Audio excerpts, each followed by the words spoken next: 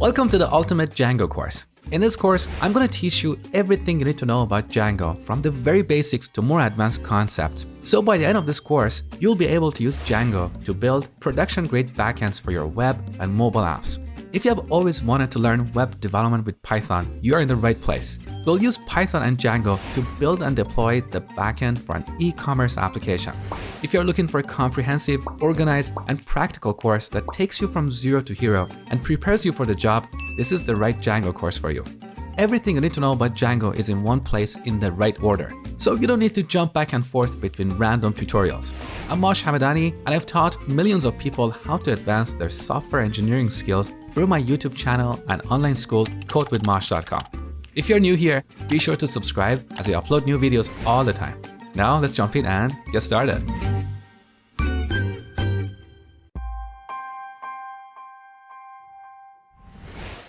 Let's talk about what you need to know to take this course. For starters, you need to know Python. You need to know the basics of Python, as well as object-oriented programming concepts such as classes, inheritance, polymorphism, and so on. You should also know the basics of relational databases, so you should be familiar with concepts such as tables, columns, primary and foreign keys, relationships, and so on. If you need to refresh the fundamentals, I have a couple of beginner-level tutorials on my YouTube channel, as well as comprehensive courses on my website, codewithmosh.com. I've put the links down below in case you're interested.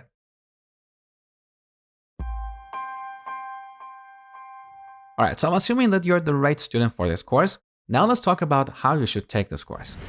First and foremost, I want you to watch this entire course all the way from the beginning to the end, even if you're familiar with Django, because along the way, I will share a lot of tips and tricks, and I don't want you to miss out on any of them. If you have taken any of my other courses, you know that I'm not going to waste your time with repetitive or useless stuff. So make sure to watch every lesson.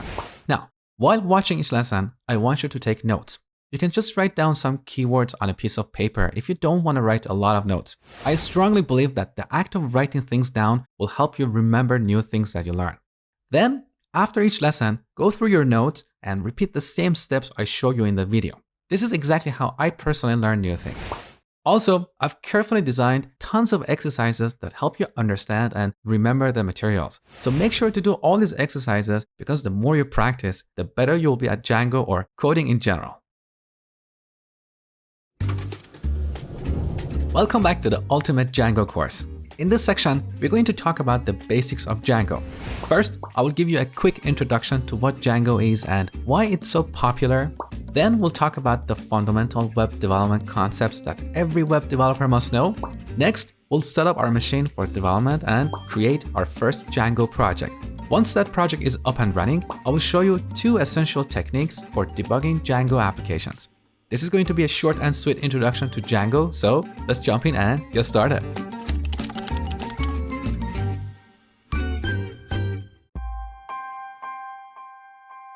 So what is Django and why is it so popular? Well, Django is a free and open source framework for building web applications with Python. It's not the only web framework for Python, but it's the most popular one, because it helps us build a website in less time with fewer lines of code. That's why a lot of companies like YouTube, Instagram, Spotify, and Dropbox use Django in their tech stack. Now, Django is what we call a batteries included framework, which means it comes with a lot of features out of the box, so we don't have to code them from scratch. For example, it gives us an admin interface for managing our data, which is a huge time saver. It also has an object relational mapper that abstracts a database so we can query or persist data without writing a lot of SQL code. It also comes with an authentication package for identifying users. It also has a package for caching data and much more. So since Django offers all these amazing features, we can focus on our application and its requirements. We don't have to reinvent the wheel and code all these features from scratch. Now, once in a while, you might come across someone like our popular superstar developer, John Smith, who thinks Django is a piece of crap because it's old and bloated with so many features. He used it, hated it, and then rewrote his entire project with a new shiny framework that is faster. Well, saying a framework is better than Django because it's faster is kind of like saying a Ferrari is better than a truck because it's faster. What if you want to move something? You're not going to use your Ferrari for that, right? So a wise software engineer doesn't pick up a framework merely based on its performance. There are so many other things you need to take into account, like the maturity of the framework, how stable it is from one version to another, its learning curve, the size of the community, and so on. Django has been around for a long time and it has a huge community. So there are tons of Django packages built by the community that you can reuse in your applications. Also, if you get stuck, there's always someone out there to help you. If you want to hire people, there are tons of people to choose from. So these are the benefits of having a huge community around the framework. Now, regarding Django features, yes, Django comes with a lot of features, but you don't have to use or even learn all of them because all these features are optional. So you can use the features that make sense for your application. So in my opinion, debates about the best framework in the world are useless. We all like different things, and just because someone doesn't like Django, it doesn't mean it's bad. A lot of companies are using Django and are looking for Django developers. Here in the US, the average salary of a Django developer is just over $117,000 a year. So if you like Python and want to get into web development, learning Django is a good investment for your future.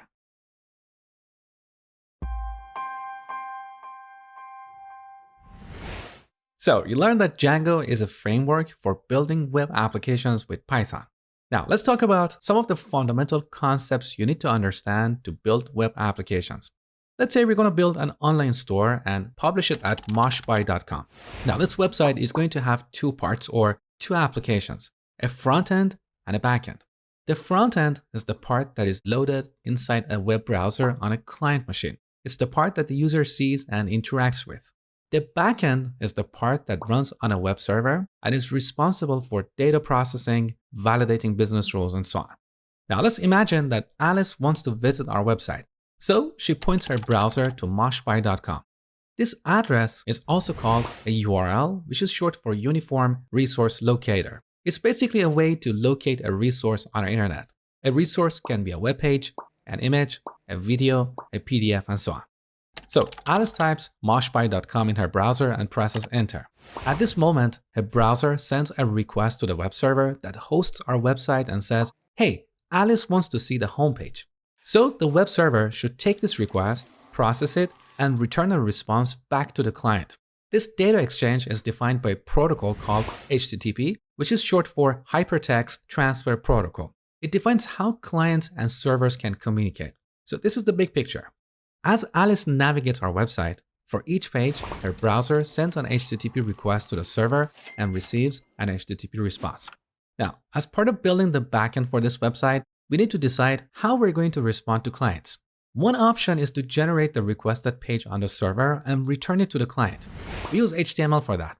HTML is short for Hypertext Markup Language. It's a simple language for representing web pages and their content. Every web page we have seen on our internet is built using HTML. So one option is to generate the page on the server and return an HTML document to the client.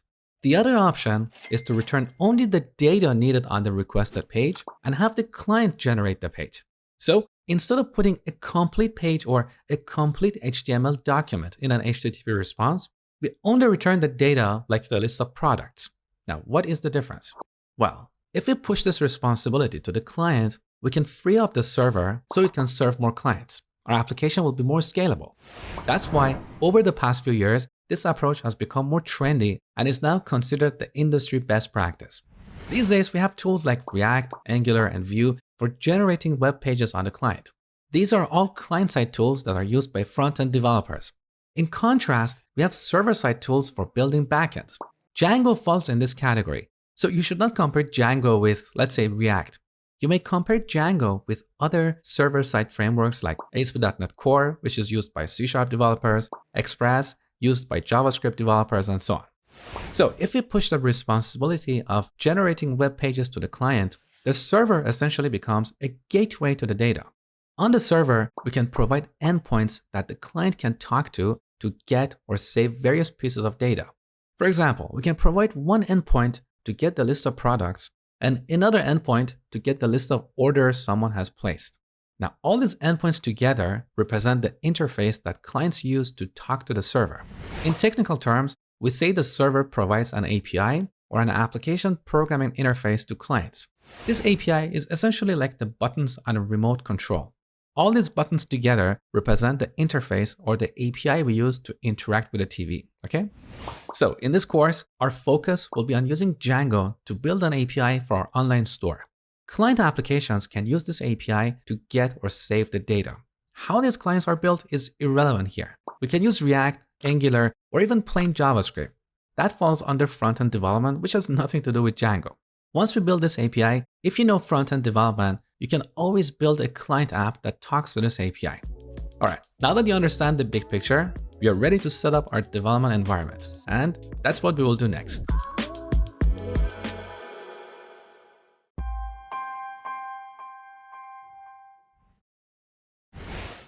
All right, let's make sure you have the right setup before we start coding.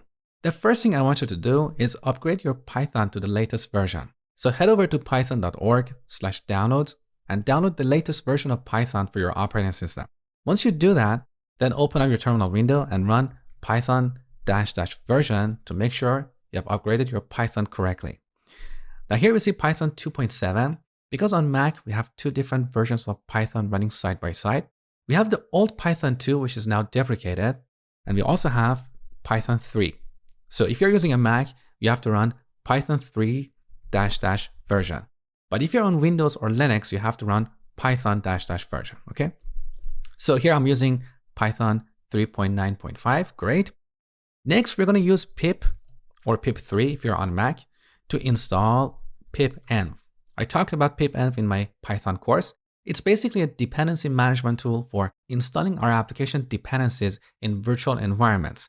This way, our application dependencies will not clash with other applications' dependencies, okay? So let's go ahead and install this.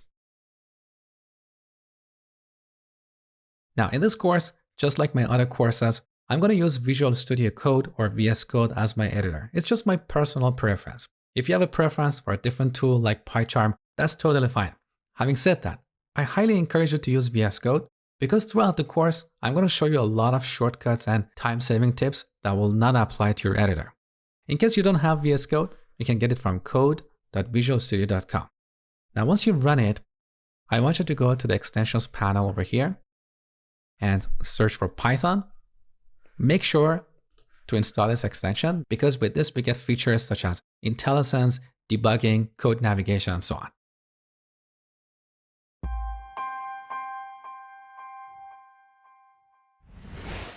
All right, now that we have installed all the necessary tools, let's create our first Django project. So here in the terminal window, I'm going to go to my desktop. You can go anywhere on your machine. It doesn't really matter. Now we're going to create a directory called storefront. That is the name of our project. Next, we go inside this directory and run pipenv install Django. So we're going to install Django using pipenv inside a virtual environment. Now, let's go ahead. All right, now take a look. So over here, you can see that pipenv has created a virtual environment for this project. Down below, you can see the path to this virtual environment. Now, if you're on Windows, you're going to see something like C drive / whatever. Now, if you're on a Mac and using Z Shell, which is this fancy, colorful terminal window, you can hold down the command key and click on this path to go into it. Otherwise, you can just copy this and use the cd command to go inside this directory. Now, take a look. So here's our virtual environment. In this environment, we have this bin folder that contains a bunch of binaries. For example, we have Python, pip, Django admin, and so on. So back to the terminal, pipenv created a virtual environment and installed Django inside that environment. But in addition to this, pipenv also created two files in this directory, pipfile and pipfile.log. So I'm going to open this directory using Visual Studio Code by running code period. If this doesn't work on your machine, just drag and drop this folder onto VS Code. All right, so here's our pip file. This is like package.json for JavaScript projects. So in this file, we can see that our project needs this particular version of Python. And under packages, you can see the packages that our application is dependent upon. So here we have Django =*. That means any version or the latest version of Django. If we installed a particular version of Django, we would see that version here. Now back to the terminal window, we need to activate this virtual environment, so we'll use the Python interpreter inside this virtual environment, not the one that is installed globally on this machine. To do that, we're going to run pipenv shell. Okay. Next, we're going to use Django admin to start a new project. Django admin is a utility that comes with Django. So if you run it, we can see all these commands that we can use to work with Django projects. As we go through the course, you will become familiar with these commands. In this lesson, we're going to use Django admin start project, and we're going to call that project storefront. Now back to VS Code, Django admin created this directory for our project. And inside this directory, it created another directory that is the core of our application. In this directory, we have these files, which I'm going to talk about in a second. But before I do so, let's get rid of this redundancy because we have 3 storefront directories. The top one is the one that we created earlier in the terminal. And then we have these 2 other directories, one for the project, one for the core of our application. So I'm going to delete this project directory. Now we're back in the previous step. So we don't have a Django project at this stage. Now, back in the terminal, let's bring up the last command, but type a period at the end. This tells Django to use the current directory as the project directory. So Django is not going to create an additional directory for our project. Okay, now take a look. So we have this directory, which is the core of our application. In this directory, we have this init file, which defines this directory as a package. We have this settings module where we define our application settings. We have the URLs module where we define the URLs of our application. And these 2 other modules that are used for deployment. For now, don't worry about them. Now, next to this directory, we have this file manage.py. This is a wrapper around Django admin. So going forward, instead of Django admin, we're going to use manage.py. The reason for this is that manage.py takes the settings of this project into account. Let me show you what I mean. So now that we have a project, we want to run a web server. So another command that Django admin provides is run server.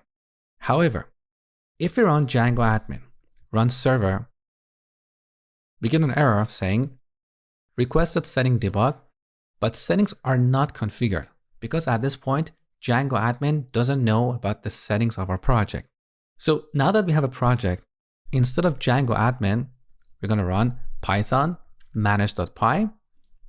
Now look, we see the same commands that Django admin provides.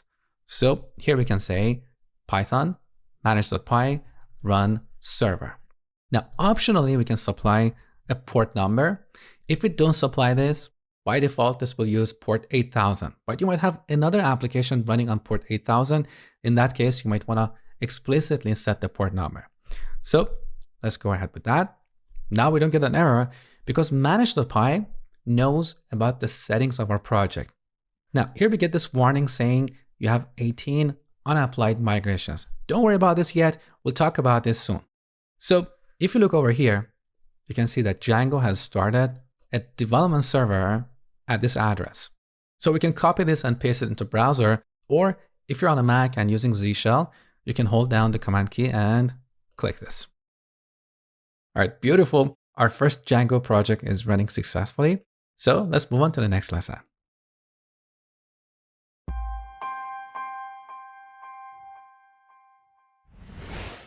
So far, I've been using a separate terminal window, but VS Code also has an integrated terminal window that is easier to use.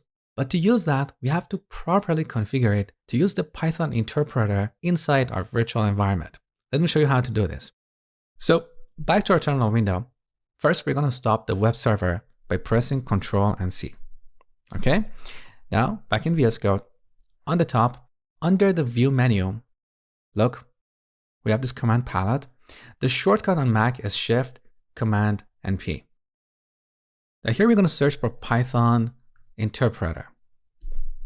So currently, VS Code is using this Python interpreter that is installed globally on this machine. We don't want to use this. We want to use the one inside our virtual environment. But how can we find the path to our virtual environment? Very easy. So back to the terminal, let's run pipenv --venv. All right, here's the path. So let's copy this. Good. Now back to VS Code. We're going to select interpreter path. Then we're going to paste the path and append /bin/Python at the end. If you're on Windows, instead of a /, you have to use a \. Okay. Good. Now, in this project, we have an extra directory, VS Code. We have a settings file. And here we have the path to a Python interpreter. Good. With this, we can go to the view menu. Now look, we have this integrated terminal. The shortcut on Mac is Control and backtick. Now VS Code automatically activates the virtual environment for this project. So here we can run Python manage.py run server. Good. So going forward, I'm going to use the integrated terminal window here. It's easier. We can always hide it by pressing Control and backtick or bring it back. We can maximize it, move it around, and so on. Now, one quick tip. Sometimes when running this command, you might get a syntax error saying invalid syntax. This happens every now and then when VS Code fails to activate the virtual environment for this project. To solve this problem, all you have to do is open a new terminal window and look, VS Code executed this command to activate the virtual environment for this project.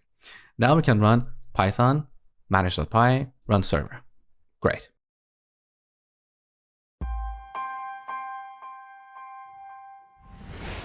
All right, let's talk about apps. So every Django project is essentially a collection of various apps, each providing certain functionality. Just like the apps on your mobile phone, each app provides a certain functionality, right? Django projects are exactly the same. So in this project, let's open up the storefront directory and then look at our settings module. Now we can collapse this panel by pressing Command and B on Mac or Control and B on Windows. Okay. Now in this module, we have a bunch of different settings. In this lesson, we're going to look at the install apps. So every Django project by default includes these apps. The first app is the admin app, which gives us an admin interface for managing our data. Then we have the auth app, which is used for authenticating users. Then we have content types app, which we'll talk about later in the course. Next, we have the sessions app, which is kind of legacy. We don't use sessions anymore. A session is a temporary memory on the server for managing users' data. These days, when building APIs with Django, we don't use the sessions app. So we can come here and delete this app. Then we have the messages app, which is used for displaying one-time notifications to the user. And finally, we have the static files app for serving static files like images, CSS files, and so on. So each app provides a certain piece of functionality, okay? Now we can also create our own apps here. So let's save this file. Now let's open up the terminal window by pressing Control and backtick. So here's our terminal window where we have our development server running. We're going to open a new terminal window. Okay, now let's expand this. To clear the window, we simply press Control and L. Now we're going to run Python manage.py start app, and we're going to call this app Playground. Okay, so let's close this window and open up the Explorer panel. All right, look, here's our new app, which is represented using a folder with a special structure. So every Django app has the exact same structure. Here we have the migrations folder for generating database tables. We'll talk about that later in the course. We have a complete section about this topic. We have the admin module where we define how the admin interface for this app is going to look like. Next, we have the apps module where we configure this app. So the name is misleading. I don't know why Django developers decided to call this module apps. It would be better if it was called config. That's just my 2 cents. Next, we have the models module where we define the model classes for this app. We use model classes to pull out data from the database and present to the user. Next, we have the tests module where we write our unit tests. And finally, we have the views module, which we'll talk about in the next lesson. Again, the name is misleading. This is not the view that you think if you come from a front-end development background. So what we have here is essentially a request handler. It's not a view. It doesn't have a template or HTML. Again, we'll talk about that in the next lesson.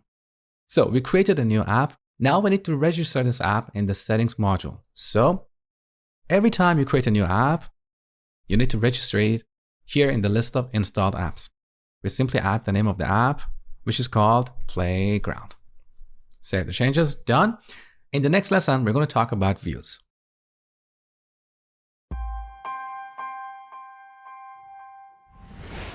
All right, let's talk about views. So earlier you learned that HTTP is a request response protocol. So every data exchange involves a request and a response. This is where we use views in Django. So here in the Playground folder, let's open up the views module. This is where we define our views or view functions. A view function is a function that takes a request and returns a response. So more accurately, it's a request handler. In some frameworks, it's called an action. In Django, it's called a view. But I don't agree with this name because from an architectural point of view, a view is often associated with something that the user sees.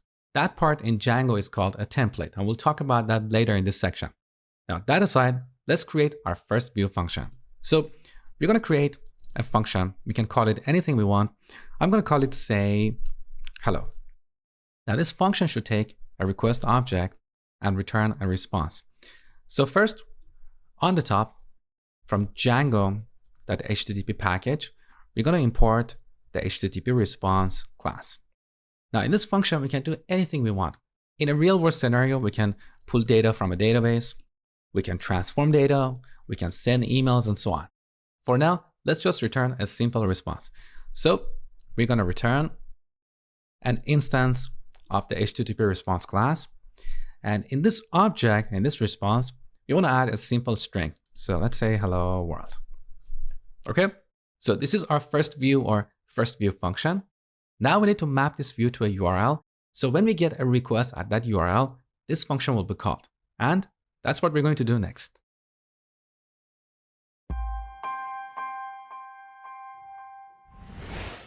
All right, here's our Django project. Now, let's say whenever we send a request to playground/hello, our view function should be called and return hello world to the user.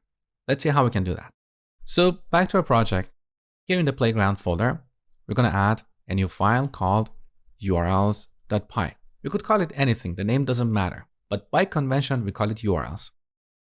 Now, in this module, we're going to map our URLs to our view functions. So on the top, we're going to import the path function from Django.urls. So from Django.urls, we're going to import the path function. Now, don't worry about memorizing any of this. As you practice, all of this will become second nature. Also, from the current folder, we should import the views module so we can reference our view function. Now we should define a special variable called URL patterns, all in lowercase. Make sure to spell it properly because this is what Django looks for. We should set this to an array of URL pattern objects. We use the path function to create a URL pattern object. So if we call this function, look at the signature of this function. This function has a bunch of parameters. The first one is route, which is a string. The notation you see here is called type annotation, which is kind of a new feature in Python. With type annotation, we can see the type of parameters and the return value of a function. So the first parameter is route, which is a string.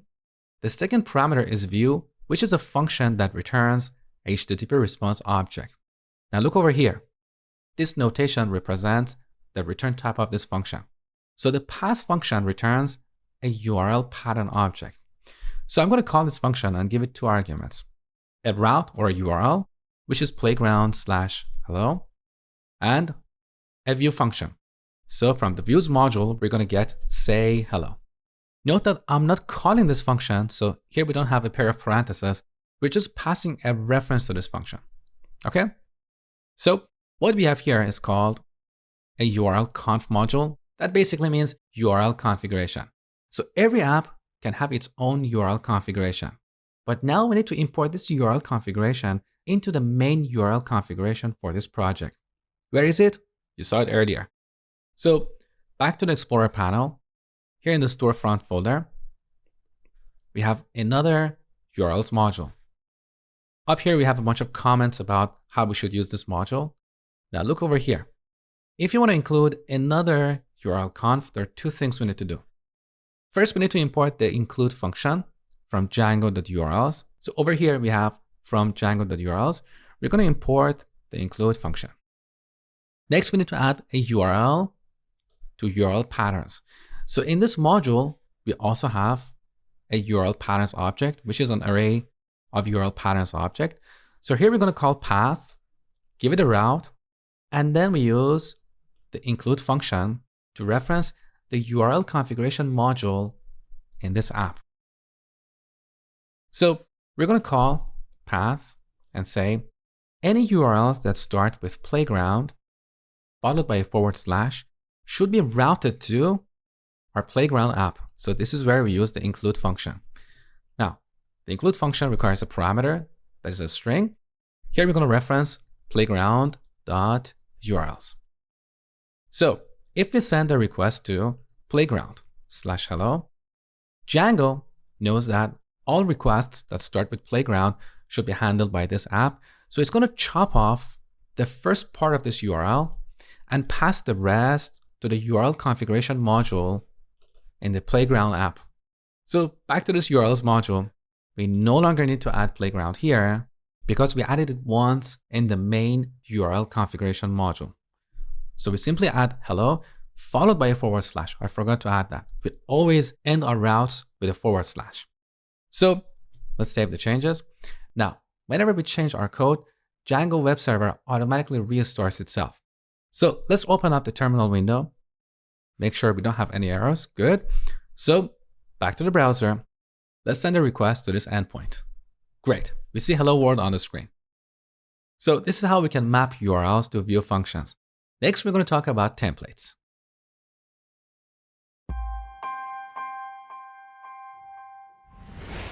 So I told you that views in Django are not really views. They're more like request handlers or actions. What we often call a view in other frameworks is called a template in Django. So let's see how we can use a template to return HTML content to the client. So here in the Playground app, we're going to add a new folder called templates. And in this folder, we're going to add a new file called hello.html. And of course, we could call it anything. And here we can write some HTML markup. For example, we can type H1 and press tab to add an H1 heading and say hello world. Now, don't worry if you don't know HTML, we're not going to use it in this course. I just want to show you how Django templates work. So let's save the changes. Now, back to our view function. Instead of returning a plain HTTP response, we're going to use the render function to render a template and return HTML markup to the client. So let's remove this line and call the render function. Now, look at the return type of this function. It returns an HTTP response object. So here we're going to return the response. Now, let's remove the brackets and type them again so we can see the function signature. The first parameter here is a request object, and the type of this is HTTP request. So we're going to pass this request object right here. Now the second parameter, that's the name of our template, which is a string. So here I'm going to say hello.html. The other parameters are optional, so don't worry about them at this point. Now, save the changes. Let's make sure our project works up to this point. So back in the browser, refresh, beautiful. Now we see HTML content. We can verify it by right-clicking on this page and looking at the page source. So look, we are returning HTML content. Great. Now, let's make this a bit more interesting. So back to our template. Instead of hello world, we can dynamically render some value. So back to our view function. Let's type a comma to see the next parameter. That is a context object, and the type of this is a mapping of string to any. That means we can pass any mapping object that maps a string value to any other type of object. So here we can pass a dictionary. So let's pass a dictionary. The type of the key should be a string, so we can call that name. And we're going to set that to a value like, let's say, Mosh. Now, back to our template. Instead of hello world, we can render the name that we passed here. So we type 2 pairs of braces, and in between, we type the name of the key. Save, refresh, beautiful. Now, in this template, we can also write some logic. So we can type an if statement. So we type braces, and in between them, we add 2 percentage signs. In between them, we can write an if statement. So we can say if name is set, we can render it here. Otherwise, we can render hello world. And of course, we need an end if clause as well. So end if. Now, this syntax is kind of ugly, but the good thing about Django is that it's modular. So you can easily replace Django's default template engine with your preferred template engine. But once again, we don't really use templates in Django projects that often these days. There are special cases for them, but for the most part, we use Django to build APIs that return data, not HTML content. So I just included this lesson so you know what templates are and how they work. We're not going to spend any more time on templates for now, unless we encounter a situation where we really need them.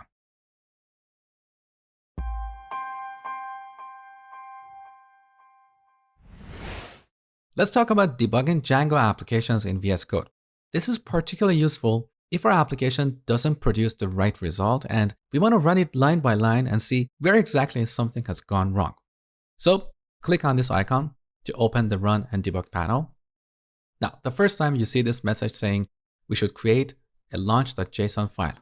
Basically, we need to create a launch profile so VS Code knows how to run or debug this application. So let's click on this. Now, in this list, select Django. All right, here's our launch.json file. What you see here is kind of like a dictionary in Python. We have a bunch of key value pairs. These key value pairs define a launch profile. So VS Code knows that to run this application, it should use the current Python interpreter to run manage.py, which exists in our workspace folder. And then as an argument, it should pass run server to it. Here we can add an additional argument to specify the port so it doesn't clash with port 8000, which is currently in use. Okay, save the changes. We're done with this file. So let's close it. Now, if you're curious, let me show you where this file exists. It's added to our project up here inside the VS Code folder. So here's our launch profile. Now that we have a launch profile, if we go to the Run and Debug panel, we see something else. So here we can start our application for debugging. But before doing so, I want to write some dummy code here in our view function.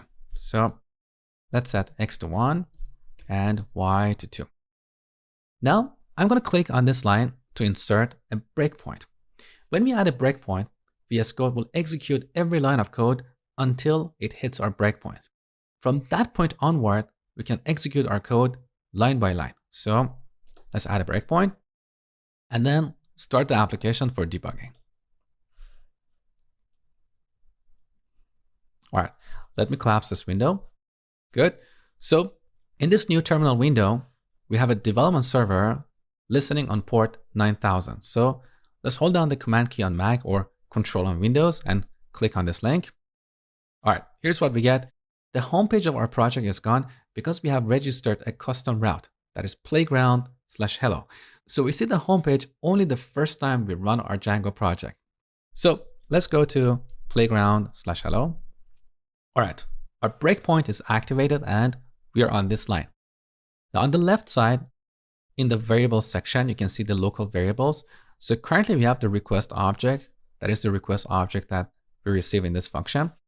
So we can expand it and inspect its various attributes. We don't want to do that for now. So let's close this. We want to execute our code line by line. So here we have a bunch of functions. The first one is step over, and the shortcut for this is F10. With this, we can step over the current line. So if we press F10, this line gets executed and now we are on the second line. Now look over here. In the list of local variables, we have x and its value is 1. This is very useful when debugging applications. So if something is not calculated properly, we can inspect it here.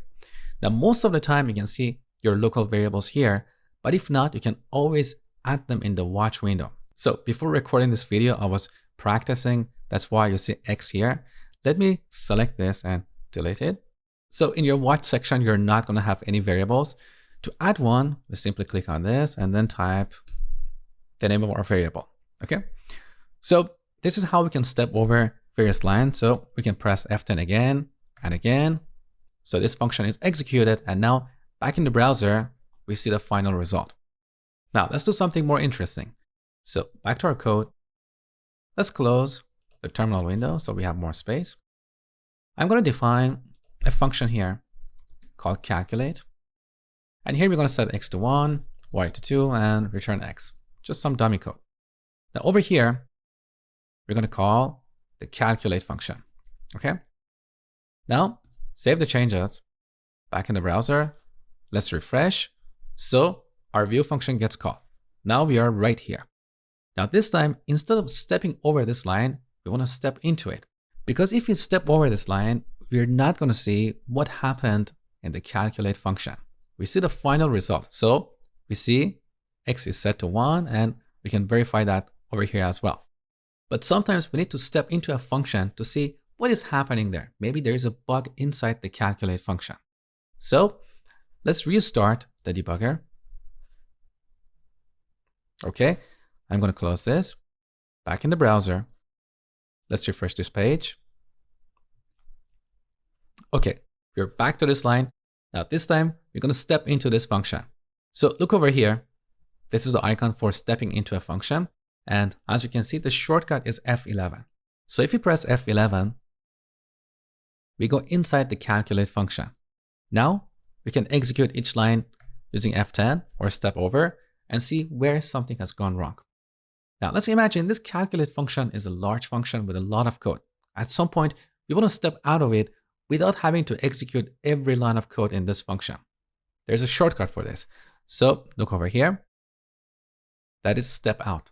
The shortcut is Shift and F11. So if we press Shift and F11, we get back to the previous function. So this is how we can debug Django applications in VS Code. Now, once we're done, it's always a good practice to remove these breakpoints.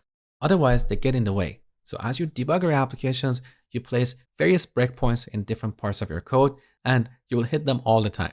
So always remove your breakpoints once you're done with them. So we're done with this debugging session. Now we can disconnect by pressing Shift and F5 or clicking on this icon. All right. Now, one last tip before we finish this lesson. On the top, under the Run menu, look, we have a command called Run Without Debugging. The shortcut on Mac is Control and F5.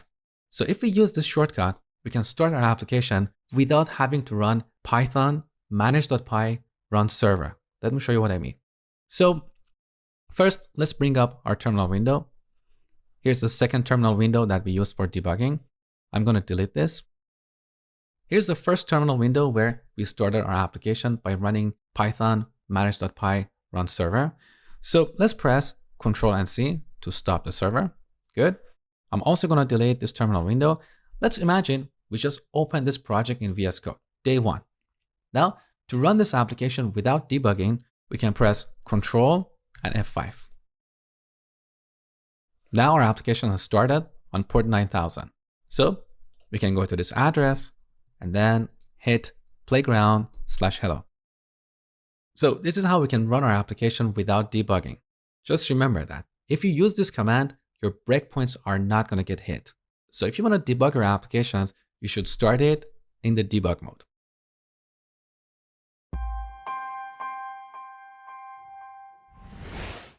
There is another way to debug Django applications using a powerful tool called Django Debug Toolbar. So if you go to Google and search for Django Debug Toolbar, you're going to find this page. Over here, you're going to find the installation instructions. So I highly encourage you to follow along with me and repeat the same steps so we install this toolbar together. So first we have to use pip or pipenv to install Django Debug Toolbar. So back to VS Code, I'm going to open up a new terminal window. And as you can see, VS Code used the source command to activate our virtual environment. So now let's run pipenv install Django-debug-toolbar. Good. Now back to the documentation. The next step is to add debug toolbar in the list of installed apps in our settings module. So back to VS Code, we can press Command and P on Mac or Control and P on Windows to bring up the search box. Now we search for our settings module. Good. Now in the list of install apps, at the end, we're going to add debug underline toolbar. Good. Now, the next step.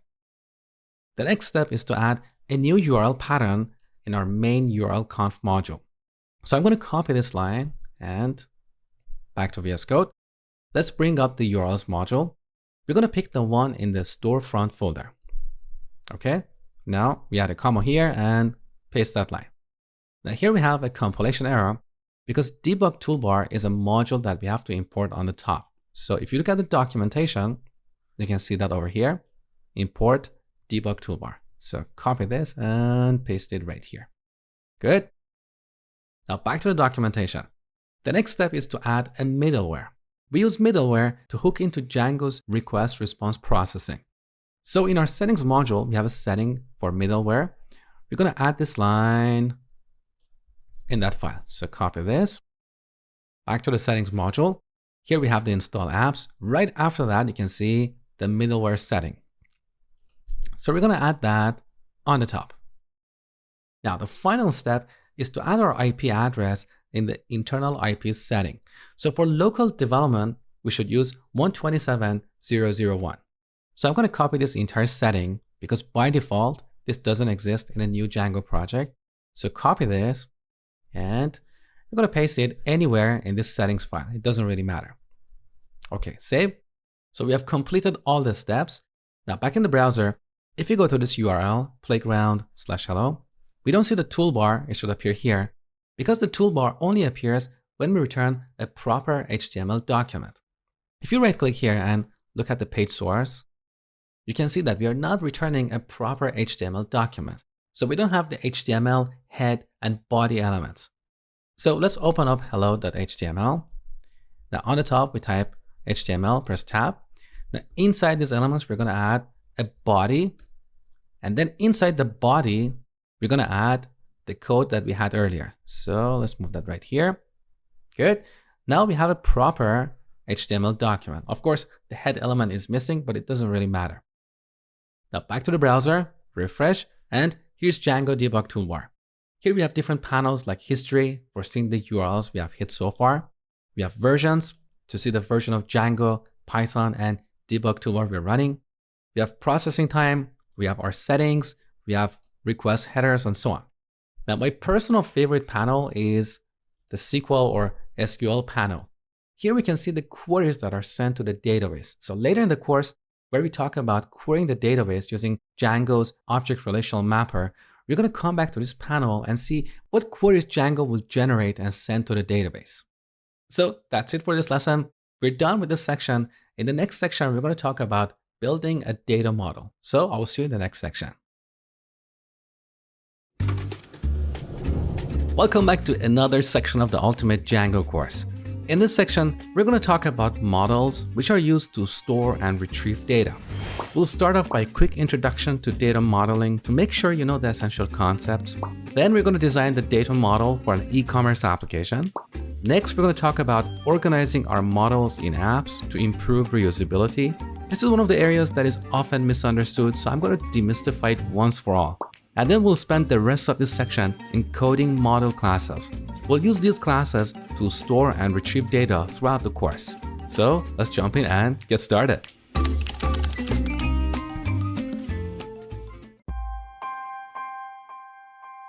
The first step in every Django project is figuring out the pieces of data we want to store. So what entities or concepts do we have in an e-commerce application? Well, for starters, we need the concept of a product with attributes like title, description, price, and inventory. Now, in a real scenario, a product entity might have other attributes. It really depends on the requirements of our application. For now, we just want to keep things simple, okay? Now, quite often, our products are divided in different categories like shoes, beauty products, fruits, and so on. So we need another entity called collection or category with an attribute called title. Now we need to add a relationship or an association between these entities so we can start from one end and navigate to the other end. For example, we can get a collection and find all the products in that collection, okay? Now, let's assume that in our application, a product can belong to one and only one collection, and a collection can have multiple products. So an asterisk represents many. We could also use an N here, okay? Now we have a one-to-many relationship between collection and product. So relationships can be one-to-one, one-to-many, and many-to-many. Back to our diagram. Now over here, we can add a label called products. And that means when we code these entities or these classes in the collection class, we're going to have an attribute called products. For now, I just want to hide this for simplicity, okay? Now, sometimes we can have multiple relationships or multiple associations between two entities. So let's imagine that a collection can optionally have a featured product. That is the product whose picture we want to show to the user. So we can add a second relationship between these entities. Now look at this number here. 0 to 1 means a collection can have 0 to 1 product, and we're going to call that attribute featured product. So once again, that means in the collection class, we're going to have an attribute called featured product, okay? Now you might ask, what about the ID attribute? Shouldn't every entity have an ID attribute? Yes, but Django is going to automatically create that for us. That's why I haven't shown it here. Now a little exercise for you. Grab a piece of paper and identify the other essential entities we need in an e-commerce application. Just the bare minimum. Don't go ahead and create a complex diagram like this. I don't want this. There are only 5 entities that I want you to identify. So spend a couple minutes and identify these entities along with the attributes and relationships. Then come back see my solution.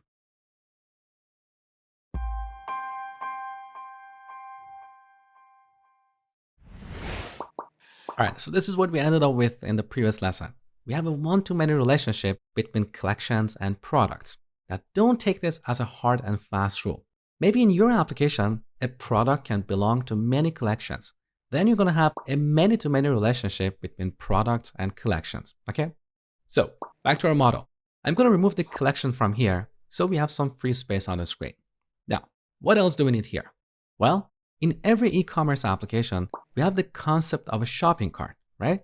So we're going to have an entity or a model or a class called cart with an attribute called created at.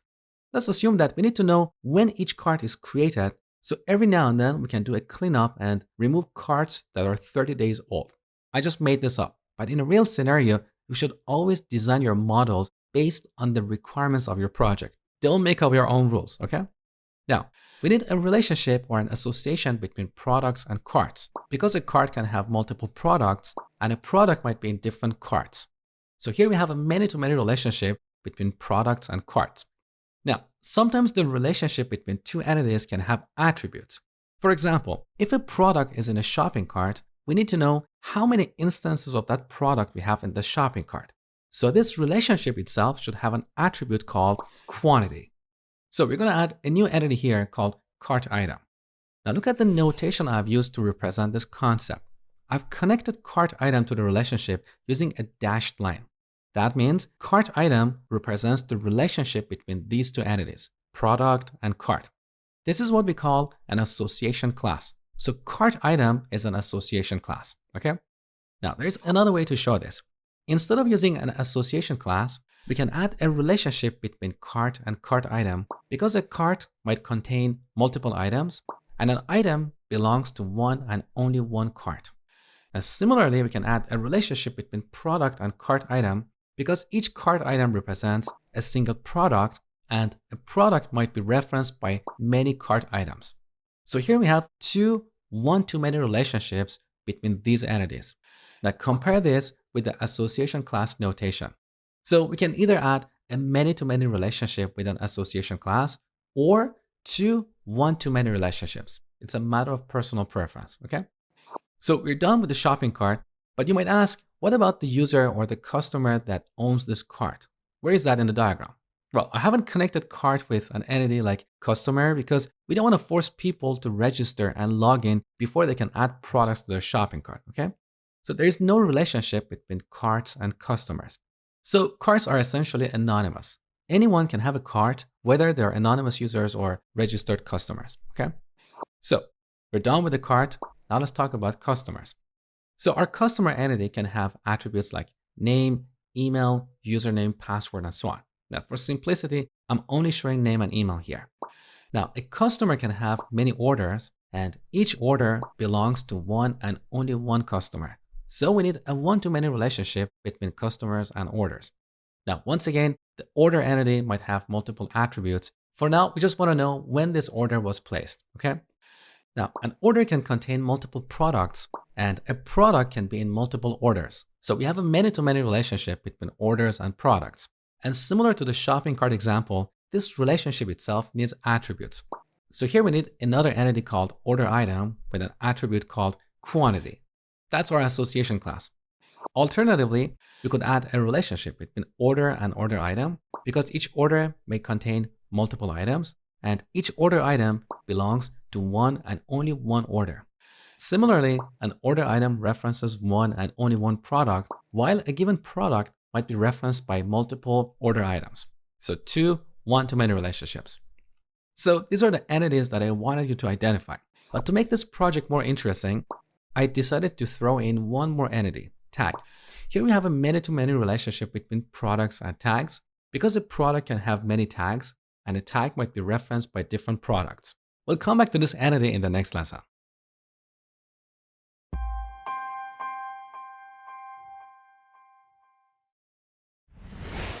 So I told you that a Django project contains one or more apps, and just like the apps on your phone, each app in a Django project provides a specific piece of functionality. So that means each app is going to have its own data model. So in this lesson, we're going to look at a few different ways to organize our entities in different apps. One way is to have a single app called the store and drop all of our entities here. Now, we can bundle and distribute this app via pip, and this way anyone can install this app in their project and get all these models and the functionality around them. So next time we're working on an e-commerce project, we don't have to rewrite the same functionality over and over. We simply install this app in our project and write extra code for customization. Great, but there's a problem here. As this application grows and gets more complex, it gets bloated with too many things, like too many models, too many views, and other stuff. This is what we call a monolith, like a large, heavy piece of stone. So at some point, our application might become hard to understand, hard to maintain, and hard to reuse. It becomes like one of those remote controls with too many buttons. When designing these apps, we want to follow the Unix philosophy. So each app should do one thing and do it well. So here's another solution. We can break down this project into 4 small apps. The products app, which represents a product catalog. So here we're going to have 3 entities: product, collection, and tag. Then we're going to have the customers app for managing customers. We're going to have the shopping cart app for adding the shopping cart functionality, and the orders app for adding the ordering functionality. Not bad, right? Well, this is actually a poor way of breaking down this project for a number of reasons. Look at the coupling or dependency between these apps. The orders app is dependent on the shopping cart app, which is dependent on the products app. So next time we're working on an e-commerce project, we'll have to install all these apps one by one. First, we have to install the products app, followed by the shopping cart app, the customers app, and the orders app. Ideally, each app should be self-contained so we can easily drop it into a new project. The other problem is that if we publish a new version of the products app, that might cause a breaking change in the shopping cart and subsequently orders apps. So anyone using these apps have to upgrade all these apps together. Again, more and more work. Also, it doesn't really make sense to have the shopping cart functionality without having a product catalog, right? Why would we ever want to add the shopping cart functionality to a project without a product catalog?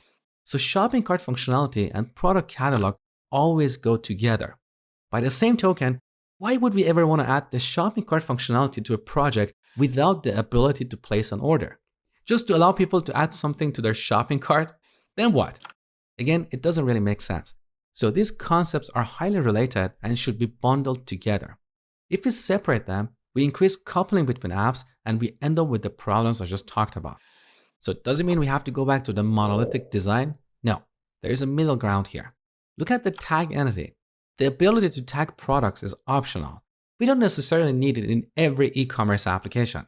In fact, we might need it in other types of applications like a blog or video platform and so on.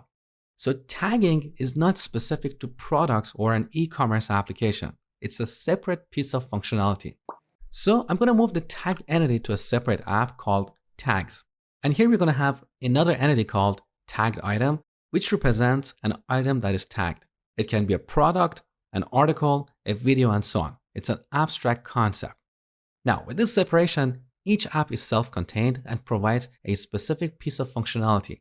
So we can use either or both of them in a new project depending on what we're going to build. Plus, we have zero coupling between these apps, so we can independently change and deploy them without affecting other apps. This is the proper way to break down this project into multiple apps. So here's the takeaway. If our app boundary is so large, we'll end up with a monolith that gets bloated and becomes hard to reuse. On the other hand, if our app boundaries are so small and fine-grained, we'll end up with a lot of coupling between them. A good design is one with minimal coupling and high cohesion, meaning high focus. So each app is focused on a specific piece of functionality and includes everything needed to fulfill that piece of functionality. Okay? So back to VS Code, we're going to create two new apps. So we run Python manage.py start app. The first app is store, and the second one is tags. Okay? Now, as I told you before, every time we create a new app, we should add it in the list of installed apps. So let's close this window and go to our settings module. Here's the list of installed apps. I'm going to add those apps right here. So store and tags. All right, we're done with this step. Starting from the next lesson, we're going to create the model classes for these apps.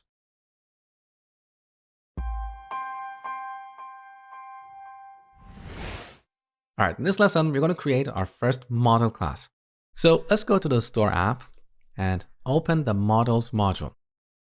Now on the top, we have an import statement from Django.db, which is a package. We're importing the models module. In this module, we have a bunch of useful classes that you're going to learn about as we go through this section. So over here, we're going to create our first model class. So we define a new class called product and have it inherit the model class in Django. That class is defined in the models module. So models.model. Now here we need to define the fields of this class. What fields do we need here? Well, every product needs a title. So we set title to. Then we go to the models module. Now here we need to choose a field type. So let's take a break here. Now here on Google, let's search for Django field types. Okay, here's the model field reference. We're going to get back to this page over and over. So on the right side, over here, you can see all the built-in field types. For example, we have Boolean field for storing Boolean values. We have char field for storing a sequence of characters, or more accurately, short or medium-sized strings. We have date field, datetime field, decimal field, and so on. So as we go through this section, you're going to become familiar with these field types. So back to our code. We want the title to be an instance of the char field class. Now, all these field types have a bunch of options. So back to our documentation, on the top, look over here, field options. These options are common to all field types. For example, using null, we can determine if a field is nullable or not. We also have DB index. With this, we can create a database index on this field. We can also set the default value and so on. So all these options are available to all field types. Now, some field types, depending on their type, have extra options. So let's scroll down and find the char field. Okay, now read over here. Char field has two extra arguments. We have max length, which is required, and DB collation, which is optional. So using max length, we can specify the maximum number of characters we can store in this field. So here we're going to set max length to, let's say, 255 characters. So this is our first field. Now in the next section where we talk about migrations, you will see that we can generate our database tables based on the definition of this model.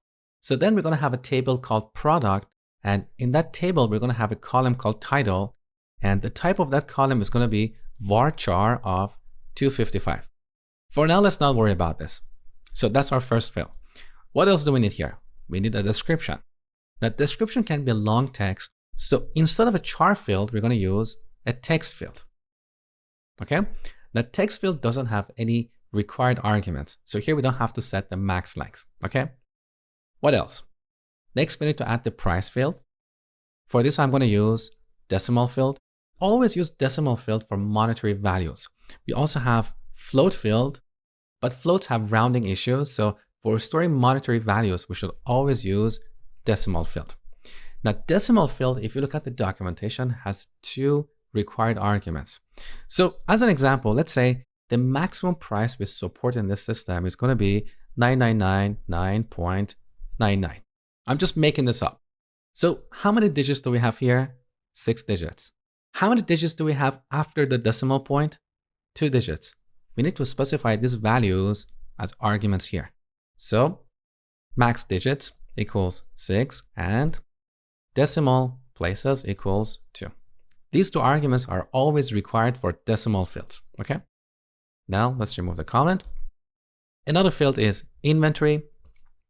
We can set this to an integer field. We also have positive integer, we have small integer, big integer, and so on. And the last field I'm going to define here is last update.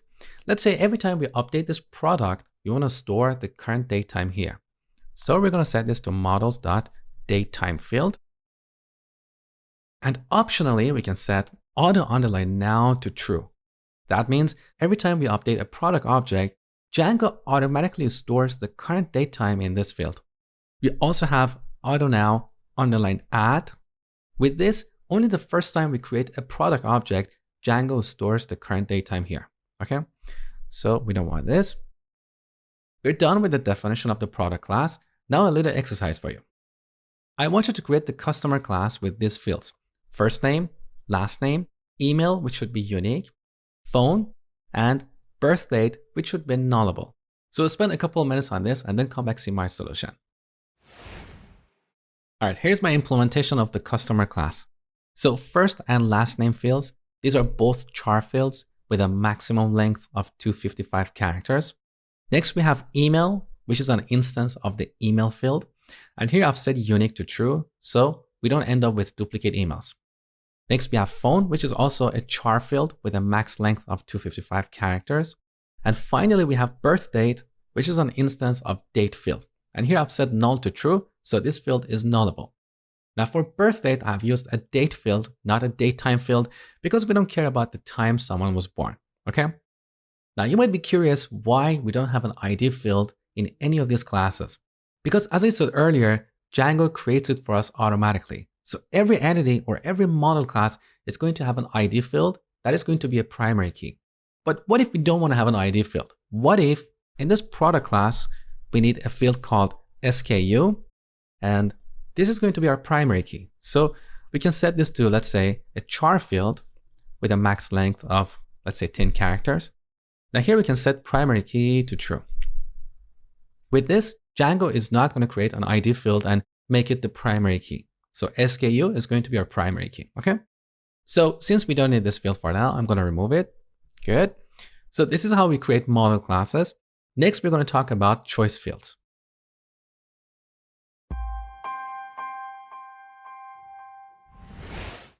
Sometimes we need to limit the list of values that can be stored in a field. For example, here in our customer class, let's define a new field called membership and set it to models.char field with a max length of 1. Now let's imagine in this field, we can have one of these three values. We can have B, that is short for bronze, or S for silver, or G for gold. How can we implement this? Well, let's go back to our documentation. Earlier, I told you that all field types share these options. One of these options is choices, and we use this to specify the possible values for a field. So what we need to pass here is a sequence consisting of iterables of exactly 2 items. Now, I know this is a mouthful. Let's look at a real example. So over here, we have an array of tuples where each tuple includes 2 values. The first value is the actual value we're storing in the database, and the second value is a human readable name. So back to our customer class. Here I'm going to define a new attribute called membership underline choices. I'm using uppercase letters here to indicate that this is a fixed list of values. We shouldn't mess with it, okay? So we're going to set this to an array. In this array, we're going to add 3 tuples. Here's the first tuple. For the value, I'm going to use B, that is for bronze, and for human readable name, I'm going to use bronze. Now let's duplicate this a couple times and change this to S and silver. and finally G and gold. Now that we have this array, we can go to our membership field and set choices to membership choices. Okay, like this. Now we can also set the default value. So we can set default to, let's say B, that is for bronze. Now this works, but there is a tiny problem in our implementation. If tomorrow we decide to change B to something else, then there are two places we have to modify. Here's one place and here's the other place. So the best practice is to define these values separately. So here we can define another attribute called membership underline bronze. We set it to B. So this is where we store the actual value. And now we reference that in multiple places. So here we use membership underline bronze. And also when setting the default value, we use membership underline bronze. Okay. Now for consistency, we should also define separate attributes for S and G. I'm going to pause the video and do this on my own. All right, here's the end result. We have three attributes: membership bronze, silver, and gold, and we have used them here. Now you might be wondering why we need the human readable name. Well, later when we talk about the admin interface, you will see that this human readable name will be used in a drop-down list to populate this field. We'll talk about that later in the course. Now, a little exercise for you. I want you to create the order class with two fields, placed at and payment status. Placed at should be a datetime field and it should be auto-populated at the time we create an order object. Payment status should be a char field with these values. So P for pending, C for complete, and F for fail. Spend a couple minutes on this, then come back see my solution. All right, here's my implementation of the order class. So first we have our constants, which are payment status pending, complete, failed, and choices. And then we have our fields, which are placed at, which is a datetime field. And here I've said auto now add to true. So the first time we create an order, Django automatically populates this field. Next, we have payment status, which is a char field with a max length of 1. I've set choices to our array of choices and the default value to payment status pending.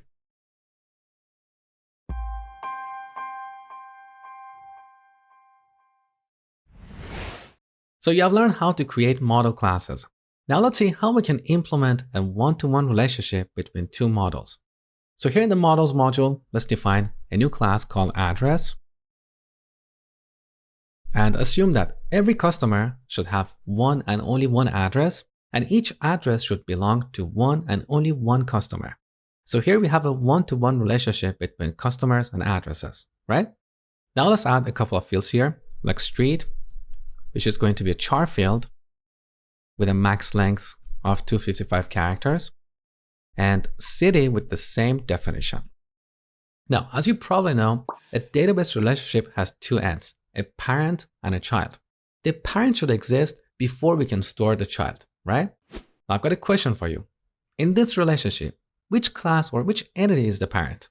It's the customer, because we say the customer has an address. So the customer should exist before we can create an address. So here in the child class or the child entity, we need to specify the parent. So we add a new field called customer and set it to models.one-to-one field. Now this field has a couple of required arguments. The first one is the type of the parent model. So here we type customer. Now the second argument is onDelete, and with this we specify the delete behavior. What should happen when we delete a customer? So if we set onDelete to models.cascade, when we delete a customer, the associated address will also be deleted. This is the cascade behavior. Alternatively, if this field accepts null values, we can use setNull. So when we delete a customer or the parent record, the child record, in this case, the address, is not going to get deleted. It's going to stay in the database, and the customer field or the customer column is going to get set to null. In this case, this field doesn't accept null values, so it doesn't make sense to use setNull. Alternatively, we can use setDefault.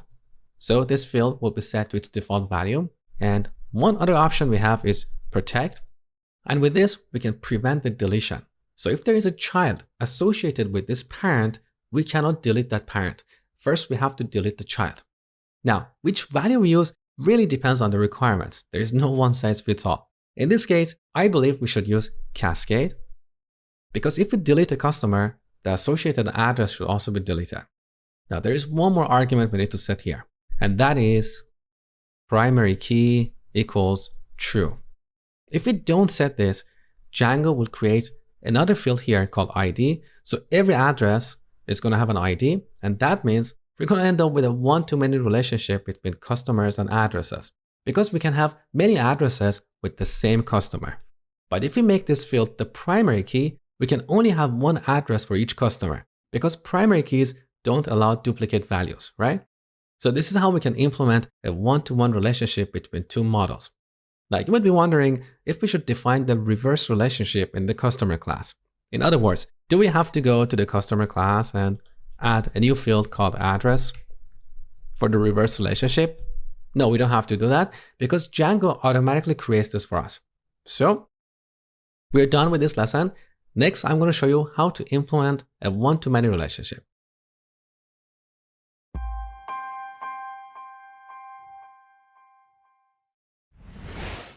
Now let's assume that a customer can have multiple addresses. So we want to change this one-to-one relationship to a one-to-many relationship. How can we do this? Really easy. First, we need to change the type of the field to foreign key. So we're telling Django that customer is a foreign key in this table, okay? Next, we need to remove primary key equals true because we want to have multiple addresses for the same customer. So we want to allow duplicate values in this column, right? So remove this option. This is how we can define a one-to-many relationship between two models. Really easy. Now it's your turn. I want you to create a one-to-many relationship between these entities. So a collection can have multiple products, a customer can have multiple orders, an order can have multiple items, and a cart can have multiple items as well. So spend a few minutes on this, then come back, see my solution. All right, let's look at my solution. So I've defined a new class called collection with a single field called title. Pretty basic, but note that I have defined this class before the product class so we can reference it over here. So in the product class, we have a new field called collection, which is a foreign key. And this is where we are referencing the collection class defined earlier. Now, sometimes we cannot arrange our code in such a way that the parent class is further up. In those cases, we can pass a string. Just a little tip for you. Now, for the delete behavior, I've used protect. So if we accidentally delete a collection, we don't end up deleting all the products in that collection, okay? What else do we have here? Here in the order class, we have a new field called customer, which is also a foreign key. And for the delete behavior, I'm using protect. So if we accidentally delete a customer, we don't end up deleting orders. In fact, we should never delete orders from our database because all these orders represent our sales. So they should never be deleted, okay? Now, once again, in this case, I had to rearrange my code. So the customer class is defined before the order class, so we can reference it here. Now, we have a new class called order item with 4 fields. We have order, which is a foreign key to order. And once again, we are using protect here. So if you accidentally delete an order, we don't end up deleting the order items. So if an order has at least one item, we will not be able to delete it, okay? Then we have product, which is also a foreign key. And here we're using protect. So if you accidentally delete a product, we don't end up deleting the associated order items. Next, we have quantity, which I have set to positive small integer field. This way we can prevent negative values from getting stored in this field. And we also have unit price, which is a decimal field. Now you might be wondering why I have defined unit price here. Don't we have it in the product class? Yes, we do. But the price of products can change over time. So we should always store the price of a product at the time it was ordered, okay? What else do we have here? We have a new class called cart. We could also call it shopping cart. Here we have a single field created at, which is a datetime field, and I've set auto now add to true. So this field gets auto-populated when we create a new cart. And finally, we have a new class called cart item with 3 fields. Cart, which is a foreign key to cart. And Here I've used Cascade. So if we delete the cart, we don't need it anymore. We should delete all the items automatically. Then we have product, which is a foreign key to product. And here I've also used Cascade. So if we can delete a product, meaning if that product has never been ordered before, then that product should be removed from all the existing shopping carts as well. That's why I've used Cascade here. And finally, we have quantity, which is again a positive small integer field.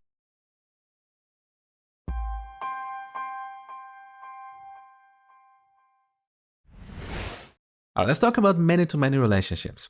So I'm going to introduce a new class called promotion and define a many-to-many relationship between promotions and products. So a product can have different promotions and a promotion can apply to different products. So let's define a new class called promotion, which is a new model. Now here we're going to have fields like description, which is going to be a char field with a max length of 255 characters. We're also going to have discount, which is going to be a float field. We can also have start date, end date, and so on. Now we can define the relationship in either of these classes, and as I said earlier, Django will automatically create the reverse relationship. Now in this particular case, it makes more sense to define the relationship in the product class because we might have a product that we're showing to the user, and at the same time, we want to show all the promotions that apply to that product. So I'm going to go to the product class, and over here, I'm going to define a new field called promotions. So we use a plural name here because we might have multiple promotions. Now we're going to set this to models.many-to-many field. And just like before, we need to specify the name of the target model, which is promotion. Now with this implementation, Django is going to create the reverse relationship in the promotion class. So in this class, we're going to have a field called product_set that returns all the products that a particular promotion is applied to. Now, if you don't like this name, you can always change it. So in our product class, where we define our many-to-many field, over here, we can supply a keyword argument related name. If we set this to products, Django will use this name as the name of the field in the promotion class. So instead of product set, we're going to have products. Just remember, if you change the default convention in Django, it's best to change it consistently everywhere. Otherwise, in some classes, you're going to have a field like products, and in some other classes, you're going to have a field like product_set. And this makes your code really ugly. So in this implementation, I'm not going to use related name. I'm going to stick to the default convention. Okay, so this is how we define a many-to-many relationship between two models.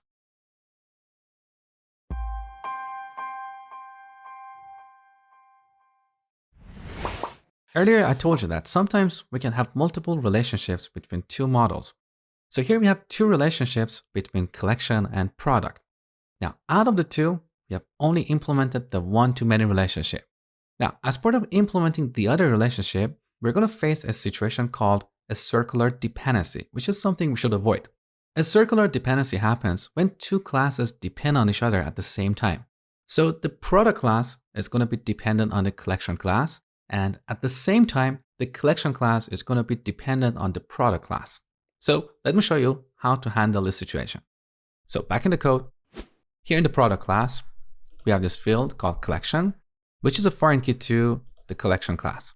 So here we have a dependency from the product class towards the collection class.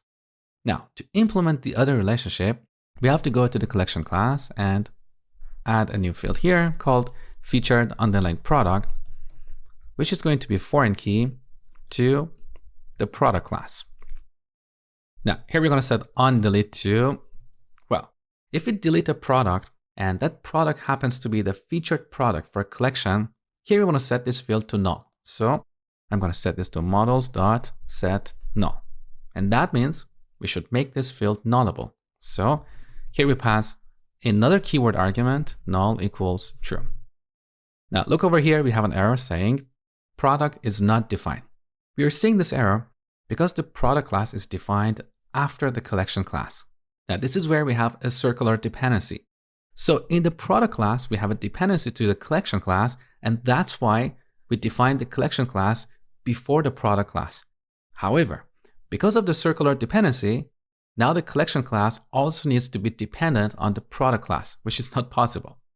To solve this problem, we need to wrap this in quotes and pass a string here. So this solves our problem. However, this introduces a new kind of problem.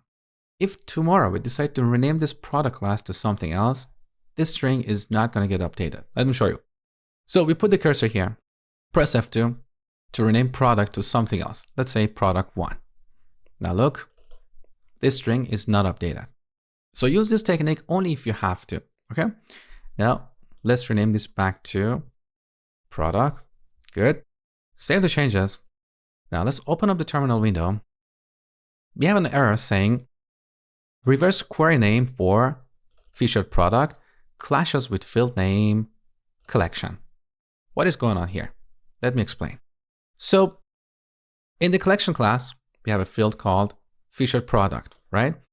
Now, as you know, Django is going to automatically create the reverse relationship for us. So that means in the product class, we're going to have a field called collection, which represents the other end of the relationship. And this is exactly where the problem happens. Because in the product class, we already have a field called collection. So Django cannot create the reverse relationship because of the name clash. So here we have two choices.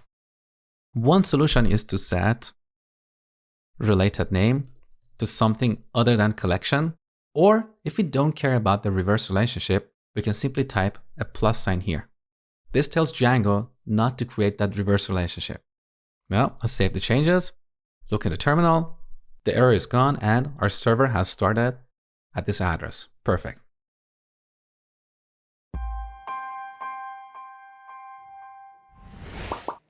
All right, let's talk about generic relationships. So I told you that we want to design the tags app such that we can reuse it in any project. Anywhere we want to have the ability to tag items. That's why we have two models in this app. Tag, which represents an actual tag, and tagged item, which represents a tag applied to a particular item, which can be a product, a video, an article, literally anything. So let's see how we can implement these models. So back to VS Code. Let's go to the tags app and open the models module. Here we're going to define two classes. The first one is tag, and we're going to give it a field called label, which is going to be a char field with a max length of 255. Nothing new so far. Now the second class is the one that is interesting, tagged item. Now using this class, we can find out what tag is applied to what object. Now to determine the tag, we simply add a field here, tag, which is going to be a foreign key to the tag class. Now here we need to set onDelete to what? Well, if we delete a tag, we want to remove it from all the associated objects, right? So here we're going to cascade. Again, nothing new so far. Now the interesting part is identifying the object that this tag is applied to. Here's the poor way of implementing this. If we add a field called product, then we need to set this to a foreign key to product. Now with this implementation, we have to import the product class on the top, and that means the tags app is going to be dependent on the store app. So look, if we say from store.models, import product, now the tags app is dependent on the store app. We don't want to do this. What if tomorrow we want to tag articles or videos? These are completely different apps. So the tags app should know nothing about these models. So delete this line. What we need here is a generic way to identify an object. To do that, we need two pieces of information. The first one is the type of an object, which can be, let's say, product, video, article, whatever. The second attribute we need is the ID of that object. Using these two pieces of information, we can identify any objects in our application, or in database terms, we can identify any record in any tables. Because using the type, we can find the table, and using the ID, we can find the record, right? So instead of using a concrete model like product, we should use an abstract model called content type, which comes with Django. So earlier, we talked about the list of installed apps in the settings module. Let's go there real quick. So over here, we have an app called content types. Using content types, we can create generic relationships between our models. So, content type is a model that represents the type of an object in our application. Now, we need to import this on the top. So, from Django.contrib, which is short for contribution, then we're going to go to content types app. Then we're going to go to the models module and import the content type class. So this is a model just like any model that we have in our application. But this model is specifically made for allowing generic relationships. Now, back to the business. So we're going to have a foreign key to content type, and that means instead of product, we should call this field content type. Now, for onDelete, once again, we're going to use cascade, because if that object type is removed, we want to remove all the associated tags. So models.cascade.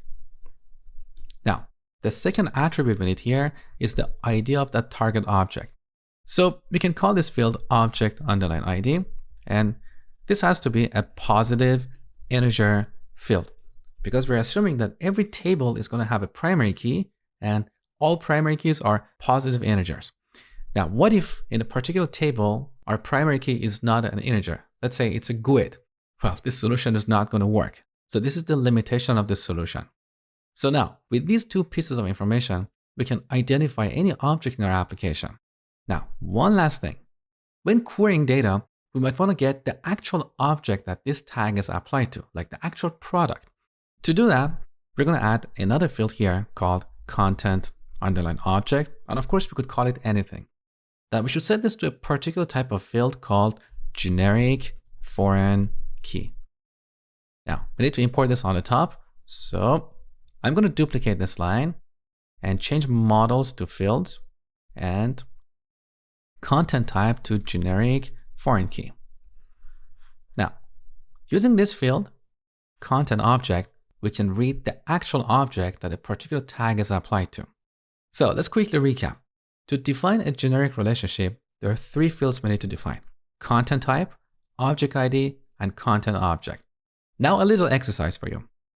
I want you to create an app called Likes for tracking the objects that a user likes. So in this app, we're going to have a model called liked item. And using an instance of this model, we can tell what user likes what object. So here we need a field called user, which is going to be a foreign key to the user class defined in this module, django.contrib.auth.models. So auth is another app that is automatically installed in every Django project. And using this app, we can authenticate and authorize users. So go ahead and spend a couple minutes on this, then come back see my solution. All right, here's my solution. We have a new app called Likes, and in this app, we have a new model called liked item. Now here we have four fields. We have user, which is a foreign key to the user class defined in django.contrib.auth.models. Now here for onDelete, I've used cascade. So if a user is deleted, we want all the objects that the user has liked to be deleted as well, okay? Then we have three fields exactly like before, no changes. So we have content type for identifying the type of an object that the user likes. We have object ID for referencing that particular object, and content object for reading an actual object. So that was pretty simple. Let's move on to the next lesson. Welcome back to another section of the Ultimate Django course. In this section, we'll use Django migrations to generate our database schema based off of the models we built in the previous section. So we'll talk about making migrations, running them, reversing them in case we make mistakes. We'll also talk about populating our database. So by the end of the section, we'll have a production-grade database that we can query in the next section. So let's jump in and get started.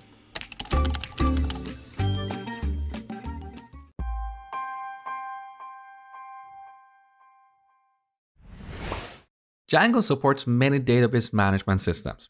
The most basic one that is set up by default is SQLite, which is a very basic, lightweight database engine. You should use it only for development or for low traffic websites, nothing serious. For any serious projects, you should use Postgres, MySQL, MariaDB, or Oracle.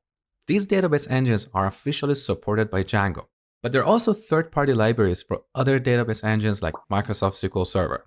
Now, out of all these options, Postgres and MySQL are the two most common database backends used in the Django community. In this section, we'll start off by having a quick look at SQLite, and then shortly after, we'll switch to MySQL for the rest of the course. Now, don't worry if you have never worked with MySQL, we're not going to use any fancy MySQL features. All you have to do is install MySQL. Now, if you don't want to use MySQL and prefer a different database engine like Postgres, that's totally fine with me. But I'm not going to cover connecting the project to Postgres. You need to research it on your own. So next, we're going to talk about creating migrations.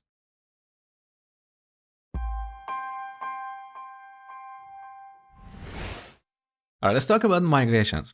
In Django, we use migrations to create or update our database tables based off of the models we have in our project. So in Django projects, we're not going to manually create or modify our database tables.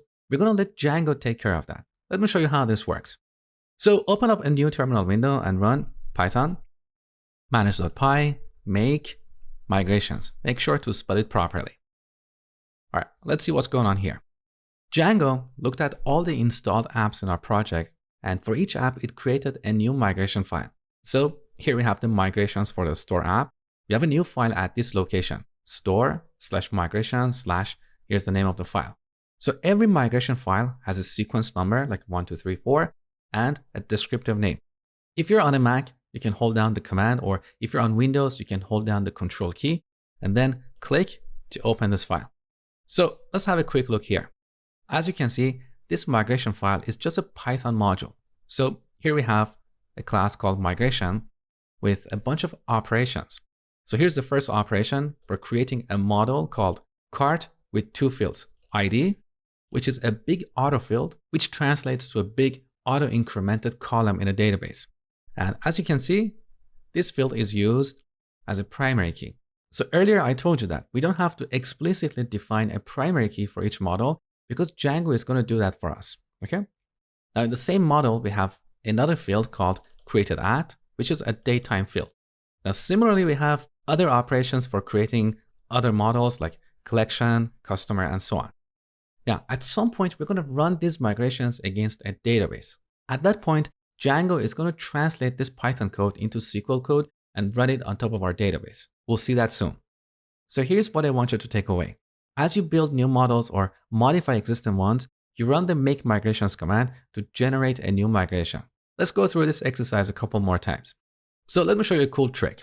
Let's say we want to quickly jump to the product class. We can hold down the command key on Mac or control key on Windows and press T. This is the go to symbol command. You can find it on the top under the go menu. So here we have go to symbol in workspace, and the shortcut is command and T on Mac. So if we search for product, we can find all symbols that contain the word product. A symbol can be a class, a function, a variable, and so on. So let's jump to the product class and rename the price field to unit price. So here we press F2 to rename this to unit underline price. Now save the changes. Back in the terminal window, we run make migrations one more time. Now Django is asking, did you rename product.price to product.unitPrice? Yes, we did. So we type Y. Good. Now we have a new migration in the store app with this sequence number and this description, rename price product unit price. Now, if you don't like the description, you can always change it. So let's go to the Explorer panel. Here's the store app, the migrations folder. Now we can simply rename this to rename price to unit price. Just remember, if you rename a file here, make sure to update all references to that file in other migration files. Let me show you what I mean. So if you open this migration file over here, you can see this migration is dependent on this other migration in the store app. So if tomorrow we decide to rename this file from initial to, let's say, first migration, then we'll have to find all references to this file and update them as well. Okay. So now we have a new migration, and in this migration, we have a different kind of operation. Instead of a create model operation, we have a rename field operation. So when we run this migration, Django will go to the product table and rename the price column to unit price. Okay. Now back to the terminal window, we haven't made any more changes.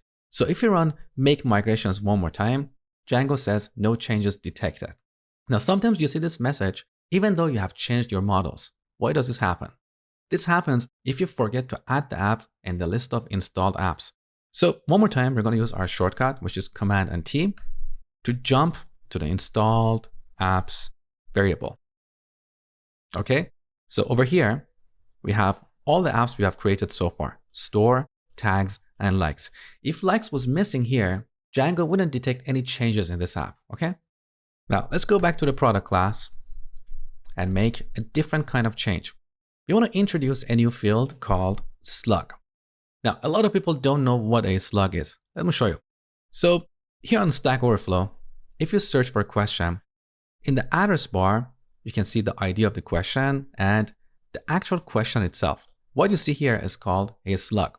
But this slug can only contain letters, numbers, underscores, and hyphens. So any other character is going to be replaced or removed. For example, here we have a space between each word, but in the URL, the spaces are replaced by hyphens. Now, the whole point of adding a slug here is to make it easier for search engines to find our content. So this is a search engine optimization technique. Now, similarly, we want to give each product a slug so search engines can easily find our products. So we're going to set this to models.slug field. Save the changes. Back to the terminal. Let's run make migrations one more time. Now, this time we see a different kind of message saying you're trying to add a non-nullable field slug to product without a default. Now, here we have two options. One option is to provide a one-off default value right now. The other option is to quit and add a default in our model file. Let me show you both options. So if we type 2, we can quit. Now, back to our model, we can set a default value. Let's say hyphen. The other option is to make this nullable. If we make this nullable, Django is not going to complain that this field needs a default value. Now, let's remove this and create the migration one more time. So back to the terminal, make migrations. All right, this time I'm going to select the first option. So we want to provide a one-off default value. Now Django is asking, what is that default value? So we're going to supply a string that contains a hyphen, exactly like before. All right. So Django created a new migration file with this sequence number. Let's open this file real quick. Now in this file, we have a new operation for adding a field to an existing model or table.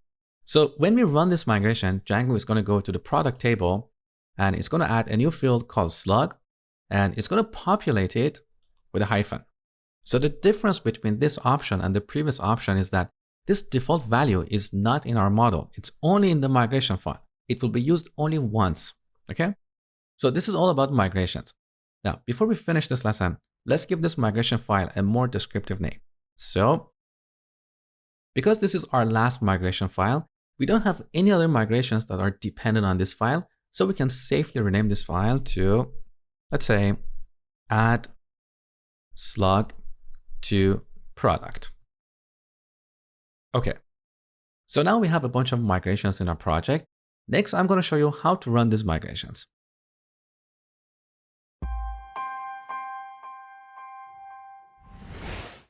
So now we have a bunch of migrations where each migration describes a set of changes.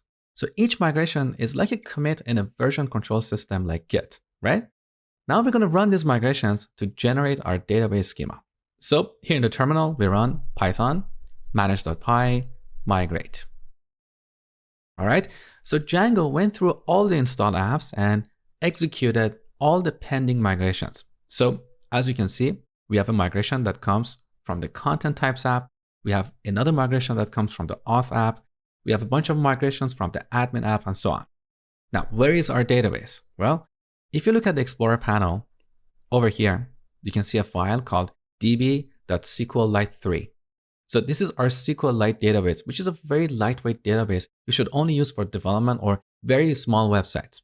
Now, here in VS Code, I have an extension called SQLite, which we can use for opening a SQLite database. So if you don't have this extension, go ahead and install it. There are also other tools, like there is a tool called DB Browser for SQLite, which you can get from sqlitebrowser.org. It's a free but crappy application, but it gets the job done. We're going to use it only in this lesson because from the next lesson, we're going to switch to MySQL, okay? So install this extension and then bring up the command palette. So on the top, you can go to View menu and open the command palette. The shortcut is Shift, Command, and P on Mac or Shift Control P on Windows. So we open this up, search for SQLite, open database. You can see our database in the list. So let's select it. Good. Now let's open the Explorer panel and collapse our project. We have a new node here called SQLite Explorer. Now, here you can see our database as well as all the tables we have in this database. So we have a bunch of tables that belong to the Auth app. These tables are used for authenticating and authorizing users. We'll talk about them later in the course. Then we have 3 tables that are used by Django to do its job. Again, we'll look at this soon. We have 1 table that belongs to our Likes app. We have a bunch of tables that belong to the Store app. And as you can see, all these tables are named using singular names. So we have address, cart, cart item, collection, and so on. If you don't like singular names, you can always change them. I'll show you how to do that later in this section. We also have a couple of tables that belong to the Tags app, okay? Now, let's open the migrations table. So we right click on it and select Show Table. This table keeps track of the migrations that have been applied to this database. So the first migration comes from the Content Types app. Here's the name of the migration, and here you can see the date and time this migration was applied. So currently we have 22 migrations applied to this database. And that means if we go back to the terminal and run the migrate command one more time, nothing is going to happen because all the migrations we have in this project have been executed. So using this table, Django can tell which migrations have been applied and which migrations haven't. So this is how we can run our migrations. Now we have another command called SQL migrate. And using this command, we can see the actual SQL code that is sent to our database at runtime. For example, if you want to see the SQL code for the 3rd migration in the Store app, here we type the name of our app and the sequence number of our migration file. So this is the actual SQL statement that Django will send to our database. And this will be dependent on the database backend we use. So currently we're using SQLite. Later, when we switch to MySQL or a different backend, the SQL code that will be generated will be different, okay? Now, one last thing before I finish this lesson. Is it SQL or SQL? Well, this language was originally called SQL, which is short for Structured English Query Language.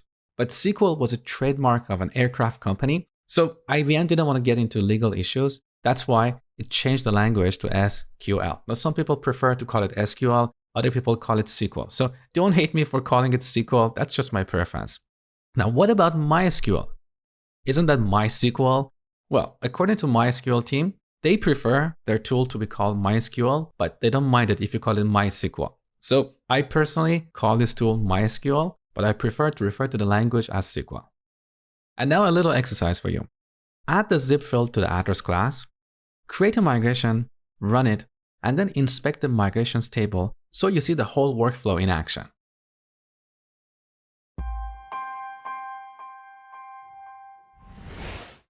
Sometimes you need more control over the database schema. For example, you may want to overwrite the name of a table, or you may want to add an index to a couple of columns and so on. Let me show you how to do this. So let's press Command and T on Mac or Control and T on Windows and jump to our customer class. Okay. Now in this class, we're going to define metadata. So inside this class, after our fields, we're going to add an inner class called meta. The name of this class is important. So this is where we define metadata about this model. Now, here we have a bunch of options.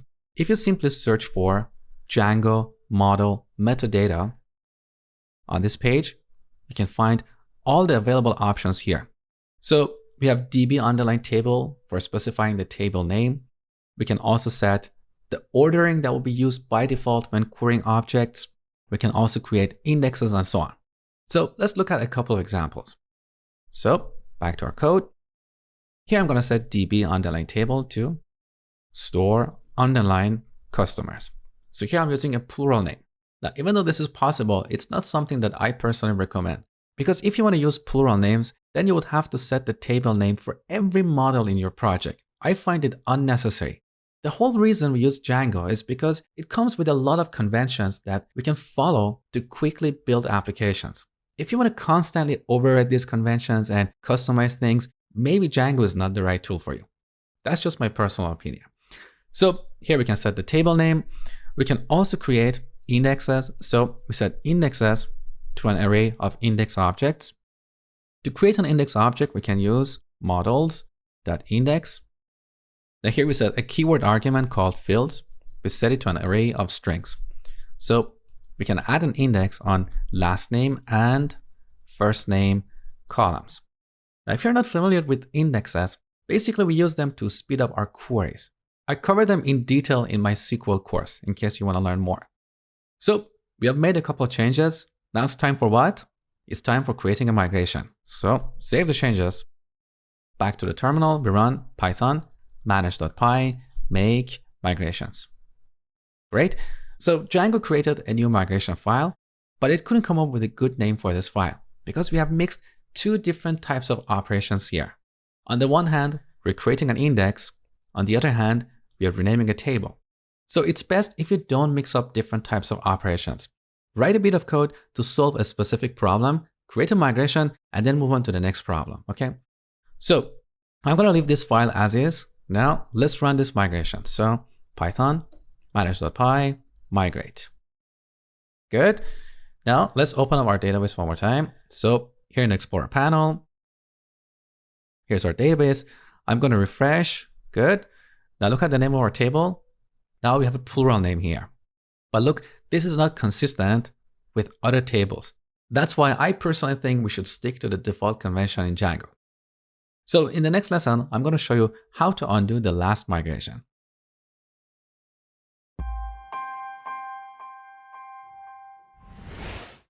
Let's imagine that the migration that we applied in the previous lesson was a mistake. So how can we undo it? Well, there are a couple of different ways to do this. If you want to selectively undo what we did in the previous lesson, we have to create a new migration. For example, if you want to keep the index, but remove the new table name, then we have to remove this line, save the changes, create a new migration and apply it. That's the only way. However, if you want to undo everything that we did in the previous lesson, we can completely revert the last migration. Let me show you how to do this. So let's look at the Explorer panel. Here in the Store app, look at the migrations folder. This is the last migration that we want to undo, migration number 4. So we want to downgrade the database to the previous migration, which is migration number 3. So we open up a terminal window and type Python manage.py migrate. We want to migrate the Store app to migration number 3. Okay, beautiful. The last migration is unapplied. Perfect. So now our database is back to the previous state. Let's verify it. So here in SQLite Explorer, let's refresh. Look, the customers table is gone and now we have the customer table. And also, if you look at the migrations table, look, the last migration, which was migration number 4 in the Store app, is gone. So we properly downgraded our database, but the changes are still in the code. So if we go to the Explorer panel and look at the migrations folder in the Store app, look, the new migration is still there. So if you open up a terminal window and run Python manage.py migrate, then the last migration, which is currently unapplied, will be applied. So to properly revert the last migration, we should delete this migration file as well as all the changes we made in our code. So let's go to the customer class. Earlier, we added this meta class over here. If we keep this code, but remove the migration file, the next time we create migrations, Django is going to create a new migration for applying this change to our database. We don't want this to happen. So the proper way to undo the last migration is delete this code as well as the associated migration file. Now, this is where we use version control systems like Git. Undoing code using a version control system like Git is a lot easier than manually removing code from different places. So in this project, I've been using Git, and after each lesson, I made a commit. So let's open up the terminal window and run git log dash dash one line, this shows the list of commits I've made so far. So here's my last commit, customizing database schema. And this is where I created metadata for the customer model. Now here we have this head pointer pointing to this commit. So to undo this commit, we have to make the head point to the previous commit. Now, if this is all new to you, don't worry, just follow along with me. And if you're interested, I have a comprehensive course about Git on my website. So let's press Q here. Now to reset the head, we type git reset dash dash hard head tilde 1. So we want to move the head pointer one step back so it points to the previous commit. Okay, let's go with that. Great. Now all the changes we made in the previous lesson are gone. Let's verify it. So here in the migrations folder, we no longer have the forced migration. And also, if we go to the customer class, the metadata is gone. Great. Now here's a little exercise for you. In the customer model, rename the first name field to given name. Create a migration, apply it, and then revert it.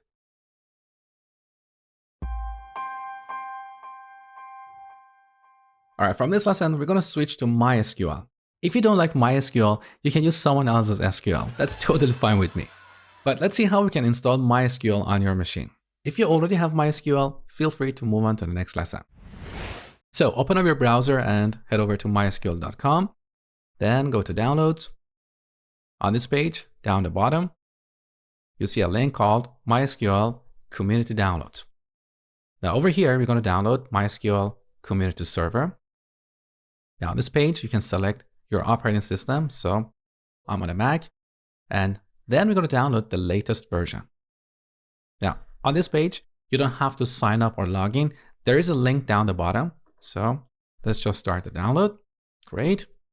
So open this DMG file or setup wizard on Windows. So here we have a setup wizard, pretty simple, but there is one thing that I want to highlight here. Let's click on continue, and again, agree, and install. Now here it's asking for your computer's password. This is the password that you use to log in. So let's type that in. Now on this page, we can select a password for login into MySQL. This is different from the password you use to log into your computer. So we're going to select use strong password encryption, click on next, and then here we type the password for the root user of MySQL. So I'm going to type a complex password here,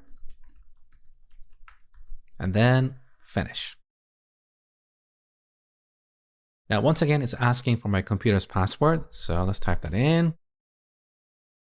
All right, the installation was completed successfully. Great. If you have any problems, if you get any errors, the best way is just to Google the error, because every computer is different. Unfortunately, I cannot help you resolve the errors on your machine. So now that we have MySQL, next we're going to talk about GUI tools for connecting to MySQL.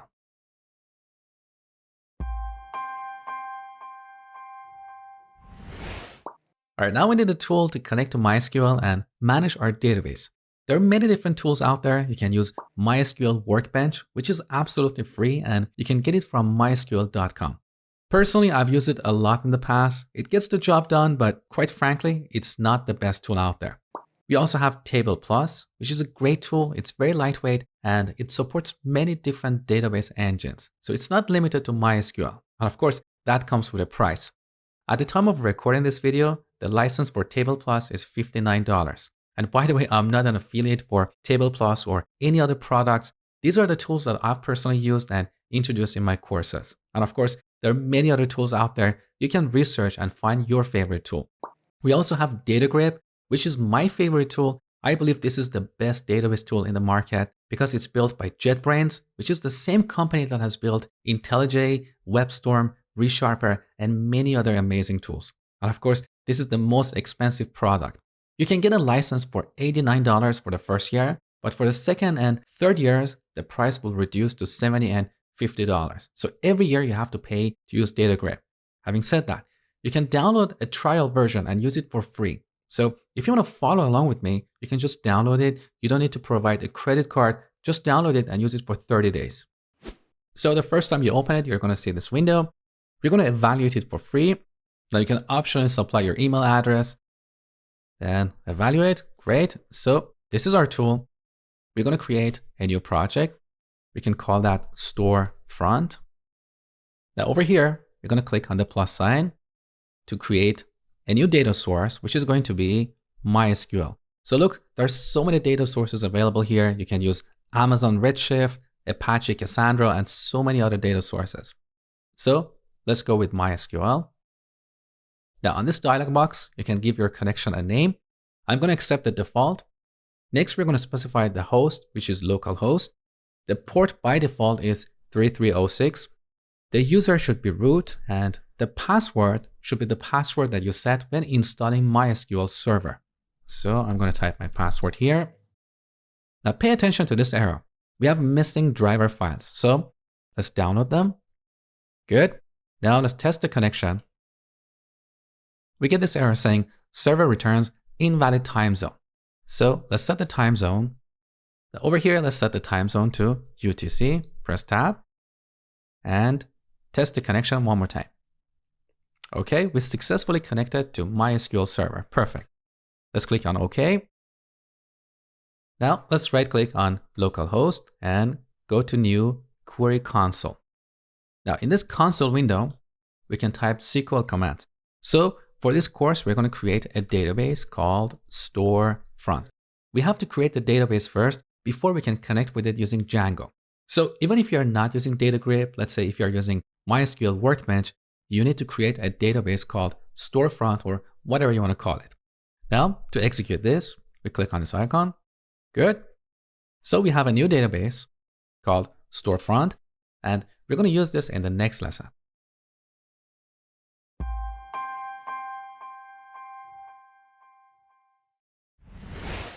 All right, the next step is to connect our Django project to MySQL. And to do that, we have to install a package called MySQL client. So here in the terminal, let's run pipenv install MySQL client. Make sure to spell it properly. All right, the installation was done. Now, before recording this video, I was practicing these steps, and there I got a weird error when installing MySQL client. And quite honestly, it took me over an hour to troubleshoot the issue. So if you encounter any errors, don't give up. Keep going. This is a natural part of software development. You have to be patient and determined. Just Google the exact error message, and I promise you, you're going to find something on stackoverflow.com. You can also post your questions on our forum at forum.codewithmosh.com. So in my case, it turned out that my installation of MySQL was corrupt. So before going further, let's make sure you have installed MySQL properly. Open a new terminal window and run MySQL. So we're going to connect to MySQL using the root user and a password that we're going to supply now. So let's type our password. All right. If you see this, that means you have installed MySQL properly. If you get an error saying MySQL command not found, that means either you didn't install MySQL properly or MySQL is not in your path.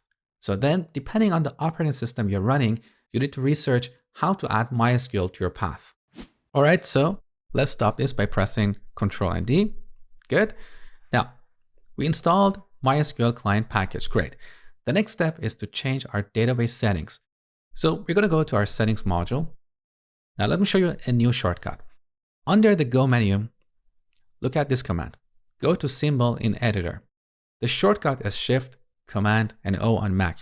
So if you press this, we can see all the symbols in this file. These symbols can be variables, classes, functions, and so on. So all these symbols you see here, these are various settings in this module. So if you type databases, we can jump to the database settings straight away. So look at our default database engine. That is SQLite. And here's the name of our SQLite file. So the project directory followed by db.sqlite3. Now we're going to change this to MySQL. And this is the reason why we installed MySQL client package. If you don't install this, you cannot change the engine to MySQL. Okay. Now we're going to change the name to the name of our database. This is the database that we created in the previous lesson. Next, we're going to set the host to localhost. Next, we set the user to root and password to the password we used when setting up MySQL.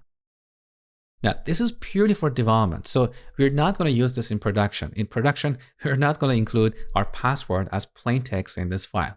So later in the course where we talk about deployment, I'll talk about a different strategy for our database settings. For now, don't worry about it. So let's save the changes. Now, let's go back to our terminal window where we're running our server. You should not get any errors at this point. So your server should be still up and running. If you get any errors, then you have to stop here and troubleshoot. Otherwise, you should run the migrations so all the tables are created in our MySQL database. So let's open a new terminal window and run Python manage.py migrate. Okay, all the migrations are applied to our database. So if you go back to DataGrip and do a refresh, look, our storefront database has these tables. Perfect. So hopefully you didn't encounter any issues. If you did, just be patient and determined. Don't give up. I deal with these issues all the time, even with more than 20 years of software development. So our database is ready. Let's move on to the next lesson.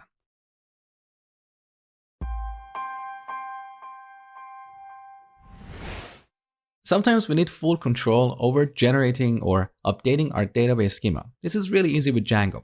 All we have to do is create an empty migration, and there we can write any arbitrary SQL code. Let me show you. So here in the terminal, we type Python manage.py make migrations. We're going to go in the store app and create an empty migration. Okay, so now we have a new migration number 4 with this name. Of course, we can change the name to something more meaningful. Now, let's open this file. In this file, we have an empty migration, so the operations array is empty. Now here we can use migrations.runSQL. So this is a class that is defined in the migrations module that is imported on the top. We can create an instance of this class. And here in the constructor, we supply 2 SQL statements.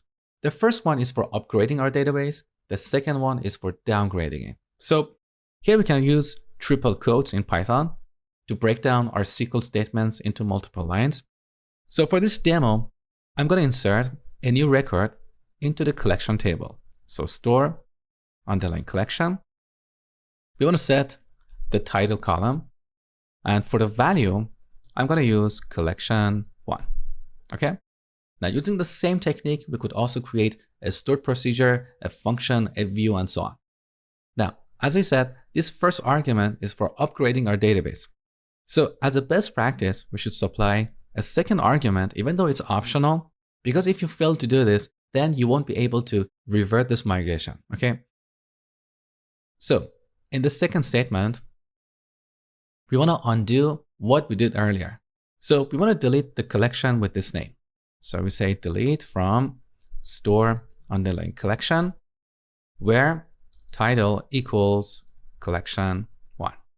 Now, let's save the changes.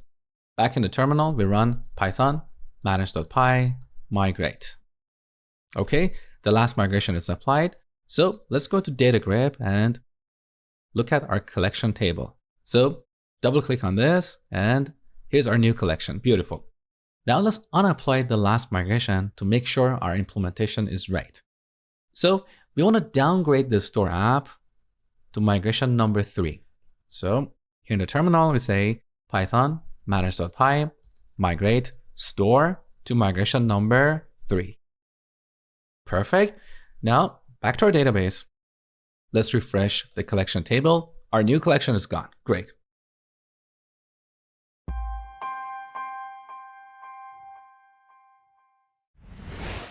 All right, the last thing we're going to do in this section is populating our database with some dummy data. And for that, we're going to use a great website called Mockaroo.com. It's one of my favorite tools. So let's say we want to populate our customers table. Over here, we can specify our columns and their type. So we have ID, which is a number. We have first name, which is a first name column. So this tool will generate a bunch of random first names for us, okay? Similarly, we have last name, email. Now, instead of gender, we're going to use phone. So I'm going to change the type of this column to phone. Now we can optionally specify the format for the phone. I'm going to leave it as is. Next, we need to add the birth date column. And for that, we're going to use a date column. And I'm going to change the format to this format, 4 digits for the year, followed by 2 digits for the month and the day. Now we should also add another field for the membership. So if you recall, in this column, we can have B for bronze, S for silver, or G for gold. So I'm going to change the type of this to regular expression. And over here, we can type any valid regular expressions. If you're not familiar with regular expressions, you can click on this and see some examples. So what I'm going to type here is a pair of parentheses. And inside the parentheses, I'm going to type B or S or G. So one of these characters will be used to generate the values for this column. Okay. Now over here, we can specify the number of rows to generate. I think 1,000 is good for customers. Next, we can specify the format, which can be CSV, JSON, tab delimited, SQL, and so on. I'm going to select CSV for now and preview our data. So this is what we're going to get. We're going to get 1,000 customers with these values. Now we can download the CSV right away, or we can change the format to SQL.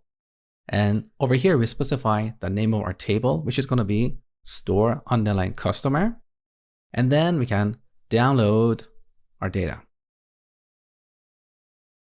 So now we have a SQL file. We can open this with DataGrip or MySQL Workbench to populate our table. So now I'm going to drag and drop this file onto DataGrip. So we have a bunch of insert into statements.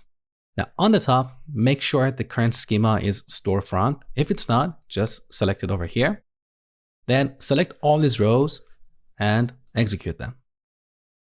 All right, so now we're done. Let's open a new query console for the storefront database and find the number of records in the customer table. So we type select count of everything from store underline customer.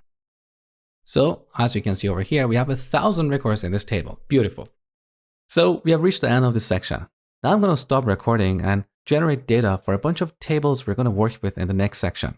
So at the beginning of the next section, I will give you a SQL file to populate your database with dummy data. Okay?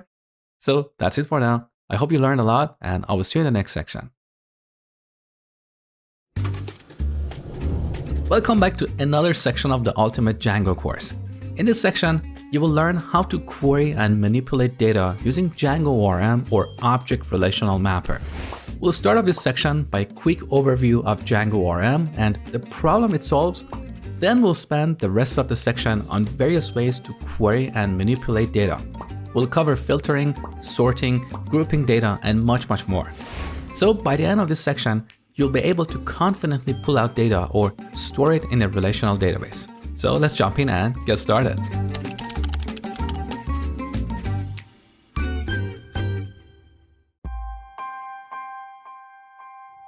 Let's start off this section by a quick overview of object relational mappers and the problem they try to solve. So you know that in relational databases, data is stored as rows in tables. So when pulling out data from a relational database, we need to map these rows into objects. In the past, we used to do this by hand, and this was pretty repetitive and time consuming. So we would have to write a SQL query, send it to the database, read the result, and map it to a bunch of objects. So for each record, we will have to create a new object and set its attributes. This is where an object relational mapper comes into the picture.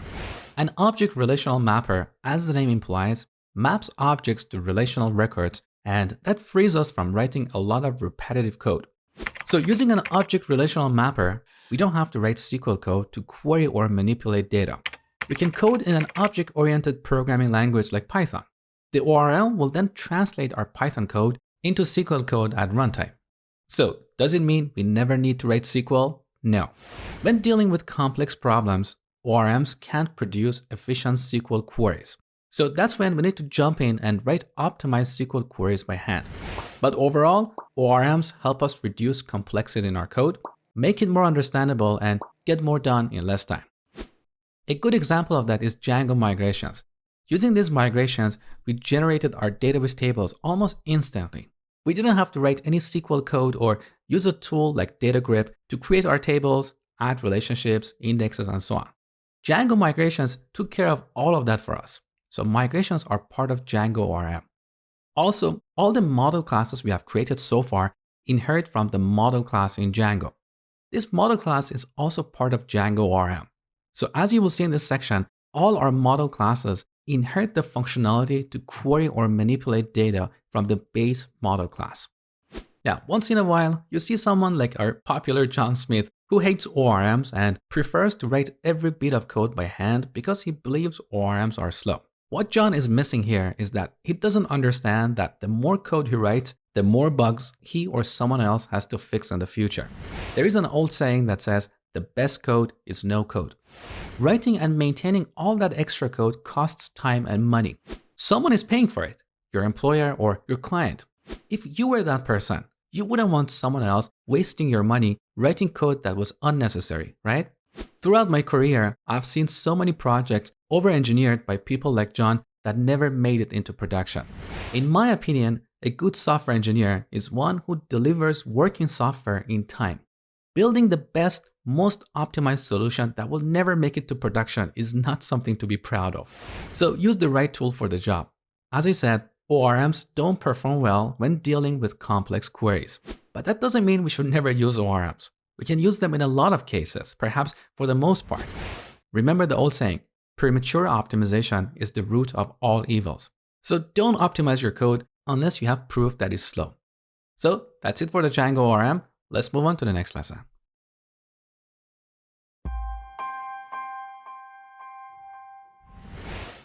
All right, before we get started, let's make sure that we're on the same page. I want to make sure that we're both using the exact same code and database. So what you see on your machine will be exactly the same as what I'm going to show you in the videos. So please follow everything I'm going to show you in this lesson. So at the beginning of the course, in the first section, I give you a zip file that contains all the resources for this course. So here we have a folder called code that contains the code for each section. Now we're going to go to the 5th section and open the starter code. So here we have the storefront project. Let's drag and drop it into VS Code. Okay, we get a message saying no Python interpreter is selected. Don't worry about this. So let's close this. Now let's go to the settings module. And here in the section for our database settings, change the password of MySQL. Otherwise, you're going to get a connection error.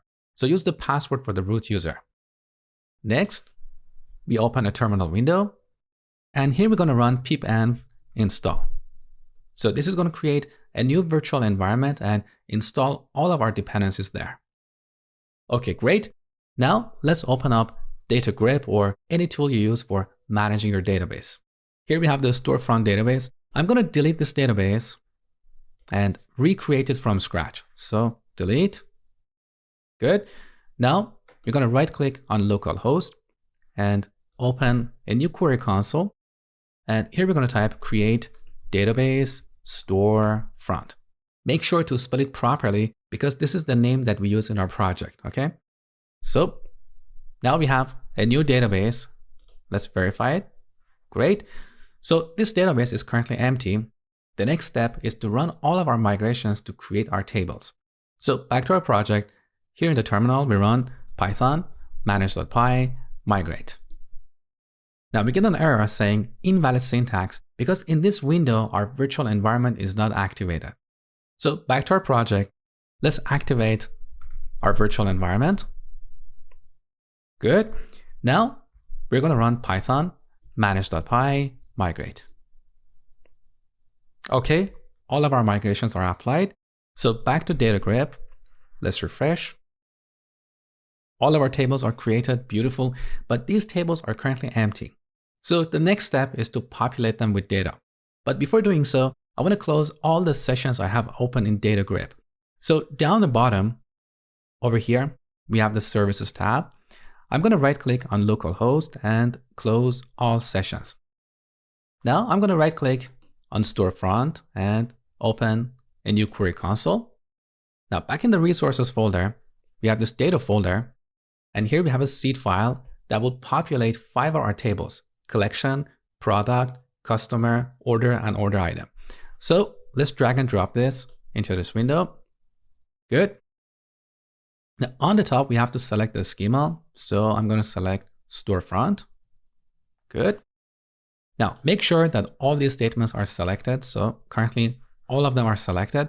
If not, just press Command and A on Mac or Control and A on Windows. And finally, we're going to execute them all in one go. Good. So now 5 of our tables are populated with data. Let's look at the customer table. All right. So here we have 1,000 customers. Beautiful. And now the final step is to start our server. So Python manage.py run server. Great. So now that we're on the same page, let's move on to the next lesson.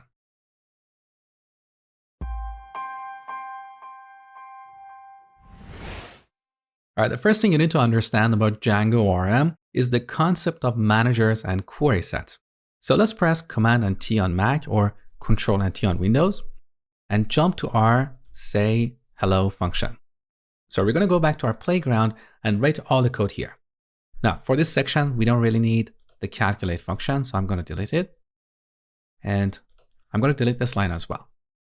Now on the top, from store.models, we're going to import the product class.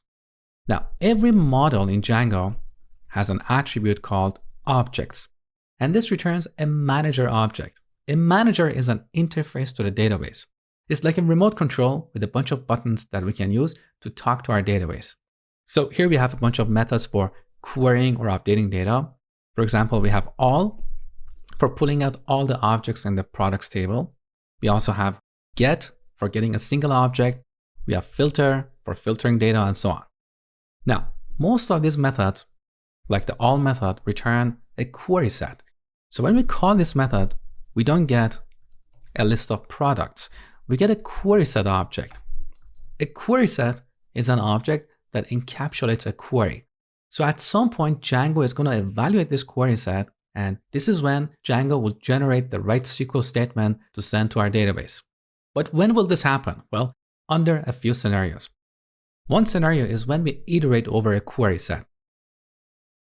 So if you write code like for product in query set, at this moment, Django will evaluate this query set and get the result from the database. So for this demo, let's just print the product on the terminal. I'll save the changes. Back in the browser, here on the hello page, let's refresh. Okay. Now let's open Django debug toolbar. So look at the SQL tab. Over here, you can see the actual SQL statements that Django sent to our database. So here we have 3 queries.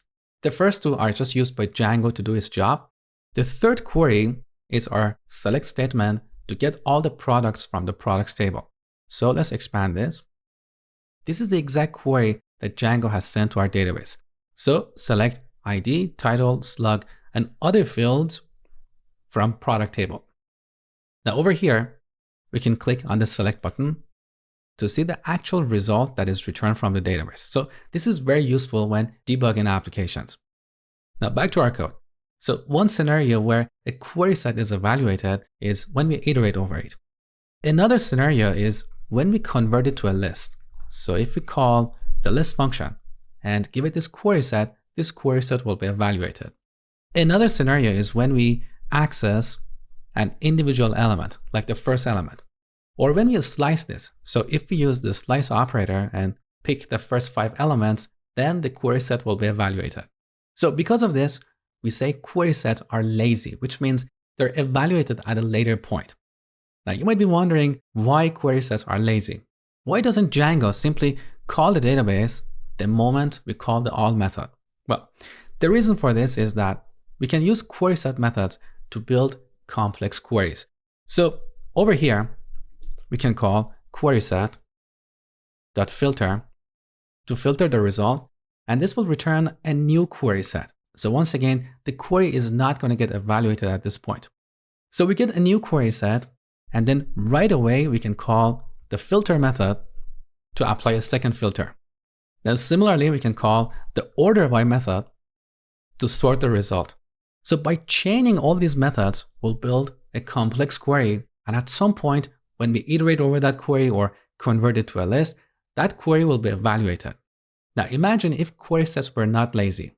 The moment we call the all method, the query would be evaluated, and this would result in thousands or even millions of objects returned from the database. But what if you were only interested in a subset of these products? Then calling the filter method would filter the objects in memory. So we would get thousands or millions of objects, we'll store them in memory and throw most of them out. So to recap, every model has an attribute called objects, which returns a manager, which is an interface to the database. Now, the manager has a bunch of methods for querying and updating data. Most of these methods, like the all method, return a query set. Now, in contrast, we have some other methods that return result immediately. For example, we have the count method, which returns the number of records in the product table. Now, why don't we get a query set here? Well, because this method returns a number, so it doesn't really make sense to do something extra with that number. We're not going to apply a filter to it. We're not going to sort the result or build a complex query around it.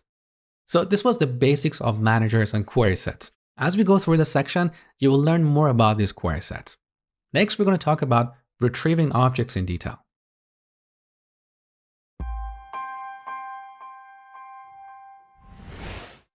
All right, in this lesson, we're going to talk about a few different methods for retrieving objects.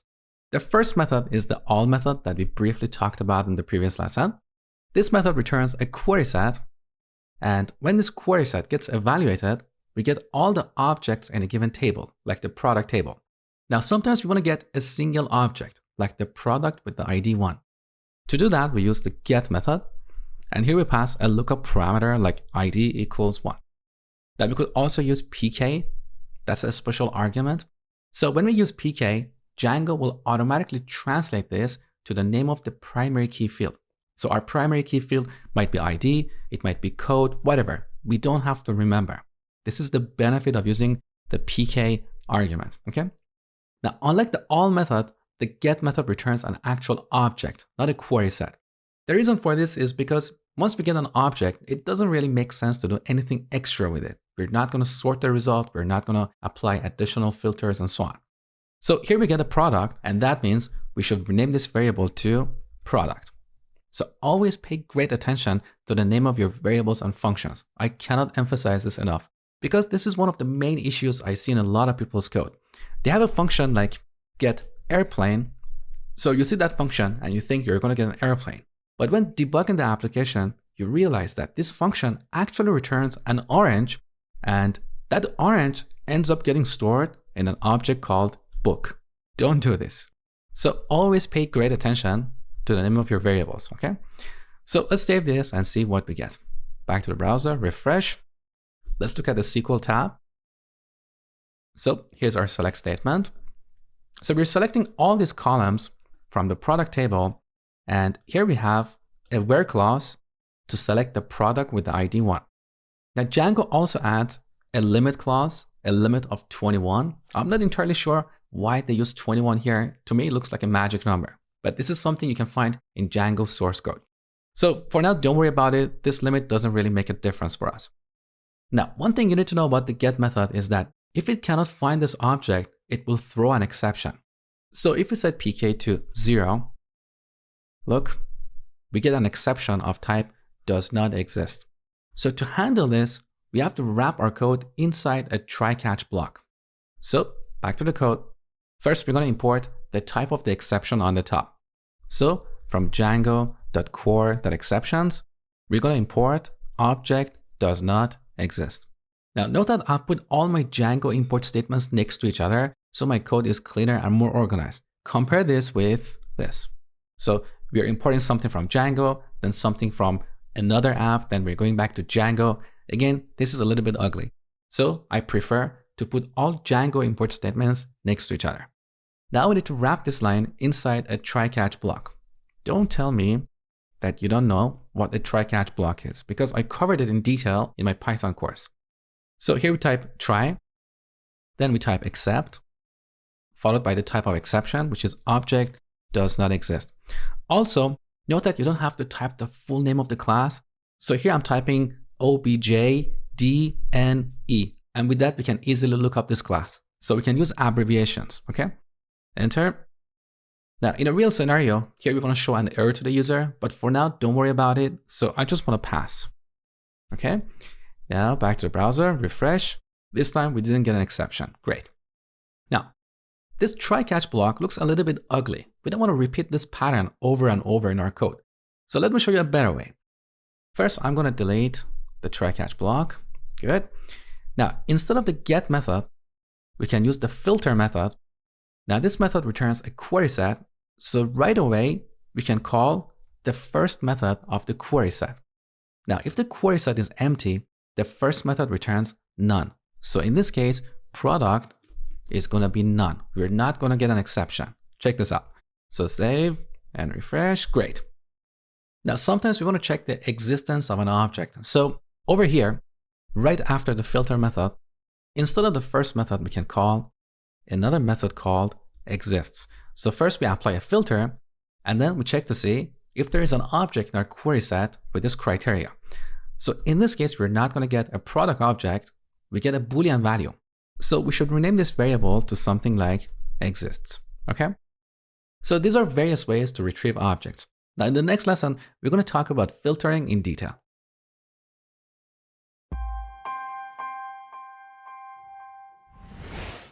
All right, let's talk about filtering data. So let's say we want to find all the products that are $20. So here we pass a keyword argument and say unit price equals 20. Pretty straightforward. Now, what if you want to find all the products that are more expensive than $20? We cannot use our logical operators here. Look, we have an error because this expression, this piece of code is a Boolean expression and returns a Boolean value, which can be true or false.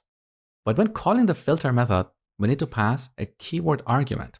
So we need to pass a keyword followed by a value, right? So to solve this problem, after the field name, we type 2 underscores followed by a lookup type. So in Django, we have GT, which is short for greater than. We also have greater than or equal to. We have less than or equal to.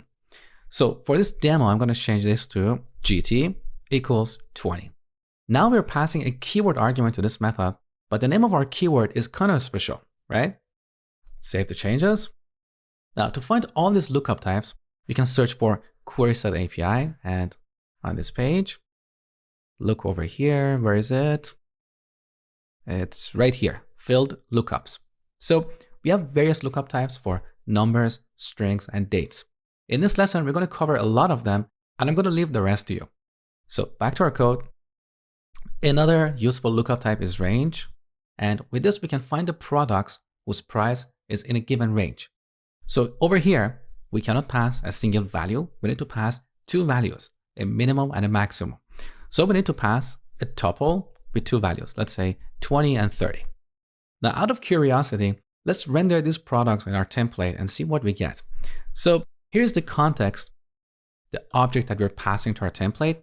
In this object, in this dictionary, I want to add another key value pair called result. We could also call it product, that's better, and set it to query set. So we're passing the query set here.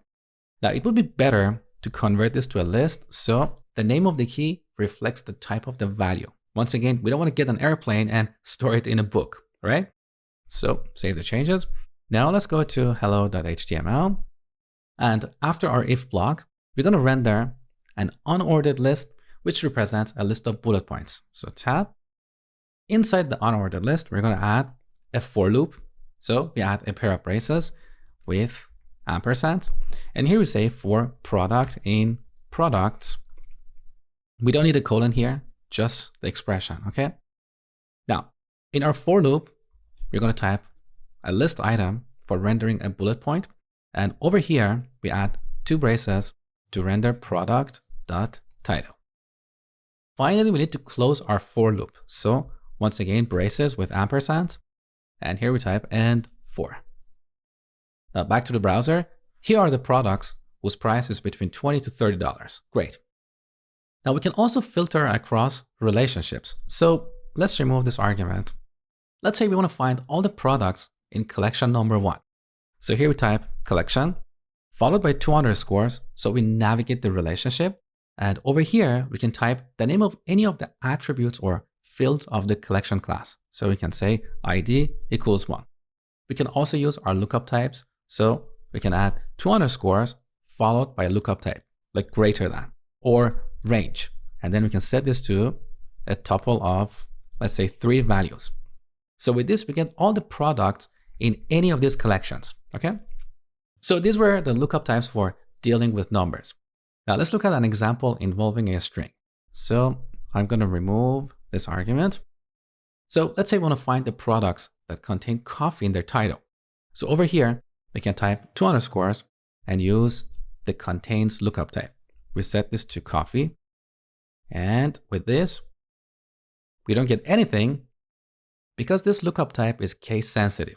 So to perform a case insensitive search, we have to use iContains. Now take a look. So here are all the products that have coffee in their title. Now we also have starts with, ends with, as well as their case insensitive variation, okay? Now, for dates, we have a bunch of lookup types. So let's say we want to find all the products that were updated in 2021. So last update, double underscore, here we can use year and set it to 2021. Now take a look. So this is what we get. So we can extract individual components in a date like year, month, minute, second, and so on. We can also compare this with a date value, not something we use that often. And the last lookup type I'm going to cover here is checking for null. So to get all the products without a description, we can say description, double underscore is null equals true. We don't get anything because all of our products have a description, okay? Now it's your turn. I've attached a PDF below this video. In that PDF, you're going to find a bunch of exercises and their solutions. So make sure to do these exercises before moving on to the next lesson, where we talk about complex filtering.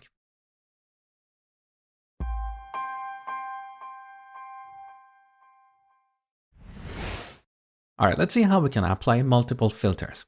So let's say we want to find all the products with inventory less than 10 and unit price less than 20. There are a couple of different ways to implement this query. One way is to pass multiple keyword arguments here. So we can say inventory less than 10. And here we pass a second keyword argument and say unit price less than 20. So let's go back to the browser, refresh. Here are the products we get. Let's look at our SQL query. So here's our select statement. As you can see, in the where clause, we have 2 conditions combined using the AND operator, okay? Now, there is another way to write the same query. Instead of passing multiple keyword arguments, we can chain the call to filter method. So I'm going to remove the second keyword argument. So here we have the filter method. The filter method returns a query set. Now we can get that query set and apply a second filter on it. So here we can say unit price less than 20. Now here we get a new query set, which we store in this object. And the moment we call the list function, this query set will get evaluated. So if we go back to the browser and refresh, we get the same result as before. So let's take a look at our query. So exactly like before, where we have 2 conditions combined using the AND operator. Now, how can we combine these conditions using the OR operator? Well, to do that, we have to use QObjects. Back to our code. First, we need to import the Q class from Django. So from django.db.models, import Q. So Q is short for query. And using this class, we can represent a query expression or a piece of code that produces a value, okay? So using this Q class, we can encapsulate a keyword argument. So let me remove all this code and start from scratch. So we want to combine these conditions using the OR operator. So here we say filter. Now, instead of passing a keyword argument here, we're going to pass a Q object. So we create a Q object, and right here we pass a keyword argument. So we say inventory less than 10. So each Q object encapsulates a keyword argument or a query expression.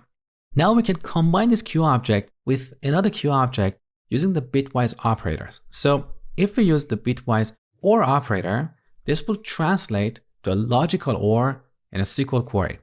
So here we pass a second Q object and add the second condition, unit underline price less than 20.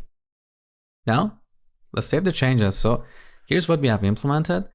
Back to the browser, refresh. Let's look at our query. There you go. So 2 conditions combined using the OR operator. Beautiful. Now back to our code. Here we can also use the AND operator, but this syntax is a little bit too verbose. If you want to combine multiple conditions using the AND operator, we don't really need QObjects.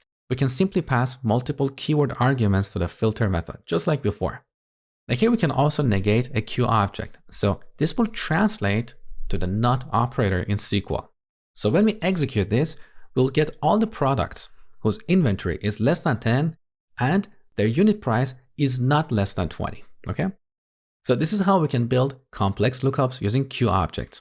Next, we're going to talk about referencing fields using FObjects.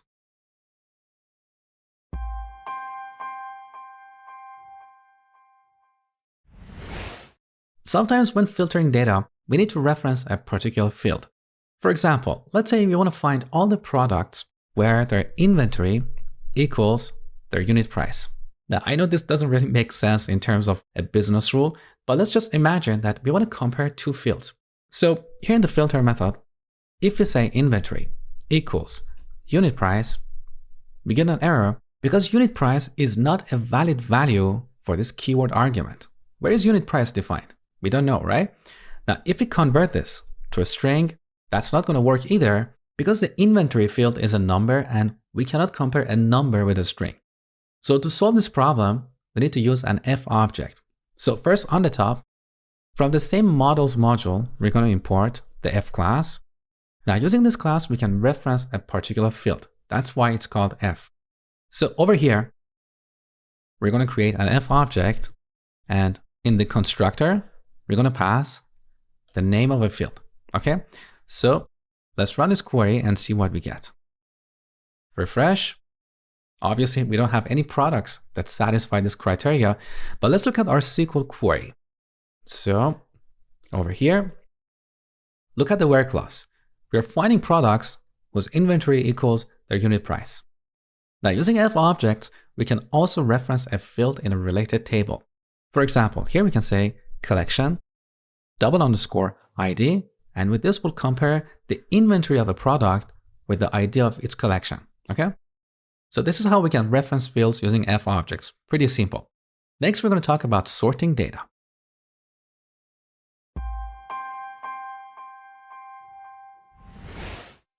All right, let's talk about sorting data. So here we have this order by method that I briefly mentioned before. Using this method, we can sort the result by 1 or more fields. For example, here we can get all the products and sort them by their title in ascending order. Take a look. So save and refresh. There you go. So all the products are now sorted in alphabetical order. Beautiful. Now let's look at the SQL tab. So here's our query. Now with this implementation, we have an order by clause for sorting the products by their title in ascending order. If you want to change the sort direction, we simply add a negative sign here.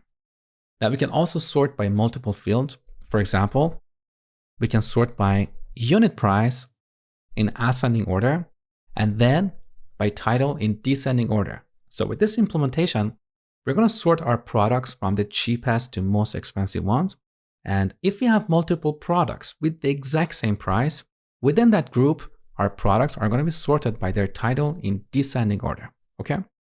Now, the order by method returns a query set object, and one of the methods of query set is reverse.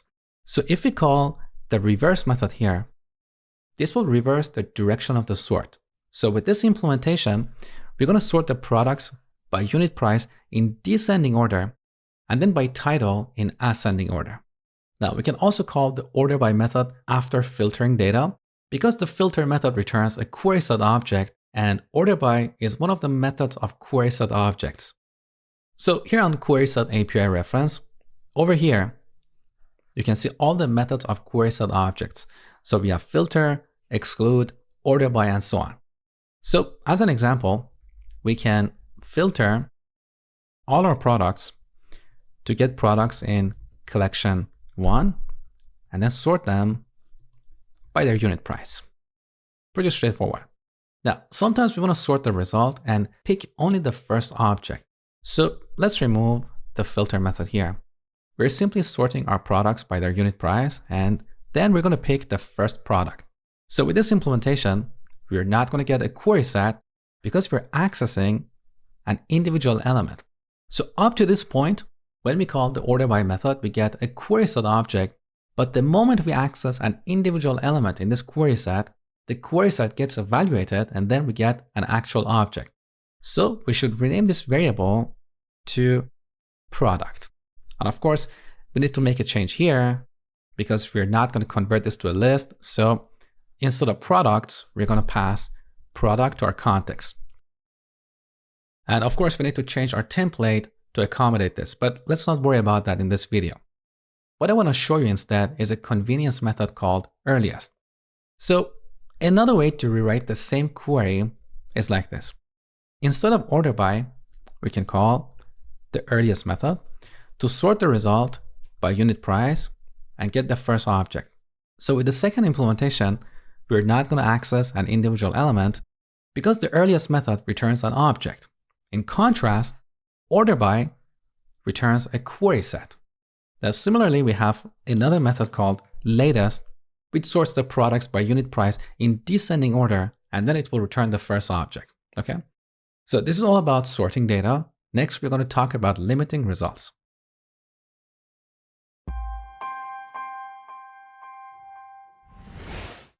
So our product table has 1,000 products.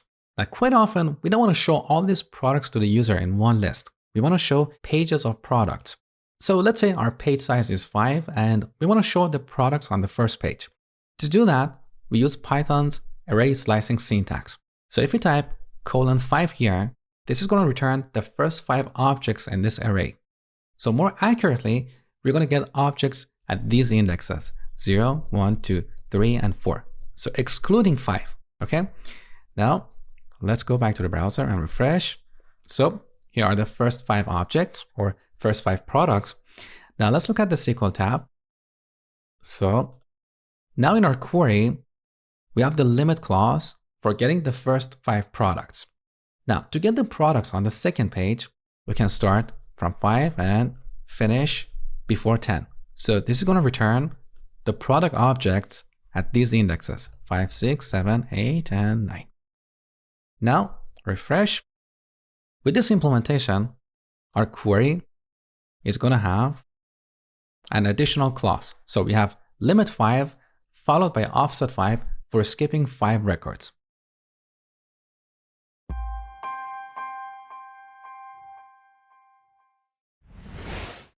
So you have seen that when we query objects, by default, all of their fields are read from the database.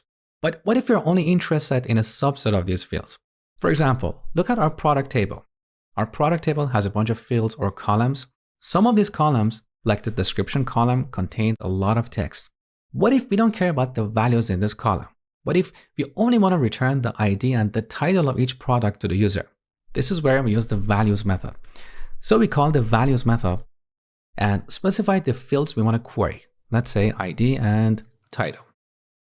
Now, refresh. We get the same result as before, but look at our query. With this implementation, we're only reading the ID and the title of each product, okay? Now, we can also read related fields. For example, we can go to the collection and read the title field. So using the double underscore notation, we can access the related fields. Now, let me show you something interesting. So back to the browser, refresh. Let's look at our query one more time. With this implementation, now we have an inner join between the product and the collection tables because we are reading a related field. So this is how we can use the values method. Now, one thing you need to know about this method is that with this method, instead of getting a bunch of product instances, we get a bunch of dictionary objects. Let me show you what I mean. So let's go to our template. Instead of rendering product.title, let's just render the product object itself. So save and refresh. See what's happening? So each object in the result is a dictionary. It's not a product instance. So in this dictionary, we have 3 key value pairs. We have ID, title, and collection, double underscore title. Now we have another method called values list. And with this method, we get a bunch of tuples instead of dictionaries. So take a look, refresh. Now each object is a tuple of 3 values. So here we have the ID followed by the title of the product and the title of the collection. Now here's your exercise. I want you to write a query to select products that have been ordered and sort them by their title. Now let me give you a hint before you get started. So in our database, we have this product table that contains all the products in our system, but not all products have been ordered. So to find the products that have been ordered, you need to go to the order item table. Here we have a column called product ID. You need to select all these values, all these product IDs, and use them as an argument when filtering products. So spend a couple minutes on this, then come back see my solution. All right, the solution. As I said, we should start with the order item table. So first we go on the top and import the order item class. Now we go to order item, then objects. Now here we need to select all the product IDs from this table. So this is where we use the values or values list method. It doesn't really matter. So I'm going to go with values because it's shorter. So we go to values. Next, we go to the product field and select the ID field. Now we can also use a single underscore because Django will automatically create this field for us at runtime. So even though we didn't declare a field called product ID on the order item class, look, we only have product, right? But Django will automatically create a field called product underline ID at runtime. And essentially this is our foreign key field, okay? So back to our query. We select product IDs and store the result in query set. Let's test our implementation up to this point. So here in the browser, this is what we get, a bunch of dictionaries. And as you can see, we have a lot of duplicates. Now, before I show you how to resolve duplicates, let's look at our query. So we have a simple query for selecting product ID from the order item table. Beautiful. Now, to get rid of duplicates, here we can use the distinct method. So values returns a query set, and distinct is another method of query set objects. With this, let's go back to the browser and refresh. We no longer have duplicates. Beautiful. Now the last step. We want to go to the product table and select all products with these IDs. Very simple. So we're going to say product.objects.filter ID double underscore in. So here I'm using the in lookup type to find all products whose ID is in a given list. And we're going to set this to this expression over here, where we select product IDs from order item table. So cut, move it here, and we're going to set the query set right here. So this is the end result. Let's see what we get in the browser. So refresh. We get a bunch of product objects, so product with ID 1, 4, 5, and so on. Now let's go to our template and render the title of each product. So instead of rendering the product, we're going to render product.title. And there you go. So here's the list of products. Now the last thing we need to do is sort the list. So after we filter our products, we're going to call the order by method to sort the products by their title. Now, take a look. Here's the final result. These are the products that have been ordered.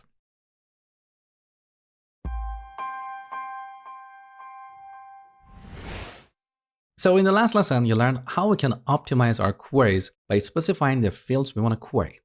Now, we have another technique called deferring fields. So we have a method called only, and with this method, we can specify the fields we want to read from the database. Let's say ID and title. Now you might be wondering how this method is different from the values method. Well, with the only method, we'll get instances of the product class, whereas with the values method, we'll get dictionary objects, okay? Now let's save the changes. Back in the browser, refresh.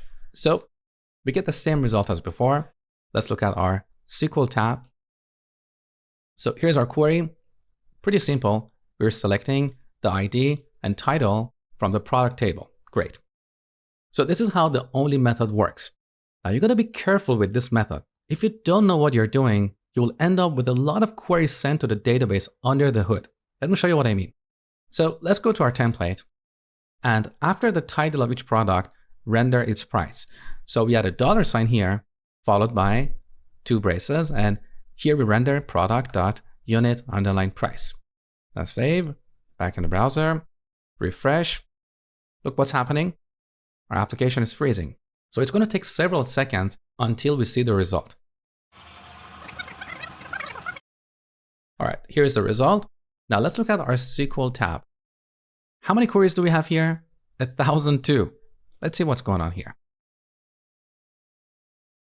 So here's our main query where we read the ID and title from the product table. Now, after the main query, for each product, we have a separate query to read its price. So look at this query. Here we are reading the ID and unit price from the product table where ID equals 1. We have a similar query for every other product in this list. So because we have 1,000 products in this list, we have 1,000 extra queries for reading the price of all these products. This is what I was talking about. So you have to be careful when using the only method. If you don't know what you're doing, you'll end up with a lot of extra unnecessary queries. Now we don't have this problem with the values method, because with the values method, we get dictionary objects, and these dictionary objects don't have this behavior. So if you access a field that doesn't exist in the dictionary, that dictionary is not going to issue a query to the database, okay? Now we have another method, which is the opposite of the only method, and that is called defer. With this method, we can defer the loading of certain fields to later. So let's say our product table has a bunch of columns. We're interested in all of them except the description field. So we can defer this to later. But once again, you have to be careful. So if somewhere else you have, let's say, a for loop, and in that loop, you're iterating over the products and rendering the description of each product, once again, you're going to end up with all those extra queries.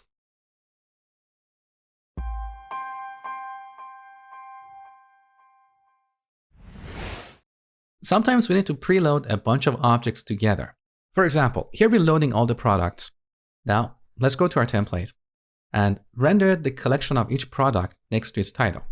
So here we add a hyphen followed by 2 braces to render product.collection.title. Now save, back in the browser, refresh.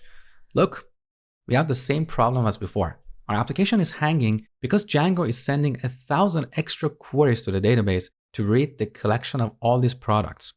Because when we ask for products, Django is only going to query the product table. It's not going to query the related tables unless we specifically instruct it to do so.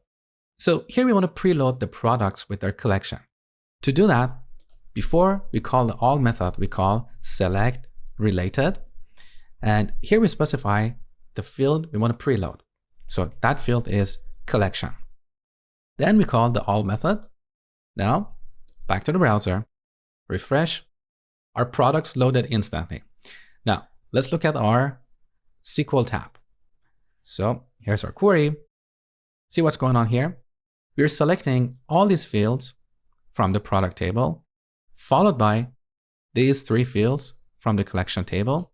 And here we have a join between product and collection. So when we use the select related method, Django creates a join between our tables.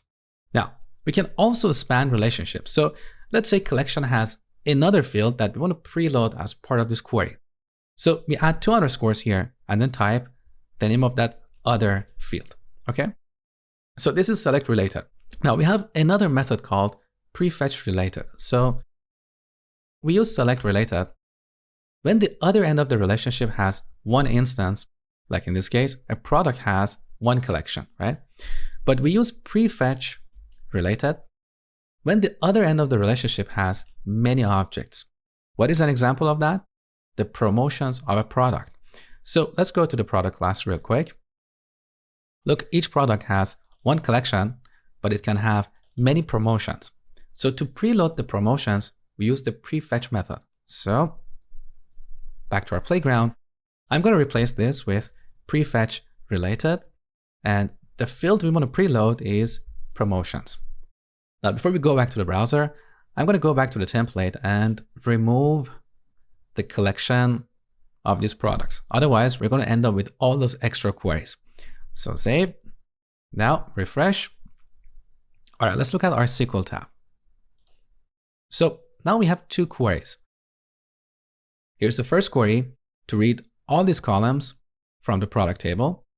Now, after that, we have another query to read the promotions of these products. So we are reading 3 columns from the promotion table, and we have a join between promotion and product.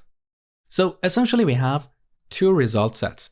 The first set includes the products. The second set includes promotions. Django reads these sets and then populates our objects in memory. Now, we can also combine these 2 methods. So let's say we want to load all the products with their promotions and collection. So after the call to prefetch related, we can call select related to load the collection of each product. So both these methods return a query set, and that's why we can chain all these methods to build a complex query. Okay. Now the order of these methods doesn't really matter. So we can put select related first or last. It doesn't really make a difference. So now let's save the changes and add the collection back in our template.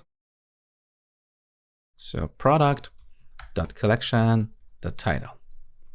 Now let's test the result. Great. So we see the collection of all these products. Now in our SQL tab, we have 2 queries. The first query is to read all the products and their collection. So here we have a join between product and collection. And the second query is to read the promotions of all these products. All right, here's your exercise.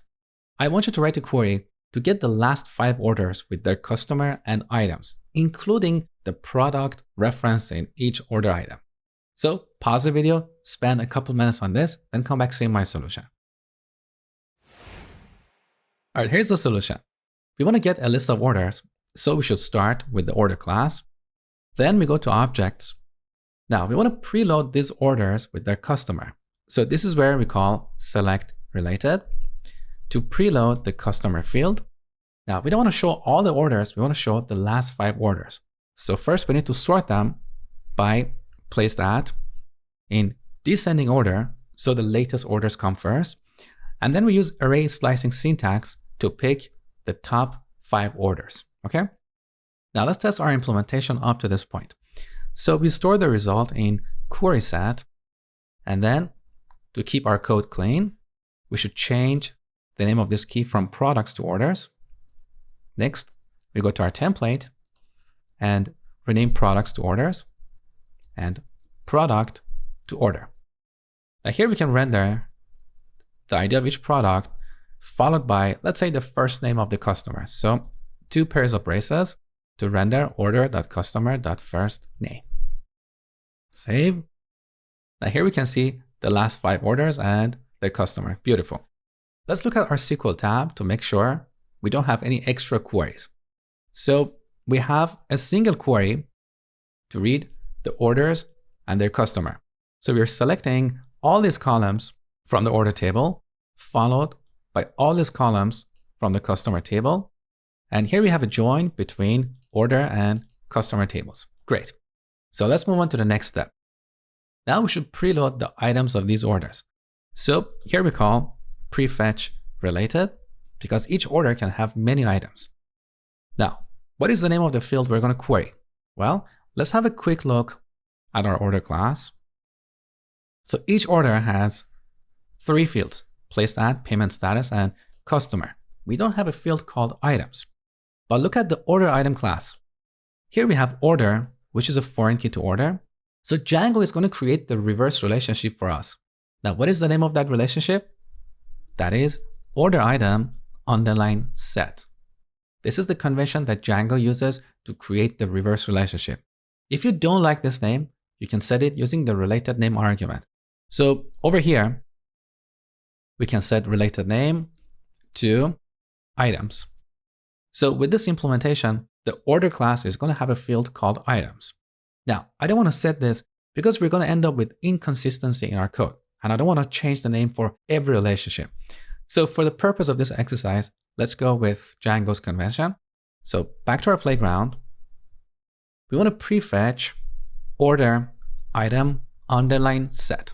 So the name of the target class in lowercase followed by an underscore and set. Okay. Let's see what we get up to this point. So refresh. Our page loaded instantly. Let's look at the SQL tab. We have one extra query to load these order items. So we're loading order items for orders in this list. So everything is fine so far. Now the last step is to load the product referenced in each order item. So over here, where we are prefetching the order item, we can span the relationship by adding 2 underscores, and then we type the name of the target field, which is product. Save. Now refresh. Let's look at our query one more time.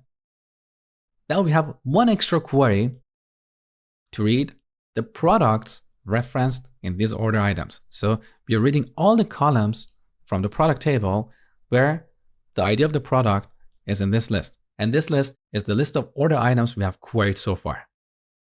So this is how I want you to write code. Write a little bit of code, test your code, make sure everything works before doing a big step. With this technique, we can prevent a lot of crazy issues down the road.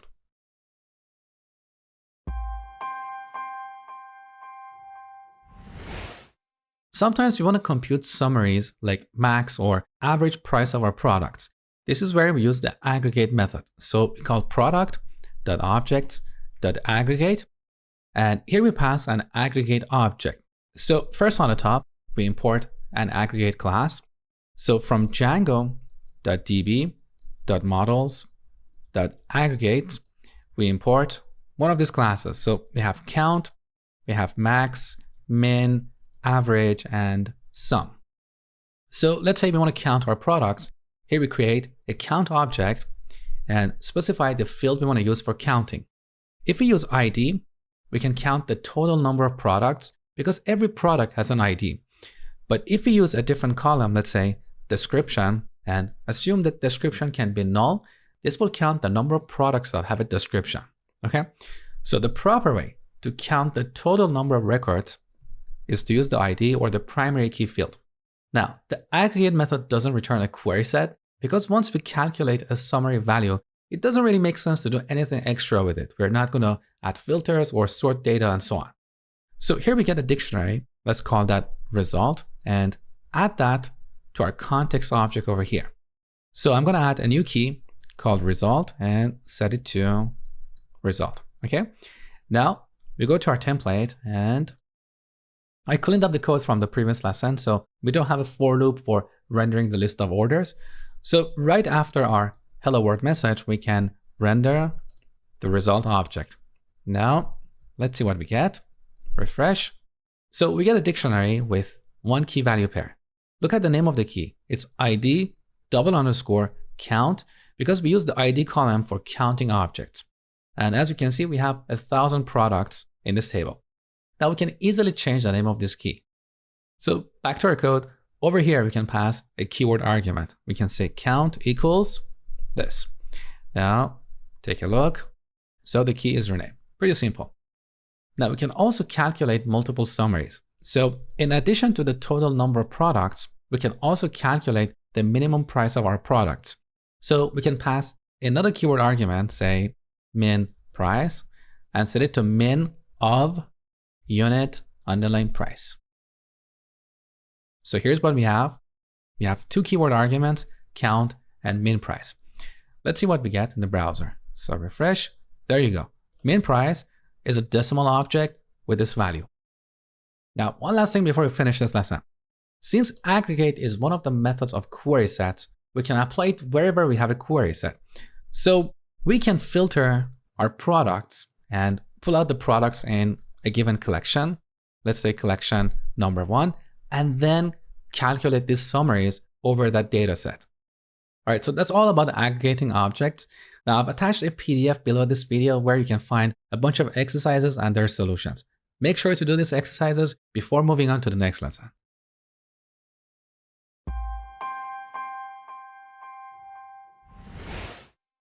Sometimes we want to add additional attributes to our objects while querying them. This is where we use the annotate method. So we go to customer.objects and call the annotate method. Now let's say while querying customers, we want to give each customer a new field called isNew, and we want to set it to true. So let's get the result and store it in a query set. Now in our context object, I'm going to add a new key value pair called result and set it to list of query set. Now in our template, we are not doing anything in this lesson. So let's just focus on the code here. Now here in the browser, refresh, we get this error saying query set.annotate received none expression. What this error is telling us is that we cannot pass a Boolean value over here. We need to pass an expression object. So in Django, we have this expression class, which is the base class for all types of expressions. Derivatives of this class are value for representing simple values like a number, a Boolean, a string.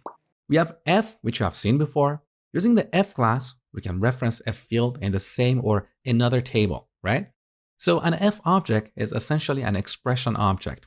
We also have func for calling database functions. So all these database engines have a bunch of functions for manipulating data. To call those functions, we use a func object. I'm going to show you that in a second. We also have aggregate, which is the base class for all aggregate classes. So those aggregate classes you learn about like count, sum, max, and min, all these classes derive from the aggregate class, okay? So let's go through a few examples. So back to our code, we cannot pass a Boolean value here. We need to pass an expression object. The simplest expression object is a value object. So on the top, from Django.db.models, we're going to import the value class. And now we're going to wrap this value inside a value object. So we pass value of true. Okay, now save, take a look. No more errors. Let's look at our query. So I'm going to execute this query. So in the list of customers, now we have a new column called isNew, which is populated by 1, which is the numeric equivalent of a Boolean true. So when Django reads this data, it's going to give each customer a new field called isNew, and it's going to set it to true. Let's look at another example. This time, we want to give our customers a new field called newID. And for this demo, we want to set this to the same value as the ID field. So we need to reference another field in this model. To do that, first we need to import the f class from Django.db.models. And then over here, we can reference the ID field. Now, let's run our query one more time. So take a look. Now we have a new column called newID, which is populated with the same value as the primary key. Now we can also perform computations here. So for example, we can add 1 to the ID to generate the new ID. Now take a look. So now the new ID is the original ID plus 1.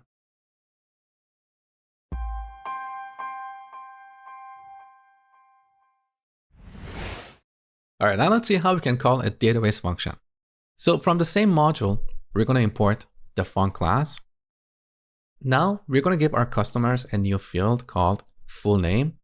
And this is where we're going to call the concat function of a database engine. So pretty much all database engines have this function for concatenating strings. So here we're going to create a func object and give it a bunch of arguments. So we want to specify 2 fields here, first name and last name. How can we reference fields? Using f objects. So f of first name and f of last name. Next, we need to give this a keyword argument that specifies the target function. So we set function to concat. Okay.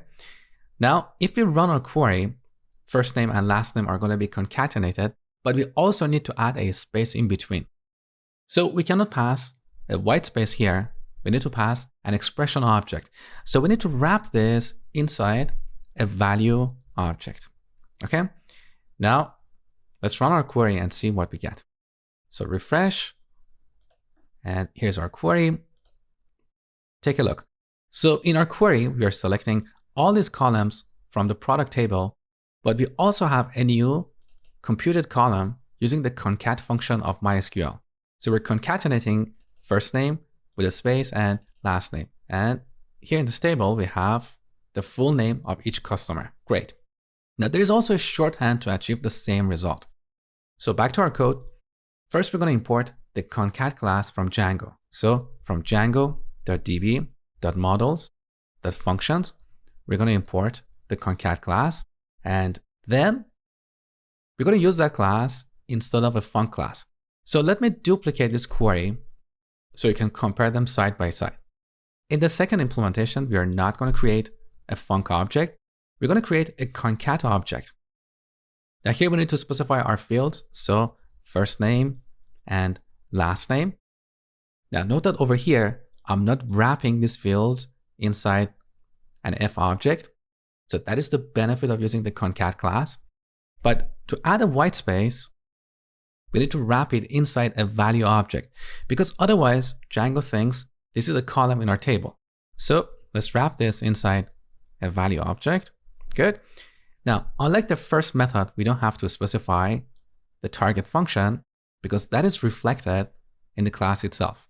So the code is shorter and gives us the exact same result. Now, if you're curious about Django database functions, just Google Django database functions. On this page, you can see various functions in different categories.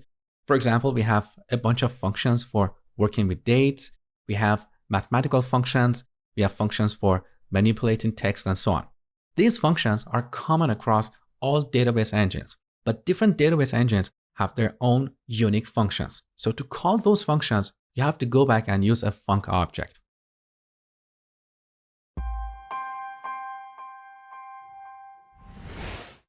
Now let's say we want to see the number of orders each customer has placed. So we're going to annotate our customers with a new field called orders count. And here we're going to use the count class. Now look, VS Code offers to automatically import this class for us. So we just press enter and it's imported on the top. Now let me show you a shortcut. We can also import the count class from the models module. And with this, we can avoid an extra import statement. Now, what is the difference between these two classes? Nothing.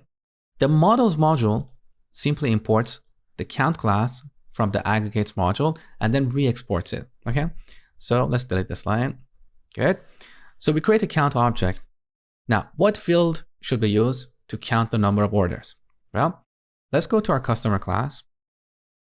So our customer has these fields, but we don't have a field called orders. So let's look at the order class. Here we have customer, which is a foreign key, right? And you know that with this implementation, Django is going to create the reverse relationship for us. So here in the customer class, we're going to have a field called order_set. So the singular name of the target class followed by _set. And this is all in lowercase. Now, for some reason that is known to Django developers, we cannot use this name to count the number of orders for each customer. Let me show you what I mean. So back to our playground, if we type order_set here, we get an exception. Look, cannot resolve keyword order set into field. Our choices are address, birth date, email, first name, ID, last name, membership, order, and phone. So the name of the field that we should use for counting is order. Why? Honestly, I don't know. So back to our code, let's change this to order and rerun our query. Great. Now let's look at our query. So now we are selecting all these fields from the customer table, and we're also counting the number of orders. Now look, we have a left join between customers and orders because not every customer has an order. Now, if you're not familiar with left joins, you really need to look at my SQL course. I cover this in detail there. And finally, we have a group by clause for grouping the number of orders for each customer. So if you run this query, we can see the number of orders for each customer.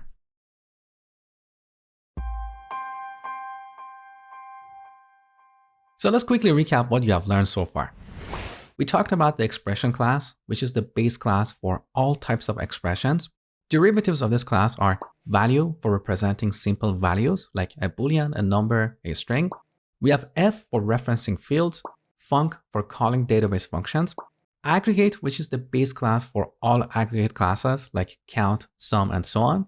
Now, in this lesson, we're going to talk about another derivative of the expression class called expression wrapper. We use this class when building complex expressions. So here's an example. Let's say we're going to annotate our products and give them a new field called discounted price. So here we're going to get the unit price and multiply it by, let's say, 0.8. Now, if we run this query, we're going to get an exception. So take a look. So we get this error saying expression contains mixed types because we have mixed a decimal field, which is our unit price field, with a float field, which is our 0.8 number. Now the error is saying that we must set the output field. So to solve this problem, first we need to import the expression wrapper class from the same module, from the models module. Now we should wrap this expression inside an expression wrapper object, and that's where we specify the type of the output field. So to keep our code clean, I would prefer not to wrap this expression right here. I would prefer to create an expression wrapper object over here. Then we move this right here. And as the second argument to the constructor of this class, we specify the output field. So we need to decide what is the type of the output field. For monetary values, we should always use a decimal field because float fields have a rounding issue and are not very accurate. So back to our code, we set the output field to a decimal field object. So make sure to create an object, we're not simply passing the name of the class, we're creating an object, okay? Now we can store the result in a separate object like discounted price, and then use that over here. Now, let's run our query. Okay, no more error. So let's see what is sent to the database. There you go. We have a new computed column, which takes the unit price and multiplies it by 0.8. So this is how we can use expression wrapper objects. Now, once again, there is a PDF below this video where you can find a bunch of exercises and their solutions. So spend a few minutes on those and then come back, see the next lesson.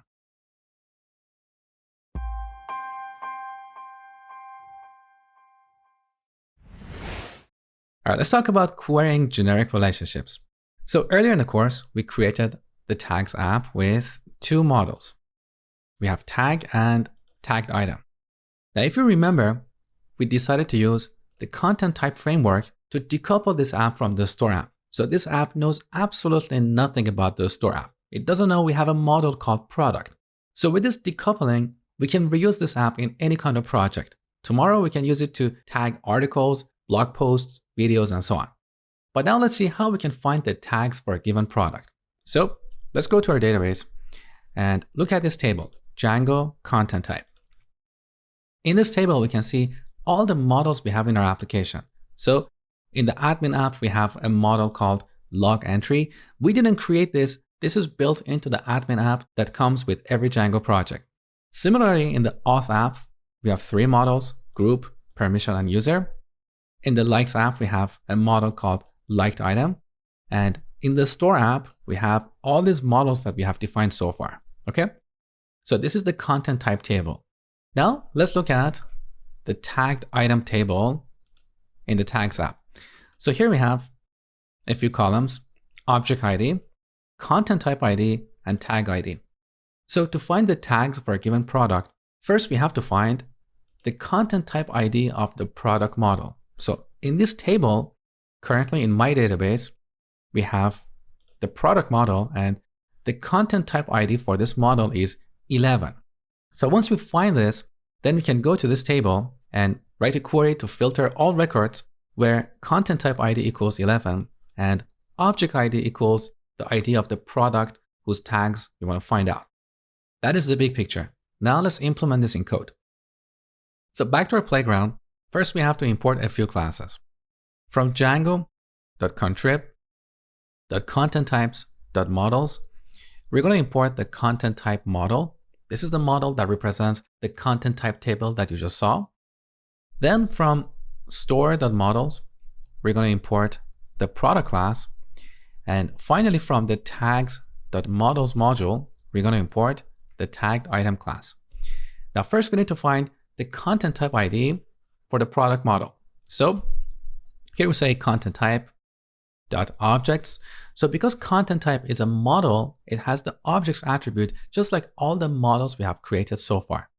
Now, here we have a method called get for model. This is a special method that is only available in this manager. Remember, I told you that the objects attribute returns a manager object, which is a gateway to the database. So content type manager has a special method called get for model. So we call this method and give it our product class. Now we get a content type instance. Now, more accurately, this object represents this row in our content type table. So this is how we can find the content type ID for the product model. Now you might be wondering why we're not just using the number 11, because we cannot rely on these numbers. In your database, in your development database, the content type ID for product might be 11, but in your production database, it might be something else. That's why first we have to find the content type ID for the product model. Now that we have this, we can use it to filter tagged items. So we say tagged item dot objects dot filter. We're going to give it two filters. First is content type, which we set to our content type object. And then we set object ID to the ID of the product whose tags we want to query. Let's say product number 1. This should be calculated dynamically. For example, depending on the product that the user is looking at, we're going to get the product ID from the URL and pass it here. But for now, let's not worry about that part. So this will return a bunch of tagged item objects. Now, back to our database, look at our tagged item table. In this table, we have a field called tag ID, which is a foreign key to the tag table. So the actual tag is not stored here, it's stored in this other table. So we need to preload this field, otherwise we'll end up with a lot of extra queries to the database. So back to our code, here we're going to call select related to preload the tag field. Now let me show you a better way to format this code. It's getting a little bit ugly. So we can put this on a new line. Now we get an error because Python interpreter doesn't know that this line is the continuation of the first line.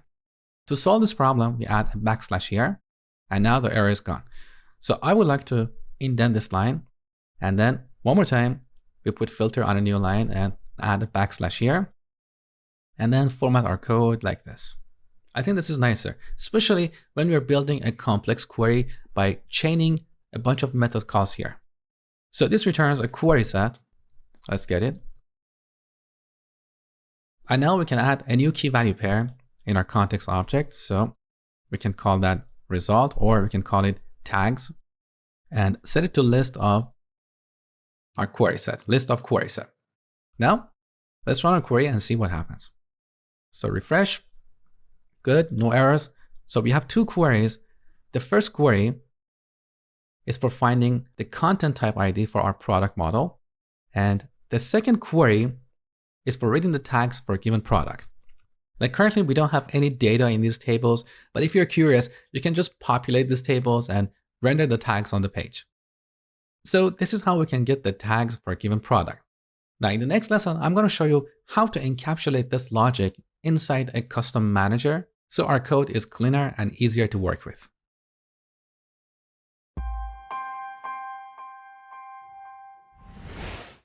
So our tags app is decoupled from the store app, but writing code like this is not ideal.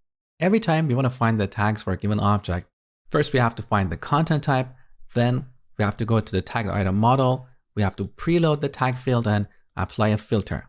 There must be a better way. So wouldn't that be nicer if we had a method like tagged item.objects.getTags for product 1. Obviously, calling this method is much nicer and cleaner than writing all this code. So let me show you how to implement this method. To do this, we have to build a custom manager for the tagged item model. So we want to replace the default manager that is returned from the objects attribute. We want to replace that with a custom manager.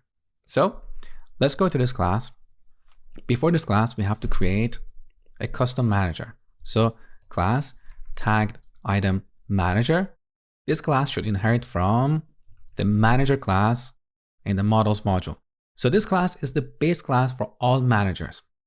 Now here we're going to implement that custom method. So get tags for. Now the first parameter should be self. So this becomes a method of this class.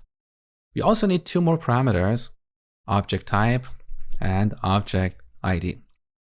Now let's go to our playground and grab all this code and move it to our new method. Okay, let's fix the indentation. Good. Now we're going to replace product with object type and one with object ID. As simple as that. Now finally, we're going to return this query set. So we can return it right away. So we're done with this. Now we need to use this manager in the tagged item model. So here's the tagged item class. I'm going to add a new attribute here called objects. We're going to set it to an instance of the tagged item manager class. As simple as that. Now we can go back to our playground and use this new method to get the tags for a given object, like a product.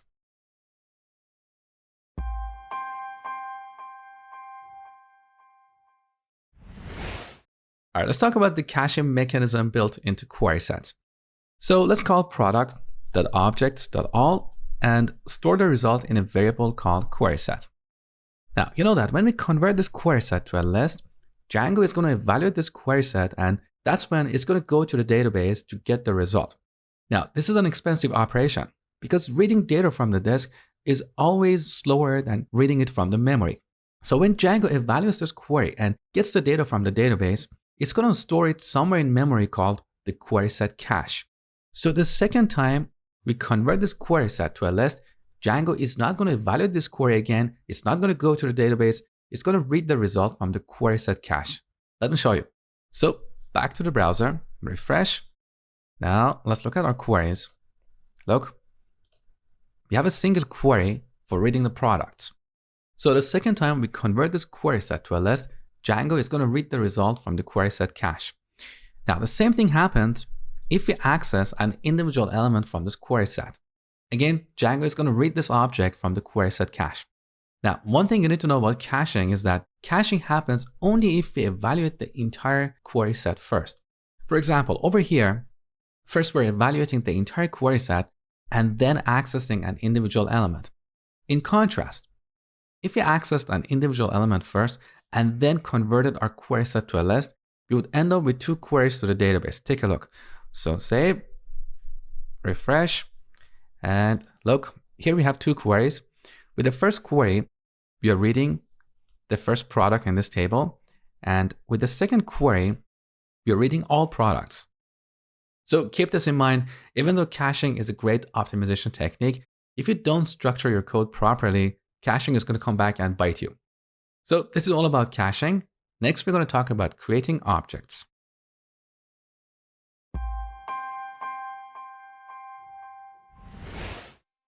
So far, we've been only querying data. Now let's see how we can insert a record in the database. So let's create a collection object and set its title to, let's say, video games. Now, every collection has a featured product, which is optional, so we don't have to set it, but let me show you how to set this field and create a relationship. There are basically two ways to set this field. We can set this to a product object, like the product with the ID 1. Here we could also use PK, and with this, we don't have to remember the name of the primary key field, so it can be ID, code, or whatever. Now, the second way to set this field is like this. We can set collection.featured product ID to 1. So we can either use a product object or use the value of the primary key field. Now, either way, this product should exist before we can create this collection. In other words, we cannot create this collection and this product at the same time. This is how relational databases work. The parent record should exist before we can create the child record, right? So assuming that we have a product with this ID, now I'm going to remove the last line and set the featured product to a product object, okay? Now there's another way to initialize this collection. Instead of setting these fields individually here, we can set them using keyword arguments when creating a collection object. So here we can set title to video games. Now there are a couple of problems with this approach. One problem is that if you noticed, here we didn't get IntelliSense. So as I was typing title, look, we are not seeing the name of this field. We're just seeing the name of other classes imported in this module. So that's the first problem. In contrast, when we use the dot operator, look, here we can see the name of the fields in this class, okay? The second problem with using keyword arguments is that these keyword arguments don't get updated if you rename these fields. Let me show you what I mean. So let's go to the collection class and rename the title field to name. Now, back to our playground. See what happened? The title field is updated here, but not over here. So the keyword arguments don't get updated. That's why I personally don't like this approach, even though sometimes it can make your code shorter. So let's set the fields individually here. Now, to insert this collection in our database, all we have to do is call the save method. So every collection has this method for saving data. Now, in this case, because we haven't set the ID of this collection, Django will treat this as an insert operation. So it's going to create this collection, okay? Now, there is another way to write this code. There's a shorthand. So instead of writing these 4 lines, we can call collection.objects.create. And here we have to set the fields using keyword arguments. So we set name to whatever and featured product. Look, again, we don't have IntelliSense. So we can set featured product ID to 1. So the create method is available in the manager object. And what happens inside this method is exactly what we have on the top. So this method is going to create a collection object. It's going to initialize this object based on these keyword arguments. And then it's going to call the save method to insert this collection in the database. And of course, at the end, it's going to return the actual collection object. So either way, here we can read the ID of this new collection. That's going to be available here as well. So the second approach appears shorter, but again, here we have the problem with our keyword arguments. So if you rename these fields, our code is not going to get updated. So I always prefer to use the traditional approach. And before we finish this lesson, let's go back to our collection class and rename this field back to title. Good. So let's make sure everything works up to this point. Save, back to the browser, refresh. Now let's look at our query. So we have an insert into statement for inserting a new collection with these values.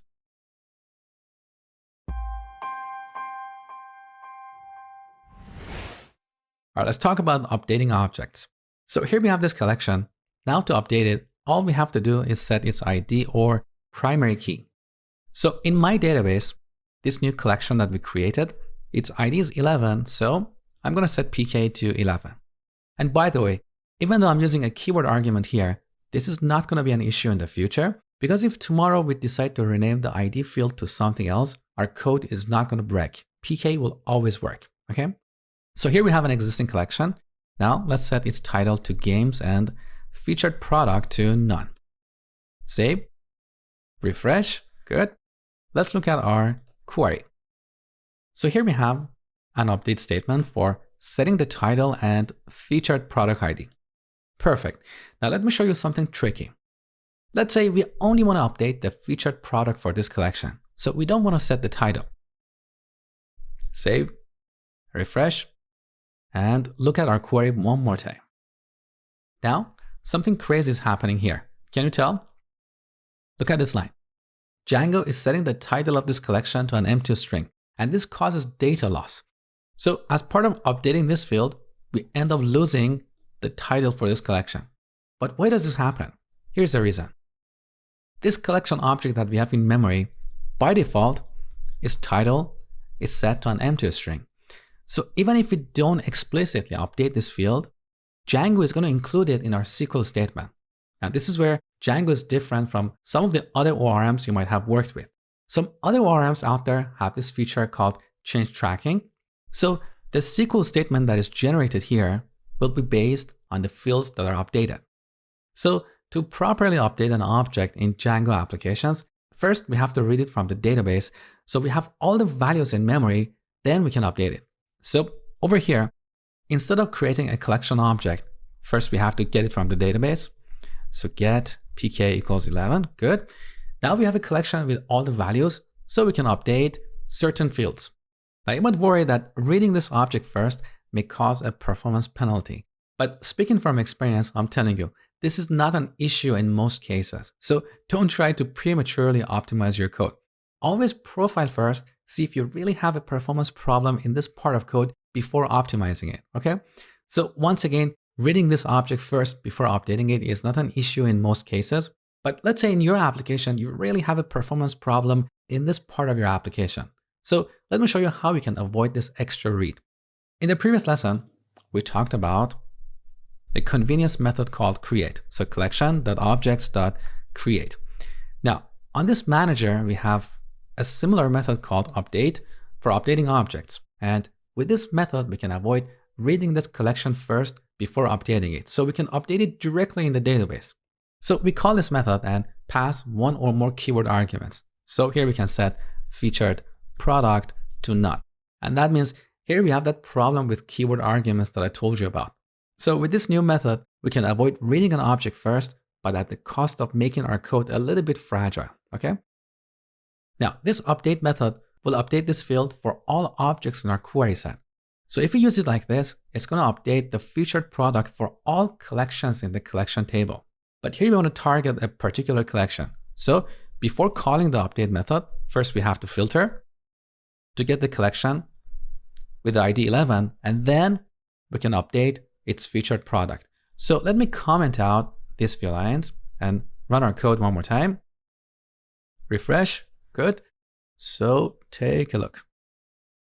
With this new implementation, our update statement is only setting the featured product, okay? All right, that's it for this lesson. Next, we're going to talk about deleting objects.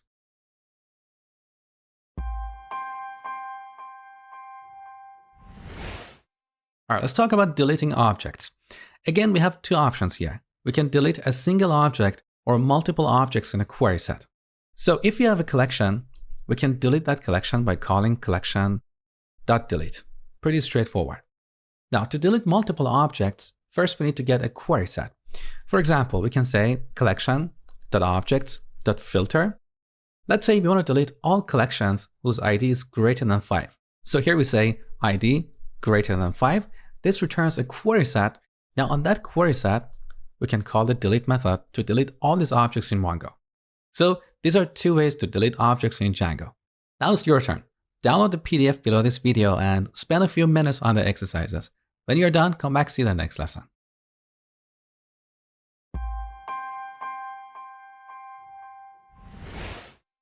Sometimes we want to make multiple changes to our database in an atomic way, meaning all changes should be saved together, or if one of the changes fails, then all changes should be rolled back. A typical example is saving an order with its items. So let's create an order object. Here we should set the customer or the customer ID field, and then save the order before we can save its items. This is how relational databases work. We should always create the parent record first before we can create child records, okay? Now, after this, we can create an order item. Here we should set a few fields. First, we should set the order to the order that we just created. Then we should set the product or product ID. We should also set the quantity and unit price. With all this, now we can save this order item. Now imagine while saving this order item, something crazy happens. We get an exception. What's going to happen? Our database is going to be in an inconsistent state. So we'll have an order without an item. We don't want this to happen. So this is where we use a transaction. So we're going to wrap both these operations inside a transaction, and either both of these will be committed together, or if one of these operations fails, then both changes are going to get rolled back. So on the top, from Django.db package, we're going to import the transaction module. Now in this module, we have a function called atomic, which we can use as a decorator or a context manager. So we can apply it as a decorator to this view function, and this will essentially wrap this entire view function inside a transaction. So all the code that is here will be run inside a transaction, okay? Now, sometimes you want to have more control over what parts of your view function need to be inside a transaction. In those cases, you can use this as a context manager. So I'm going to remove this decorator from here. Let's say we want to wrap these lines inside a transaction, but let's say we have some other code here that is not going to be part of a transaction. So we're going to leave this out and then wrap the rest of the code inside a with block. So we say with transaction.atomic. This returns a context manager. Now we need to indent this code. Good. Now let's test this. So I'm going to run the code, refresh. Good. So now in our database, let's open a new query console and say, select everything from store underline order and order by ID in descending order. So here's our new order, order 1001. In this case, both the order and its item were saved successfully. But to demonstrate an exception, let's go back to our code and set product ID to -1. So we're going to get an exception here because we don't have a product with this ID. Now, back to the browser, refresh. So here's the integrity error that we just got. Now let's look at our database. So since we have wrapped both these operations inside a transaction, now we should not have a new order because we couldn't save its item. Take a look. So I'm going to rerun this query. See, there is no new order here. So this is how transactions work.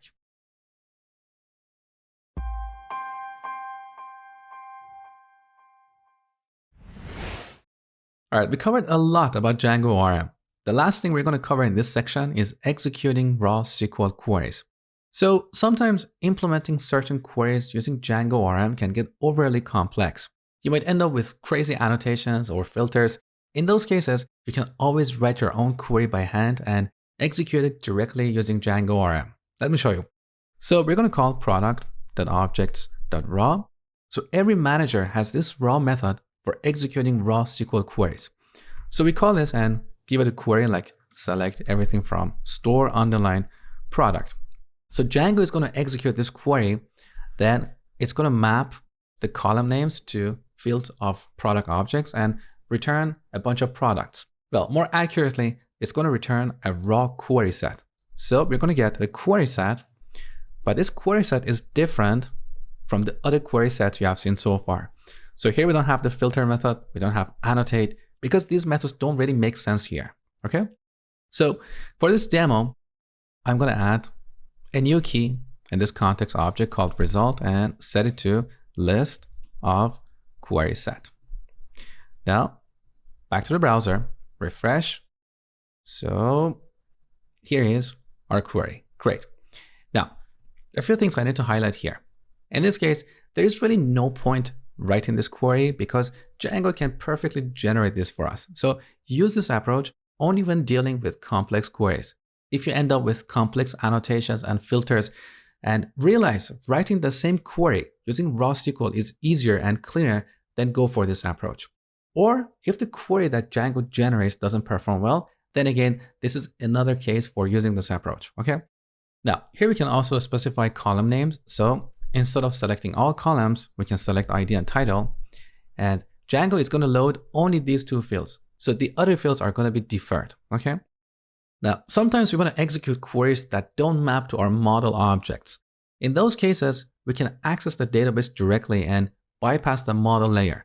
So instead of using the raw method, we're going to use a different approach. First, on the top, from Django.db, we're going to import the connection module.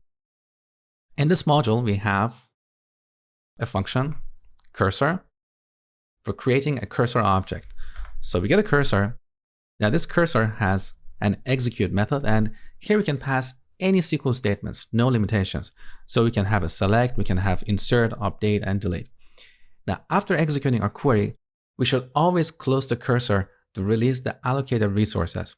So the proper way to use a cursor is to wrap it inside a try finally block. So inside the finally block, we close the cursor. So this way, if something goes wrong, we don't end up with an open cursor. But you know that try finally blocks are a little bit verbose, so it's much easier to use a cursor using a with statement. So let's delete these lines and say with connection.cursor. This returns a cursor object. So using the as keyword, we give it an identifier like cursor. And now we can use this cursor inside the with block without having to explicitly close it. So the cursor is always going to get closed even if there is an exception, okay? So this is how we can execute raw SQL queries. Now, one last thing before we finish this lesson. We also have another method here for executing stored procedures. So we can call a stored procedure like get customers and give it a bunch of parameters, 1, 2, a whatever. This is much better and cleaner than writing your SQL queries in the middle of your Python code. So you encapsulate your SQL queries inside a stored procedure and then call that in Python. Now, that really goes outside the scope of this course, but I covered it in detail in my SQL course. So we're done with this section. In the next section, we're going to talk about the admin interface. Welcome back to another section of the Ultimate Django course. In this section, which is the last section of the first part of this series, we're going to talk about setting up the admin interface for managing our data.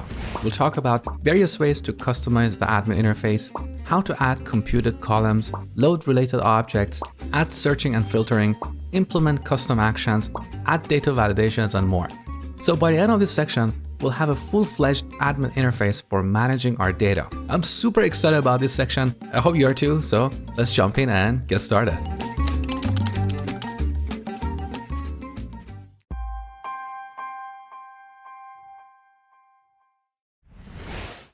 All right, the first thing we're going to do in this section is setting up the admin app.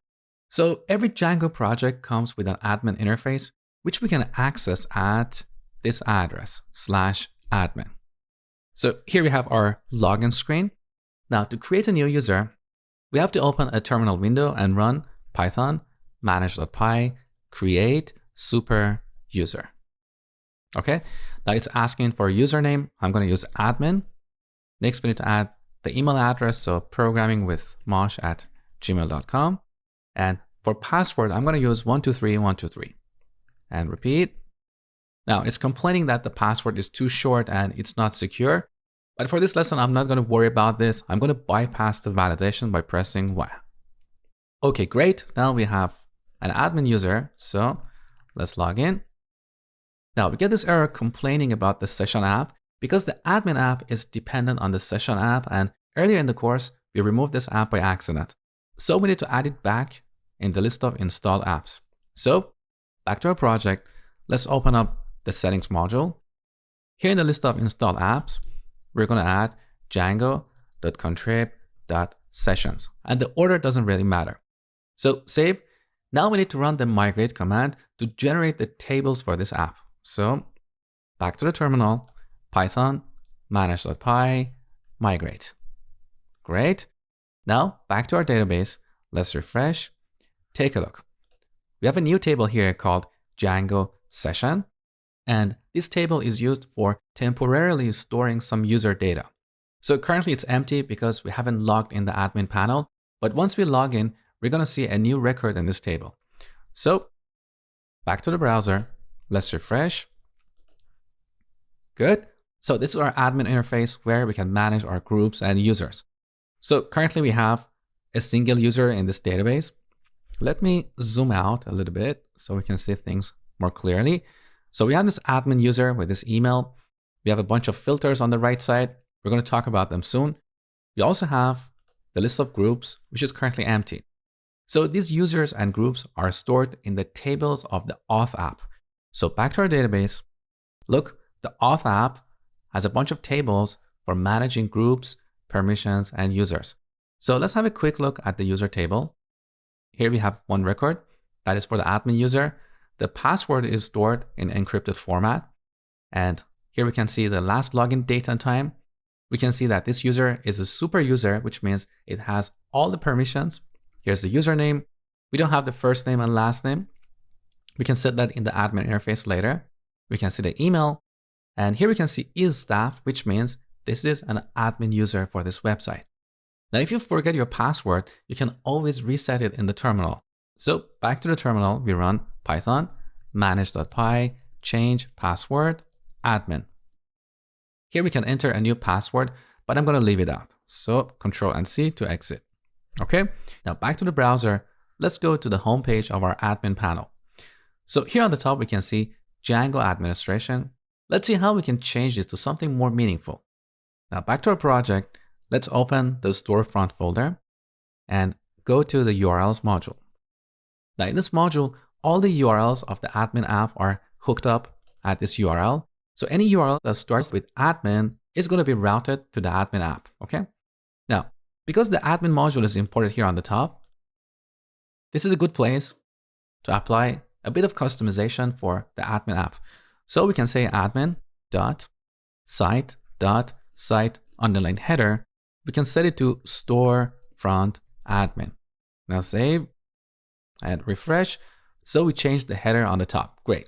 We can also change the label here.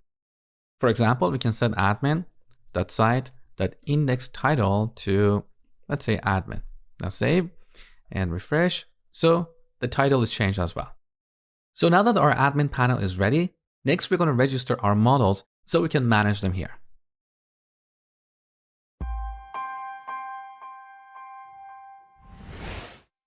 All right, now let's see how we can register our models so we can manage them in the admin site.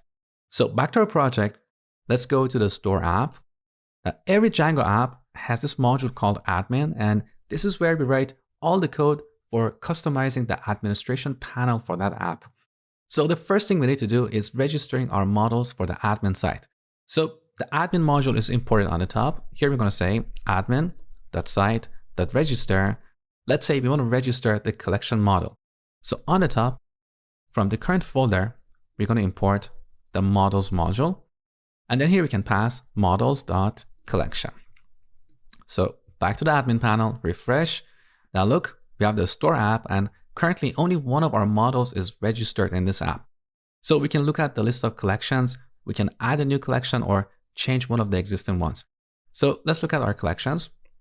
Now, what you see here is the default representation of a model object. So we're going to change this, and instead we want to show the title of each collection. So back to our project, let's go to the collection class. Now here's a question for you. How can we change the string representation of an object in Python? We override the magic stir method. So every Python object has this magic method that is called when that object is converted to a string. So here we type def _stir _ and press enter. So this code is automatically created. Now, what you see here is type annotation. I talked about this earlier in the course. This is basically saying that this method returns a string object. Now, inside this method, we have the default implementation, which returns a string like this. Now, we're going to change the default implementation, and instead, we're going to return self.title. Now save, take a look. Beautiful. So now we can see all the collections. The first collection doesn't have a name, and this happened in the previous section when we were updating data. So there we made a mistake and ended up storing an empty string for the collection title. So let's select this and delete it. Yes, I'm sure. Good. Now, there is a problem here. Our collections are not sorted. So let me show you how to sort them. Back to our collection class. Here we're going to define a meta class for specifying the default ordering of collection objects. So we create a new class called meta. We talked about this earlier in the course. And here we set ordering to a list of fields. So here we want to sort the collections by their title. So we add that here. Good. Now take a look. Beautiful. All collections are sorted alphabetically. Now, as your exercise, I want you to repeat the exact same steps and register the product model so we can manage our products in the admin panel. All right, here's my solution.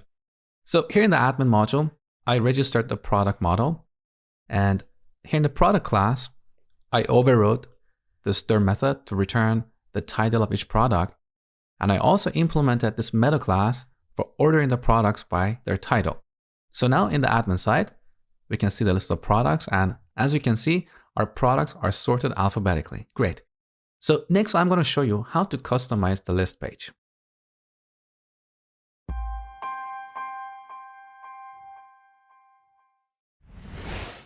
Now let's see how we can customize the list page. So I'm going to show you how to add new columns here, how to make them editable, how to change the number of items, and so on. So back to our admin module. First, we need to create a new class called product admin. We could call it anything, but by convention, we use the name of our model, like product, followed by the word admin. Now, with this class, we can specify how we want to view or edit our products. So this class should inherit from admin, the model admin. Now, in this class, we can set a bunch of attributes to customize the list page. For example, we can set list display to the list of fields we want to display, like title and unit price. Okay? Now that we have this new class, we need to pass it while registering the product model. So we say product admin. This is one way, but there's also a shorter way. We can use the register decorator on this class. So we say admin.register, and here we pass models.product. So we're saying that this class is the admin model for the product class. And with this, we don't need the last line anymore. So that is shorter. Now back to the browser, refresh. So look, we have a new column where we can see the price of each product. Beautiful. Now we can sort by this column as well. Now we have two sort columns. First, our products are sorted by unit price and then by title. If you don't want to sort by title, you can just click on this icon where we can see a cross. Good. So now our products are sorted by unit price in ascending order. We can also change the sort order. Beautiful. Now imagine if you wanted to code all of this by hand. It would probably take you a couple weeks, if not longer. So let's do some more customization. Another attribute we can set is list editable. And with this, we can specify the fields that can be edited on the list page. For example, if we set this to unit price and refresh, now we can edit the price of a bunch of products in one go. For example, we can change this to 90 and this one to 95. Now down the bottom, we have the save button. So we saved 2 products in one go. Now back to the code, we can also set list per page to, let's say, 10. And with this, we're going to see 10 products on each page. So save and refresh. Look, now we have 10 products and we have this beautiful pagination on the bottom.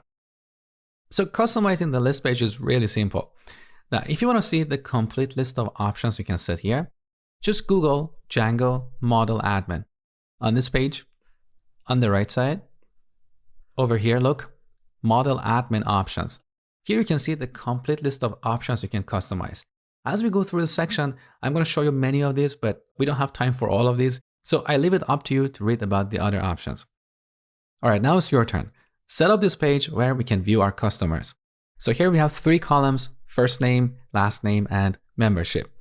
We can change the membership of each customer right here. Very handy.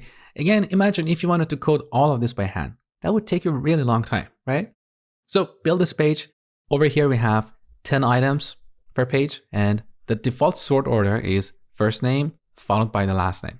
So spend a couple minutes on this, then come back see my solution. All right, here's what I've done. I've created a new class called customer admin. In this class, I've set list display to first name, last name, and membership. I've set list editable to membership, ordering to first name followed by the last name, and list per page to 10. Very, very easy. Next, we're going to talk about adding computed columns.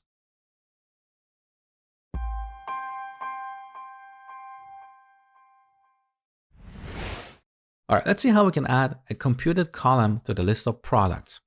So here I've added a new column called inventory status. If the inventory of a product is less than 10, here we see low, otherwise we see okay. So let's see how we can implement this. So back to our product admin class. In the list of fields we want to display, we don't want to add inventory because otherwise we would see a number in this list. We don't want this. We want to get this number, and depending on its value, we want to return a string. So here in this class, we're going to define a method called inventory status with 2 parameters, self and product. So we want to take a product, and depending on its inventory, we want to return an inventory status. So we can say if product that inventory is less than 10, we're going to return low. Otherwise, we're going to return okay. Now, instead of inventory, we're going to display inventory status. Take a look. So this is what we get. Beautiful. But this column is not sortable by default because Django doesn't know how to sort the content of this column. So to implement sorting, we need to apply the admin.displayDecorator to this method. And here we specify the field that should be used for sorting the data in this column. So we set ordering to inventory, which is one of the fields of the product model. So back to the browser, refresh. Now we have sorting here. We can sort in ascending or descending order. Beautiful.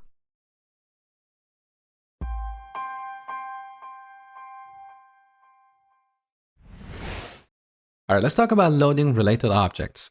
So here in the list of products, I want to add a new column to show the collection of each product. So back to the product admin class. Here in the list of fields we want to show, let's add the collection field. Now, because collection is a related field, Django will show the string representation of a collection here. So back to the collection class. Remember, earlier in the section, we overrode the stir method of this class. So when showing the products, for each product, Django will call this method to get the title of the collection of that product, okay? So back to the browser, refresh. Here's the collection column, beautiful. Now let's open up Django debug toolbar and look at our queries. So look, we have 7 queries on this page. Now, don't worry about all these queries, just look at the last one. So over here, we're selecting all these columns from the product table, followed by these columns from the collection table, and we have an inner join between the product and collection tables. Beautiful. Now, what if we don't want to show the string representation of a collection? In other words, what if we want to show a particular field in this model? Unfortunately, here we cannot use the double underscore notation to reference a particular field like the title field. Now you might say, Mosh, what is the point of this? We could see the title of the collection just by typing collection. So here we get the string representation of a collection. But imagine we have a special field here we want to show on this page. Let me show you how to do this. First, I'm going to remove this extra underscore. So I'm going to define a method by this name. Define collection title with 2 parameters, self and product, because we're rendering a bunch of products. So we're going to get a product and return product.collection.title. Now, back to the browser, refresh. Let's hide this. So our collection column is here, beautiful. But let's look at our queries one more time.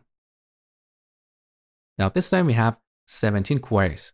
So we have 10 extra queries because for each product, Django is sending an extra query to the database to read the collection of that product. So in the previous section where we talked about query sets, you learned that we have a method called selectRelated for eager loading or preloading the related fields.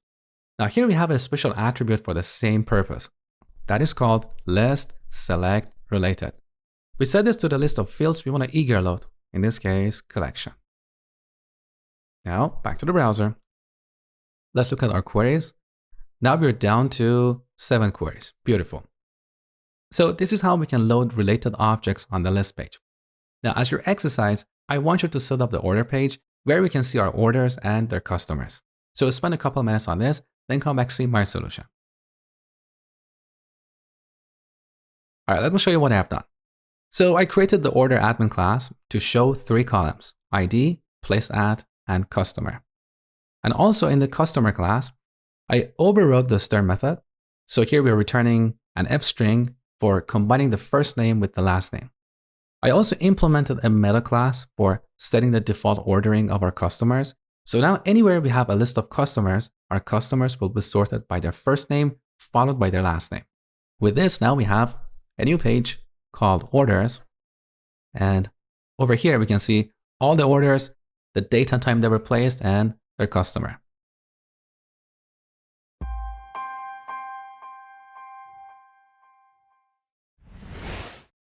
Sometimes we need to override the base query set used for rendering a list page. For example, here in the list of collections, let's say we want to add a new column to show the number of products in each collection. So back to our admin module, this is how we're registering the collection model. Currently, we're not specifying an admin model. So here we need to create a new class called collection admin, which should inherit from admin.modelAdmin. And we should decorate this class with admin.register. Now here we set list display to title and products count.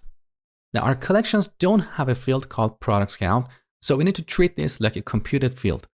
So we define a new method called products count with two parameters, self and collection. And here we return collection.products count.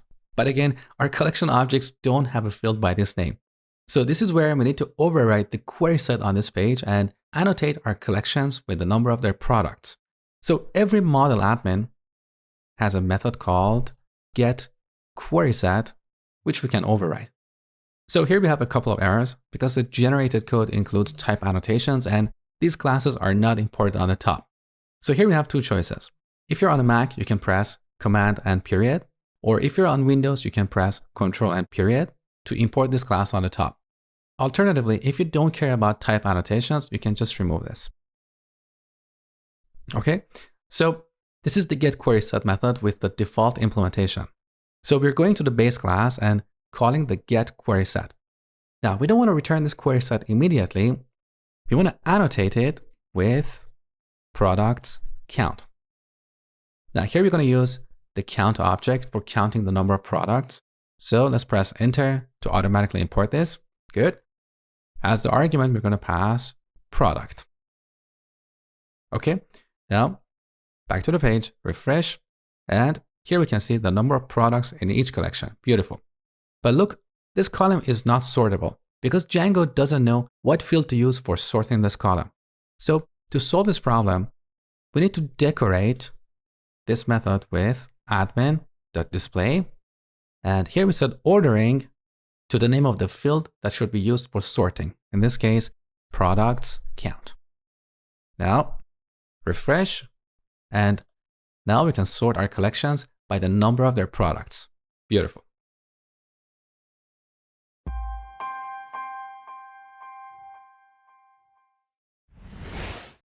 All right, now let's see how we can add links here. So when we click on these links, we can see the products in each collection.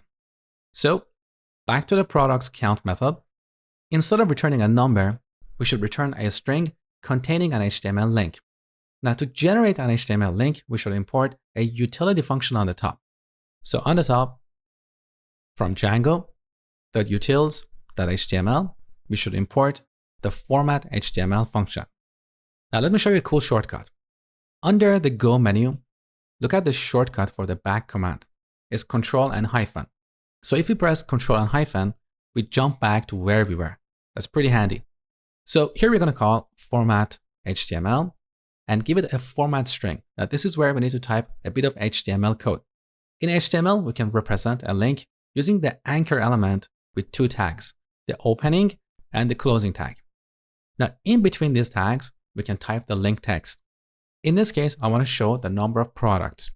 So here we type a pair of braces and we're going to replace the braces with the number of products. So we're going to pass this expression as the second argument to the format HTML function. Okay. Now for the actual link, we go to the opening tag and set the href attribute to a string like this. For now, let's just send our users to google.com. Okay. And then return this value. Let's test our implementation up to this point. So refresh, we get these links, beautiful. Let's click on a link, we go to Google. Now let's see how we can send our users to the products page. So here's the products page. Look at the URL, that is admin/store/product. We don't want to hard code this URL in our code because this URL can potentially change in the future. So we should ask Django to give us the URL of this page. And to do that, we have to import another utility function. So back to the code, from Django.urls, we're going to import the reverse function. Now, let's go back to our method. Here we're going to call the reverse function and give it a special argument. We type admin colon.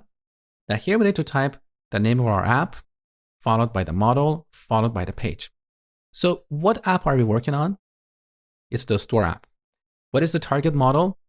It's the product model, because we want to send the user to the product list page, right? Now, what is the target page?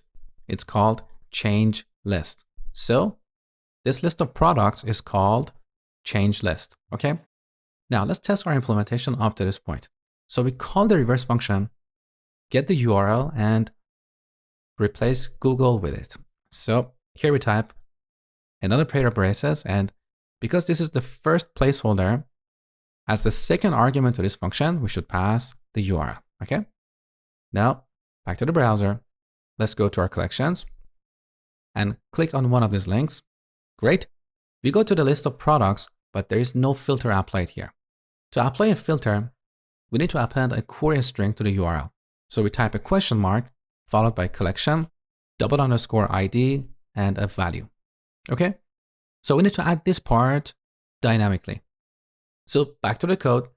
After the call to the reverse function, we're going to add a question mark that indicates the beginning of a query string. Now, because we're going to type a long string, I would prefer to wrap this expression in parentheses so we can break it down into multiple lines. So look, we have reverse on one line. Then on the next line, we have plus question mark, and then plus. Now this is where we need to generate the query string parameters. And for that, we're going to use another utility function. So on the top, from django.utils.html module, we're going to import the URL encode function. Okay. Now back to where we were, we're going to call this function and give it a dictionary, because a query string can contain multiple key value pairs. So that's why we use a dictionary here. Now the key we're going to add is collection _ID, and the value is collection, which is this collection that we get in this method. So that is collection.id. Now this returns a number. We should convert this to a string, so we wrap it with a string function. Okay, that's pretty much all we have to do. So let's test our implementation. Back to the collections page. Let's look at the beauty collection. Now we only see the products in the beauty collection. Let's look at another collection, like cleaning. Okay, beautiful. Now here's your exercise. Go to the customers page and add a new column for viewing the orders of each customer.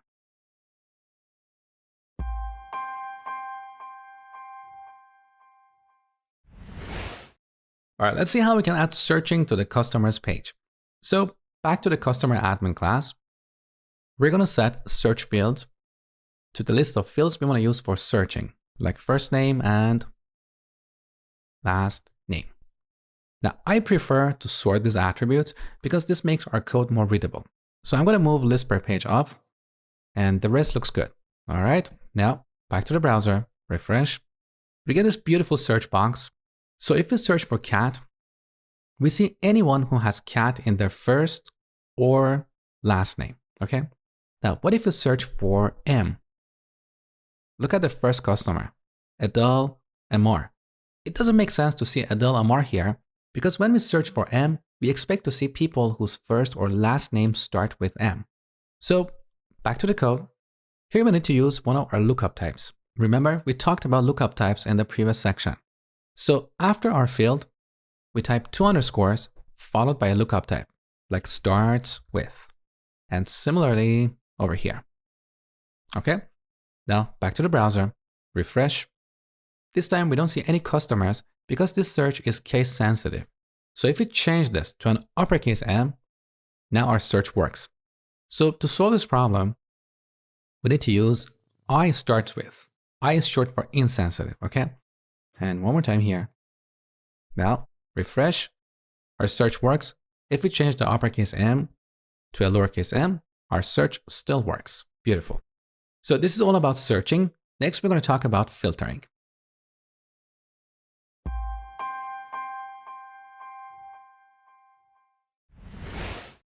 All right, let's see how we can implement filtering on the products page. So let's say we want to filter our products by their collection and last update. So back to the product admin class. Here we should set a new attribute called list filter to the list of fields we want to use for filtering. So collection and last update. Now take a look. Good. So I'm going to collapse the left panel. Great. Now look on the right side, we have this beautiful filtering panel where we can select a collection. And now we only see the products in that collection. Very powerful. Also down below, we have filtering by last update. So we have any date, today, past 7 days, this month, and this year. So we got all these capabilities by writing only one line of code. Imagine if you wanted to code all of this by hand. That would take you a long time, right? Now, we can also create our own custom filters. So let's say we want to add a filter here to see only products with low inventory. So back to the admin module. Here we should create a new class called inventory filter. We could call it anything, doesn't really matter. But this class should extend admin.simpleListFilter. Now here we should set a couple of attributes. One of them is title, and this title will appear over here after by. So I'm going to set that to inventory. And the second attribute is parameter name. This parameter name will be used in the query string. So when we selected this collection, you can see in our query string, we have a parameter called collection ID. So here we can set parameter name to inventory or anything we want. Now, there are two methods we need to implement here. One of them is lookups. And with this method, we can specify what items should appear here. So once again, we have a couple errors because of type annotations. If you don't care about them, you can just remove them. So I'm going to remove them. So we have less code on the screen so we can see things clearly. Now, here we're going to return a list of tuples. So each tuple represents one of the filters here, okay? So here's our tuple. In each tuple, we should have two values. The first value is the actual value we use for filtering. This can be anything. Here I'm going to use less than 10.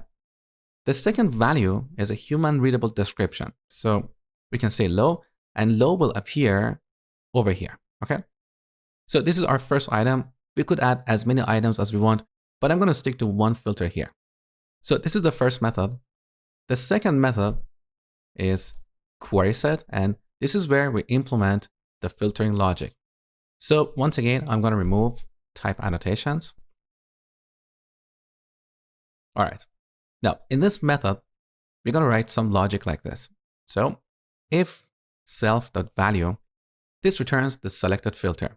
If this equals less than 10, which is the value that we defined over here, so as a best practice, we should store this in a variable where we can reference multiple times.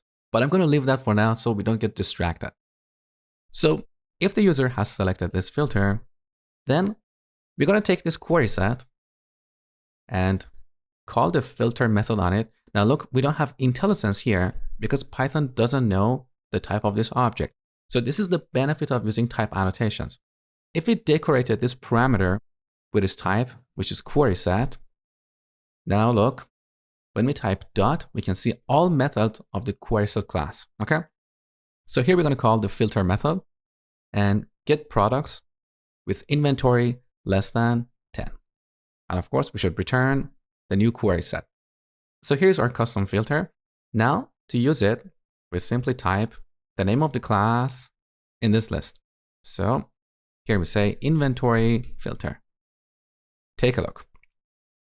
So here's our new filter by inventory. This is the title that we set in our class.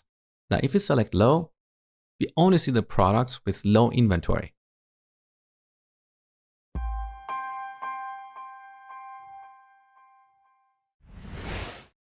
All right, let's talk about defining custom actions. So every list page comes with a delete action for deleting multiple objects in one go. But we can also extend this list and register our own custom actions. For example, let's say we want to define a custom action for clearing the inventory of a bunch of products in one go. So we want to set their inventory to 0. Let me show you how to implement this. So back to the product admin class. Here we're going to define a new method called clear inventory. And of course, we could call it anything.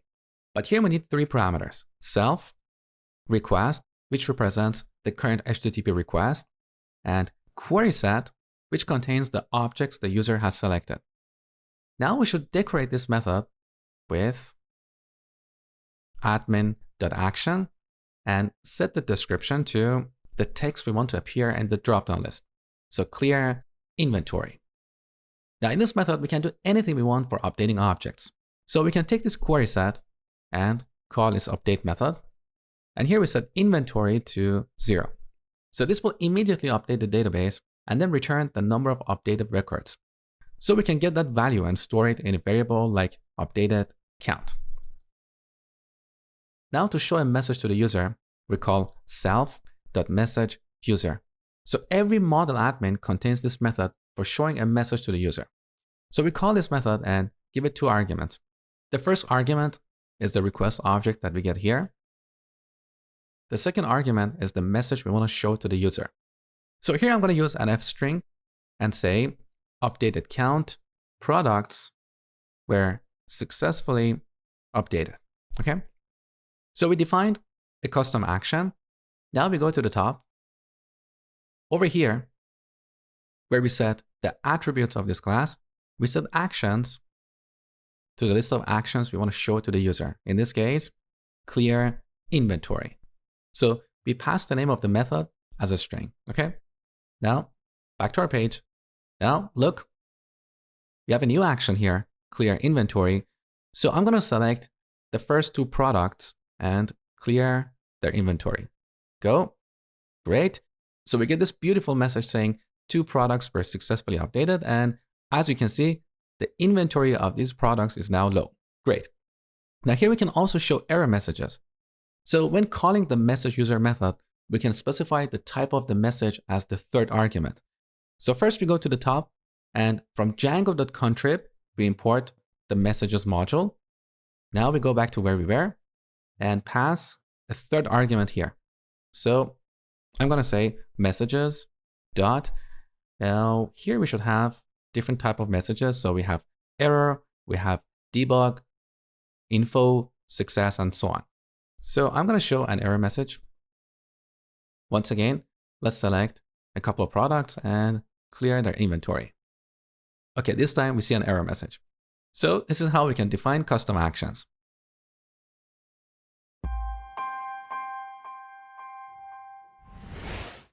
So we talked a lot about customizing the list page. Now let's see how we can customize the form for adding or updating models. So let's add a new product. We get this beautiful form that is automatically generated based on the definition of the product model. Again, very, very powerful. Without Django, if we used a different framework, for every model, we would have to create a form like this from scratch. And that would be a lot of work. So let's see how we can customize this form. So back to the product admin class. Here we can set fields to the list of fields we want to show to the user. So if we set this to title and slug, now we only see these 2 fields. But of course, this doesn't make sense because our product has a bunch of other required fields that we need to fill out, like the unit price and inventory. So if we don't show them to the user, we cannot create a new product. Okay. Now we have another attribute called exclude, which is the opposite of fields. So with this, we can exclude certain fields like promotions. Now take a look. So the promotions field is no longer here. We also have read-only fields. So if we make the title read-only, now when we refresh, it appears down below and it's read-only. Again, it doesn't really make sense here, but I want you to know that these options are available to you. Now let's remove this and refresh. So let's talk about the slug field. Let's say we want to create a new product called brown shoes. It would be nice if the slug field was auto-populated like this, right? So let's see how we can implement this. Back to our code. Here we can set pre-populated fields to a dictionary. In this dictionary, we can specify how each field in this form can get pre-populated. So we can pre-populate the slug field with the title field. So here we're passing a list, which means we can add multiple fields here, and Django will combine the value of these fields to pre-populate the slug field. Okay, remove. Now take a look. So refresh. As we type brown shoes, Django uses a bit of JavaScript to pre-populate this field. But note that if we type something here, and then go back to update the title, the slug field doesn't get changed. So it only gets pre-populated if we haven't touched it, okay? Now look at the collection field. Here we have a drop-down list, and this makes perfect sense because we have a limited number of collections. But if you had hundreds or thousands of collections, showing a drop-down list would have a couple of issues. For starters, it would be a terrible experience for the user because the user would see a drop-down list with 100 items. And also, in terms of performance, getting all these objects from the server and rendering them on the web page would have a bit of overhead. So let me show you how to convert this to an autocomplete field. So back to our code. Here we can set autocomplete fields to collection. Now, before going back to the browser, let's look at our terminal. Here we get an error saying collection admin must define search fields because it's referenced by product admin.autocomplete fields. The reason we see this error is because Django doesn't know how to search for collections. So we need to set this attribute in the collection admin class. So let's go to collection admin. Okay. And here we set search fields to title because we want to search for our collections by their title. Now refresh, take a look. So here we have an autocomplete field.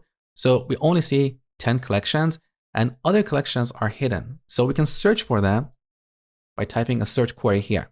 So every time we type a character, Django is going to send a request to the server to get the collections whose titles match our search phrase, okay? So these are a few ways to customize this form. But again, if you want to find all the options available to you, just search for Django model admin. On this page, we talked about this earlier. Look at model admin options. On this page, you can find all possible ways to customize the lists and forms. Now here's your exercise. Look at the page for adding a new order. On this form, we have two fields, payment status and customer. But our order class also has another field called placed at. Why do you think that field is not visible here? Pause the video and think about it for a few seconds. Here's the answer. Let's look at the order class. So here's the definition of the placed at field. As you can see, we have marked this field to get auto-populated by Django. So if you remove this argument and refresh this page, now we get two fields for setting the date and time. We can select today's date and the current time, or we can go to a calendar and select a particular date. Again, very, very powerful. We're getting all these features with very little code. So let's put this back over here and refresh. All right. So look at the customer field. Currently, we have a drop-down list, which is a very bad experience because this drop-down list is populated with 1,000 customers. So this is a great opportunity to use an autocomplete field. So pause the video and convert this field to an autocomplete field.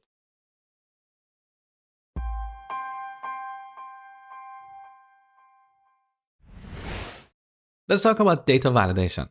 So by default, our forms include basic data validation logic. For example, because we have defined all these fields as required, meaning none of them are nullable, if we try to save this form without supplying any values, we get all these validation errors. Beautiful. We didn't have to write a single line of code to get this functionality, right? Now let's go through a few validation scenarios and see how we can customize the logic here. First, I'm going to make the description field nullable. So back to the product class, let's make the description field nullable. Okay. Now we need to create a migration and apply it to our database. So Python manage.py make migrations. Good. And then migrate. Beautiful. So let's go back to the browser and refresh this page one more time. So look, we still get this error saying this field is required, even though we made the description field nullable. Why is this happening? Well, back to our description field, this keyword argument only applies to our database. So to make this field optional in the admin interface, we should set another argument called blank to true. Now, let's refresh. Okay, this time we don't get a validation error for the description field. Great. Now, what about unit price? Well, here we cannot type any characters like ABC because the type of this field is decimal and this input field only accepts numbers. So that's a great starting point. But what if we set the price to 0 or -1? The validation error goes away. Look, we don't get a validation error, but this is not a valid value for the unit price. So back to our models module, on the top, from Django.core.validators, we're going to import min value validator. In this module, we have a bunch of built-in validators. If you want to see all these built-in validators, just Google Django validators.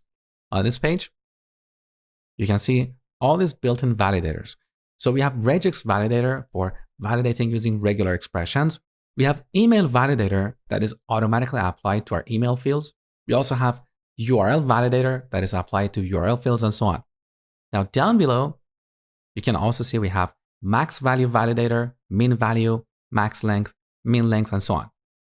So here we imported min value validator. Now back to where we were. Here's the unit price field. Let's break this down into multiple lines so our code is cleaner. Now we set validators to a list of validator objects. So here we're going to create a min value validator object. And in the constructor, we're going to specify the minimum value. Let's say 1. Now, optionally, we can also specify a message if you want to. I'm going to stick to the default message. So back to the browser. Let's refresh. All right, now we get this default message saying, ensure this value is greater than or equal to 1. Great. Now, similarly, we could apply the same validation logic to the inventory field, but I'm going to leave it to you as an exercise. The only thing I'm going to do here is making promotions optional, because when adding a product, I don't necessarily want to apply a promotion to it. So back to the product class, here's the promotions field. So we should set blank to true.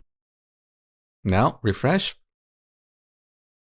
The promotions field is no longer required. Great.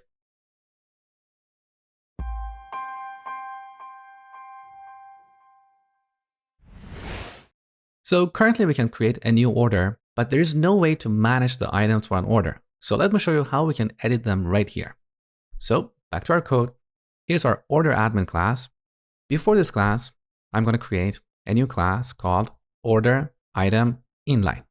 Now this class should inherit from admin dot either tabular inline or stacked inline. We're going to talk about the differences in a minute. So let's go with tabular inline. Now in this class, we set the model to models.order_item. Okay. Now here in order admin, we should introduce this class as an inline. So first I want to sort these attributes. And over here, we're going to set inlines to order item inline. Okay. Now take a look.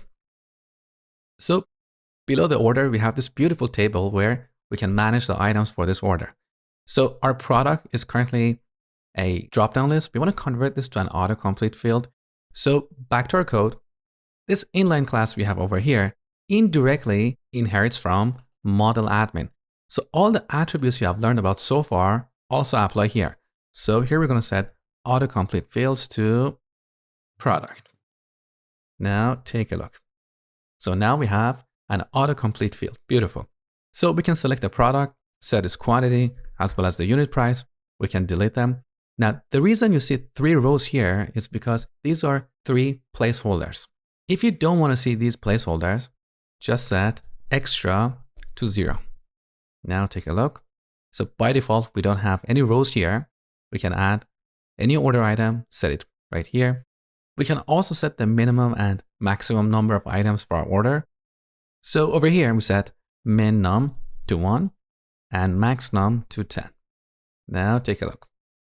So we should always specify 1 item, otherwise we're going to get a validation error.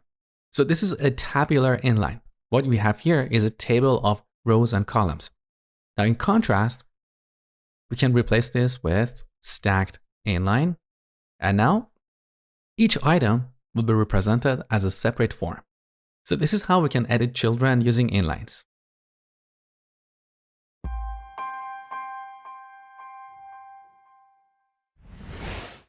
Now let's talk about using generic relationships. So here in our product form, we want to add a new section down here for managing the tags. So back to our code. First, we should go to the tags app. And here in the admin module, we should register our tag model so we can manage our tags in the admin interface. So here we say admin.site.register. Now we need to import the tag class on the top. So from the models module in the current folder, we're going to import the tag class and then register it right here. Now refresh. Let's go to the home page of the admin interface. Take a look. We have the tags app, and over here, we can manage all of our tags. Now, currently, we cannot see the label of each tag, so we need to override the stir method in the tag class. And that's really easy. So let's go to the tag class and override the stir method. Now here we're going to return self.label. Okay, now refresh. Beautiful. So we can manage our tags. Now using inlines, we can manage the tags in our product form. So let's open up the admin module in the store app. Here's our product admin class. Before this class, we should create an inline class for managing a tag. So we create a class called tag inline. Now this class should inherit from a special class called generic tabular inline. So on the top, from Django.contrib.contenttypes.admin, we should import generic. We can either import generic stacked inline or generic tabular inline. I'm going to go with generic tabular inline because that's going to give us a kind of more compact interface. Okay, now let's go back to where we were. So this class should inherit generic tabular inline. So this is a tabular inline, but we use this with our generic objects. So in this class, we should set model to tagged item. Okay, now that we have this inline class, we're going to go to our product admin and set inlines to tag inline. And of course, I prefer to sort these. So let's move this right here. Good. Let's see what we get up to this point. So back to the home page. Now in the store app, we add a new product. Okay. So over here, we have a form for adding tags. Now, just like before, we have a drop-down list, which doesn't really make sense for tags because we can have hundreds or thousands of tags. So we're going to convert this to an autocomplete field, which is pretty easy. Here in the tag inline class, we set autocomplete fields to tag. Now take a look. All right, we should have an error. So here in the terminal, Django is complaining that model admin must define search fields because it's referenced by tag inline.autocomplete fields. So once again, Django doesn't know how to search for tags. So let's go back to the admin module in the tags app. Now here, we need to create an admin class for our tag model. So class tag admin should inherit from admin.modeladmin. And in this class, we set search fields to label. Now we should decorate this with admin.register. Good. So refresh. Okay, the error is gone. Now we have an autocomplete field for looking up tags. Beautiful. So this is how we can use generic relationships in our forms. But there is a problem in our implementation, and we're going to talk about that in the next lesson.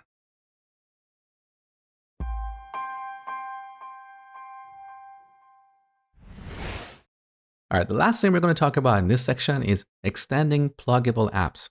So here in the admin module of the store app, look on the first line, we're importing the tagged item class. So that means our store app has a dependency to the tags app. So we cannot build and deploy it independently. Remember, earlier in the course, I told you that ideally our apps should be self-contained so we can easily plug them into new projects. So here we need to decouple the store app from the tags app. But how? That's actually very easy. So here are the tags and store apps. You want to build and deploy them independently of each other. So none of these apps should know anything about each other, okay? Now in this project, we're going to create a new app, which we can call Store Custom. And this is the customization of the store app, which knows about both these apps. This is very specific to our project. So we're not going to deploy this app for others to reuse, okay? So here in the terminal, let's run Python manage.py start app store custom. Good. Now we have this new app, and in this app, in the admin module, we're going to combine features from the two pluggable apps. So from store.admin, we're going to import product admin. And from tags.model, we're going to import the tagged item class. Okay. Now, why do we have an error here? That should be models. Okay, good. So back to the admin module of the store app. Let's jump to the tag inline class. So this class should be moved to our new app because this is where we are referencing the tagged item class. So cut it from here and paste it right here. Now we need to import this class on the top. So from django.contrib.contenttypes.admin, we're going to import generic tabular inline. Great. No errors up to this point. Now we need to create a new product admin, which extends the generic product admin that comes with our reusable app. And in this new implementation, we're going to reference the tag inline class. So we create a new class called custom product admin, which extends product admin. This is the class that comes with our pluggable app. Now over here, we set inlines to tag inline. As simple as that. Okay. Now that we have a new product admin, we need to unregister the old one and register the new one. So here we say admin.site.unregister product. And then we're going to call admin.site.register product with this new custom product admin. Okay. Now the final step. We need to register this app in the list of installed apps. So Command and T, let's jump to installed apps. Good. Now, so here's the generic implementation. Right after, we're going to add store custom. Okay. Now let's see what happens. So refresh. Looks like we have an error. So back to the terminal, we have an error saying tag inline is not defined. So I forgot to remove this from the old product admin. So let's jump to product admin in the store app. And over here, we're going to remove this line because we implemented this in our custom store app. So delete. And that also means on the top, we no longer need to import tag item. So our store app has no dependency to the tags app. And we also don't need to import this generic class. So delete. Good. And refresh. Take a look. So here's the product form. Now we have replaced the admin interface for this app using our custom store app. So that means if we go back to the settings module and remove this new app, we see the generic implementation of the product form without the tags. So this is the interface we're going to build and deploy independently. Now anyone can create a new custom app to customize this interface. Now let's bring this app back. Beautiful.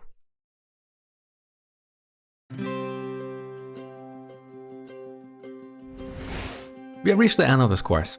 First and foremost, I want to say thank you for allowing me to be your instructor and following along all the way through. I hope you have learned a lot, and I'm going to see you again in my future courses. This course is the first of a series. In the next part, we'll talk about the advanced Django concepts such as building RESTful APIs, authentication and authorization, logging, caching, sending emails, deployment, and more. So if you're serious about learning Django and want to become a backend developer, don't miss the next part. And if you enjoyed this course, please support me by telling others about my coding school, codewithmosh.com. I really appreciate your support and send you my best wishes. Once again, thank you so much for your support, and I hope to see you again in the next part.